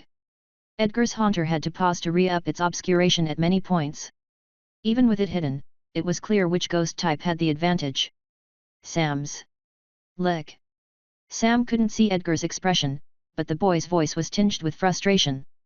The opposing Haunter exploded out of the cloud, rushing Haunter with a malicious grin. A too large tongue hung out the side of its mouth, and Sam waited until it was close. Lick, he shouted as well. Two tongues lolled out. Two tongues swiped forward, each running across the other's surface. Both Haunter froze, blinking, and the audience's groans filled the air as the two Pokémon simultaneously gagged. Their floating hands stopped the ongoing fight to be returned to the Pokémon's sides. In unison, they swiped at their tongues, trying to wipe away any foreign saliva left behind. Disgusting, Faulkner's voice said. Sam regretted giving that order, but at least the two attacks cancelled out. Lick wasn't the strongest ghost-type move in the world, but it was capable of paralysis. It wasn't something Sam had his Pokémon practice much, but it was a good emergency technique if Haunter was getting overwhelmed up close. Unfortunately, it seemed that Edgar's Pokémon was far more used to gross situations, as it recovered much more quickly than Sam's Pokémon. Edgar pointed forward and called out an attack, taking advantage of Haunter still being distracted by his tongue. Shadow Ball, Edgar ordered for the final time. Haunter looked up a moment too late, and a ball of darkness slammed right into his face. The move sent him careening to the battlefield floor. Small stones were knocked up into the air as his body impacted it, not phasing through. He was left in a daze, eyes spinning. A super effective attack like that wasn't something he could handle. But he was still technically conscious. And through the slowly dissipating smog, Edgar looked rather annoyed. That's enough, Haunter. Return. Edgar said. This time around, Sam was faster. Mean look. Though Haunter was now severely injured, he snapped himself into a roll forward, looking up to glare at the Pokémon floating directly above him. When the light of his opponent's Pokeball surrounded the enemy Haunter, the light broke. Both the energy of the move and the opposing Haunter itself fought against the effect. Haunter had taunted his opponent, and it'd be sticking on the field as long as Mean Look lingered. Was that wise? Mr. Pokémon's voice said from above. The announcers started to comment on the validity of Sam's strategy. Edgar wanted a safe and easy switch while his opponent's Pokémon was injured, but for some reason, they didn't understand why Sam would want to keep a seemingly healthier Pokémon out on the field. With the current difference in strength, Edgar's Haunter would have plenty of opportunities to take Sam's own Haunter out. Except, that wasn't true. Edgar was trying to hide it, but it was blatantly obvious to Sam. Acid spray had landed through the smog cloud, not creating any obvious injuries, but instead eating away at the opposing Haunter's amorphous body and creating points on its surface where it looked a bit fuzzy. The poison-type attack might have not caused much damage, but acid spray's caustic effect ate away at its defenses and opened it up to future special attacks. In other words, we just need one attack to win. Mean Look ensured the Pokémon couldn't flee, but Sam didn't have many options for attacks to take it out. Not just that, but the point-blank, super effective Shadow Ball was devastating. Haunter was liable to fall unconscious at any moment. If a move missed, the Mean Look would go to waste. Sam decided to risk it. Haunter had been practicing the move, but it hadn't been ready to be used in battle before now. Ominous wind, he said. Anything that involved a projectile would have been too easy to dodge. Instead, what was more difficult to avoid was an entire gale. Haunter poured the last of his energy into this attack. He knew he would faint, so he solely focused on making sure this attack couldn't be avoided. Remaining on the ground, he threw his hands to the side and cried out his name. From behind him, a dark, chilling smoke blew out. It reminded Sam of the fog of a deep forest or the mist of a midnight beach. Haunter laughed. Edgar's Haunter tried to run away. But, taunted by Mean Look as it was reluctant to flee, and that cost it the match.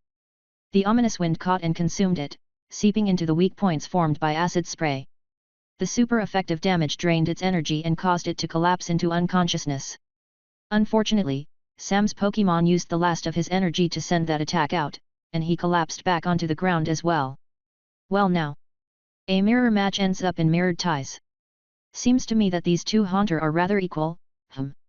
No. They're not. Haunter's still fighting with a handicap. All it would have taken was one hex to overwhelm the smog and eliminate Edgar's Pokémon.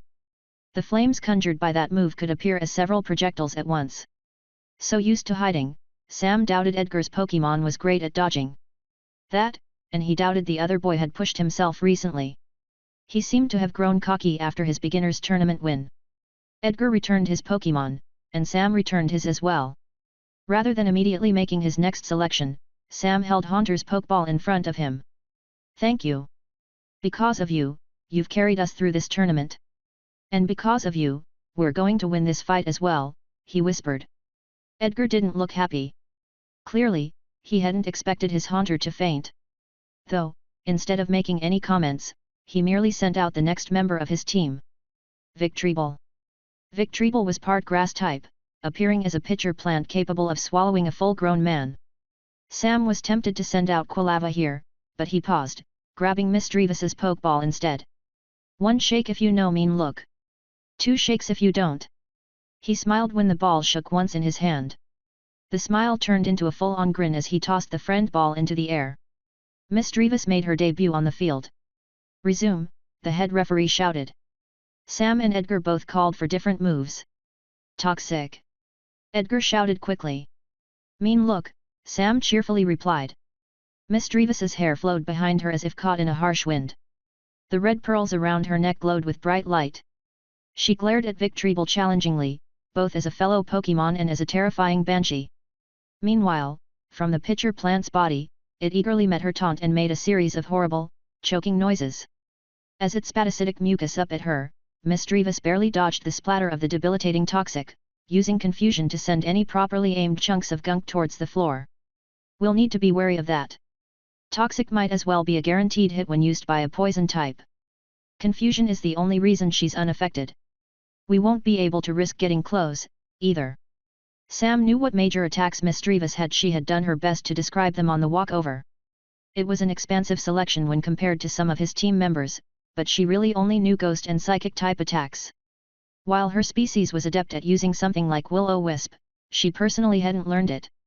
She only knew one status move, and while it was more volatile than most conditions, it still paired well with Mean Look. Confuse Ray, Sam said. Large leaves on Victreebel's sides flung razor leaves that carved through the air. Misdreavus floated backwards to buy herself time, firing off a grey beam that struck Victreebel between the eyes as she did. She tried to completely dodge Victreebel's attack, but her use of Confuse Ray meant she wasn't able to quickly switch into a telekinetic confusion. A sharpened leaf ended up leaving a long slice across her cheek. You're fine. It's one strike. I've seen you take worse, Sam said. He spoke with confidence to not betray his feelings to Edgar or the audience, but that statement was meant more as a question. Thankfully, Misdreavus truly didn't seem bothered. She might have taken some damage, but it was only one leaf out of many. Victreebel. Razor leaf again, don't let it dodge. Edgar shouted, trying to be loud enough to pierce through the haze of his Pokémon's confusion. Under the effects of Confuse Ray, Victreebel did hear Edgar's command, but it seemed unsure where its target was. To adjust for that, it spun, and small, sharpened leaves went everywhere as it attempted to attack every spot on the field at once. Psychic barriers flashed on the sides, preventing stray leaves from leaving the field's bounds. Resident psychic types protected both the trainers and staff. Misdreavus didn't have such a protection, but it didn't matter. Psi wave, Sam ordered. Misdreavus sent out a psychic sine wave that waxed and waned with power while moving towards her foe. The spinning leaves were knocked aside, and Vic Treble was too busy trying to attack to dodge. Misdreavus's attack struck at dead center, and as a partial poison type, the psychic type move dealt super effective damage. The nature of Psi wave meant its actual power tended to vary, something that Sam hoped to correct by eventually teaching Misdreavus Psi beam, but the attack was timed well, striking its target near its peak. His smile twitching downwards, Edgar's hand reached for his Pokeball, but he paused.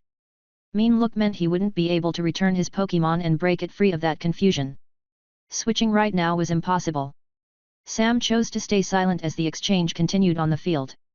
Like Haunter before her, Misdreavus actually looked like she was having fun. Watched by the entire audience, she didn't seem to mind the many eyes.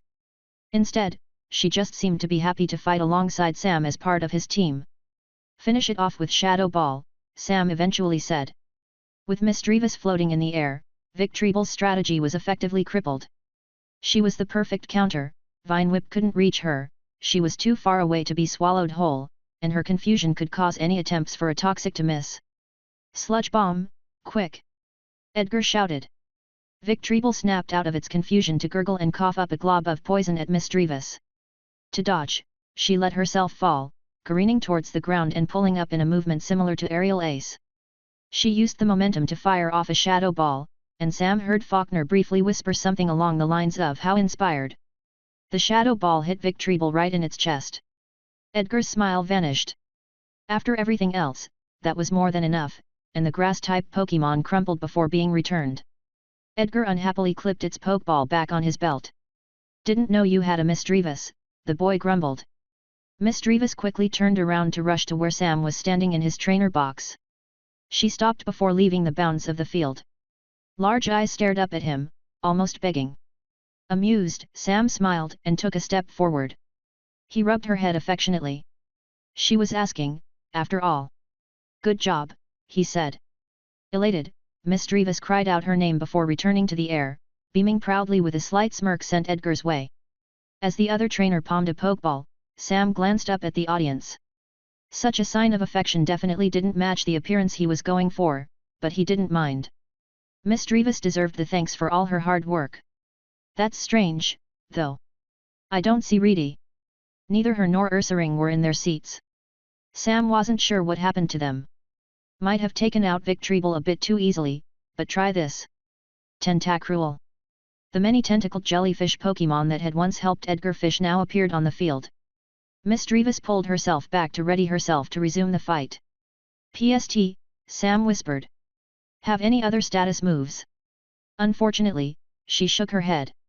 She had a decent number of attacks, but Confuse Ray and Mean Look and technically Growl were the only moves she had for support. So, instead of keeping her out, Sam used one of his two switches to return her for now. "Quilava," Sam said. The crowd went utterly wild. "What?" And just like that, Sam sends out a fire type against a water type foe. Mr. Pokémon yelled. Edgar looked like he wanted to comment, but the boy just ended up closing his mouth. He shook his head, and when the battle resumed, he went ahead and gave the obvious command. "Bubble Beam." "Swift," Sam said. The reaction was about as expected. While he hadn't had much time to check the new Pokédex before this, he at least knew Tentacruel tended to lack moves that involved straight streams of water. At most, a Tentacruel would know an attack like Water Pulse or Bubble Beam, two moves Quilava could easily deal with. If it knew Surf, Sam would have seen Edgar call for it in an earlier battle. No such thing had ever occurred. No, Edgar was clearly a Poison-type specialist who relied on Poison-type moves. The Bubble Beam came out solely to take advantage of Quilava's Fire type, but she swiped her head to the side, and an array of spiraling stars came out to rush her foe. Each star of Swift pierced through and popped the incoming bubbles. It helped disguise what she did after, as Tentacruel was distracted by the barrage from Swift striking its side. It was unfortunately rather resistant to special attacks, so the Swift didn't do much damage. Thankfully, it did lead the way for Quilava's follow-up move. "There we go," Sam said, smiling. Quilava didn't need to rely on her injured foot just to toss out a few attacks. In the wake of the swift was a hidden will-o-wisp. Tentacruel might have been a water type, but that didn't mean it was immune to burns. I'm using my second switch, Sam called out. The battle was put on momentary pause as Quilava came back, and Misdreavus reappeared in her place. Mean look and well, hide from it the same way you hid from me, Sam told her.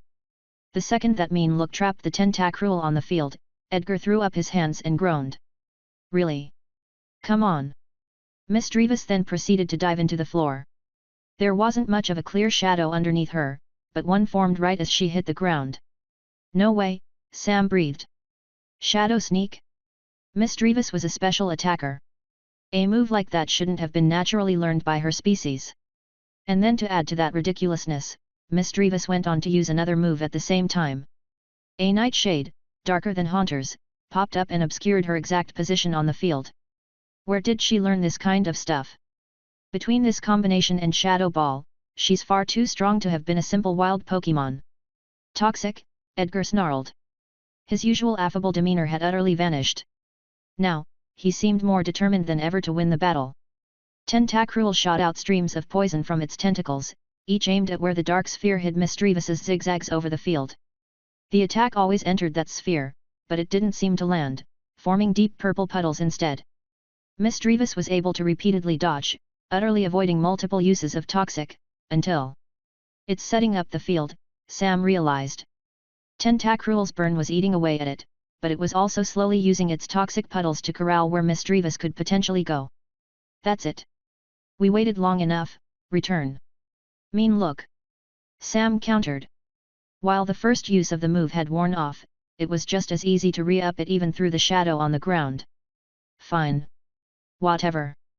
Who cares about being able to switch? Edgar shouted. Just use water pulse, or something. See if it likes that. The sky. That was all Sam managed to get out. Misdreavus left the ground, her shadow sneak ending, but with so few safe places left after Toxic, the pulsating ring of water ended up striking her in the air. Misdreavus! Sam shouted, worried. The attack knocked her back, but she didn't fall. However, she was panting. She'd spent a while running, and Tentacruel wasn't a Pokémon to scoff at. She was tired and injured. As Edgar's grin returned, Sam looked at his opponent's Pokémon carefully. I'm relying too much on status moves again, aren't I? Wearing it down is fine, but a strategy like this always works best when supported by real damage. Just need you to feint this last Pokémon, and we'll be good. Get close and use confusion, Sam said. Again. Misdreavus dived downwards. Both her eyes and her red pearl necklace glowed with psychic-type energy. On land, Tentacruel didn't have much in the way of mobility, but its many tentacles tried to draw it back as it fired off one last water pulse. The move hit. But Misdreavus let it hit. She crashed right through the ringed pulse, preserving her momentum as water splattered everywhere. Sailing right at it, Tentacruel stiffened as her confusion took effect. Confusion was too weak of a move and Tentacruel was too large of a Pokémon for Misdreavus to lift her opponent into the air. However, the attack still caused space to twist around it, dealing super effective damage and causing quite a bit of pain. Toxic! Edgar shouted. Even through the attack, Tentacruel swiped with a tentacle. This time around, while the minimal distance allowed for a more effective confusion, that same lack of distance prevented Misdreavus from sending the poisonous sludge away from her in time. There we go, Edgar said, smiling once more. Tentacruel fell, but Misdreavus was now badly poisoned. Edgar returned his Pokémon quickly. Misdreavus looked like she was having trouble breathing, the toxic growing by the second. To make matters worse, Edgar took his time to make his final selection. He didn't seem to be bothered by how he only had one available Pokémon left. He had two to pick from, and he was letting Misdreavus suffer from being badly poisoned, following the rules but violating their spirit. He really was a poison-type trainer through and through. Looks like Edgar is in quite the pickle. He only has one team member left for this battle, Mr. Pokémon commented, his voice being carried throughout the arena. You might think that, but I'm not sure about Samuel's chances, Faulkner replied. His Quilava is still injured from its last battle, and now his Misdreavus is suffering from Toxic, too. With no switches remaining, he might be more disadvantaged than he might look.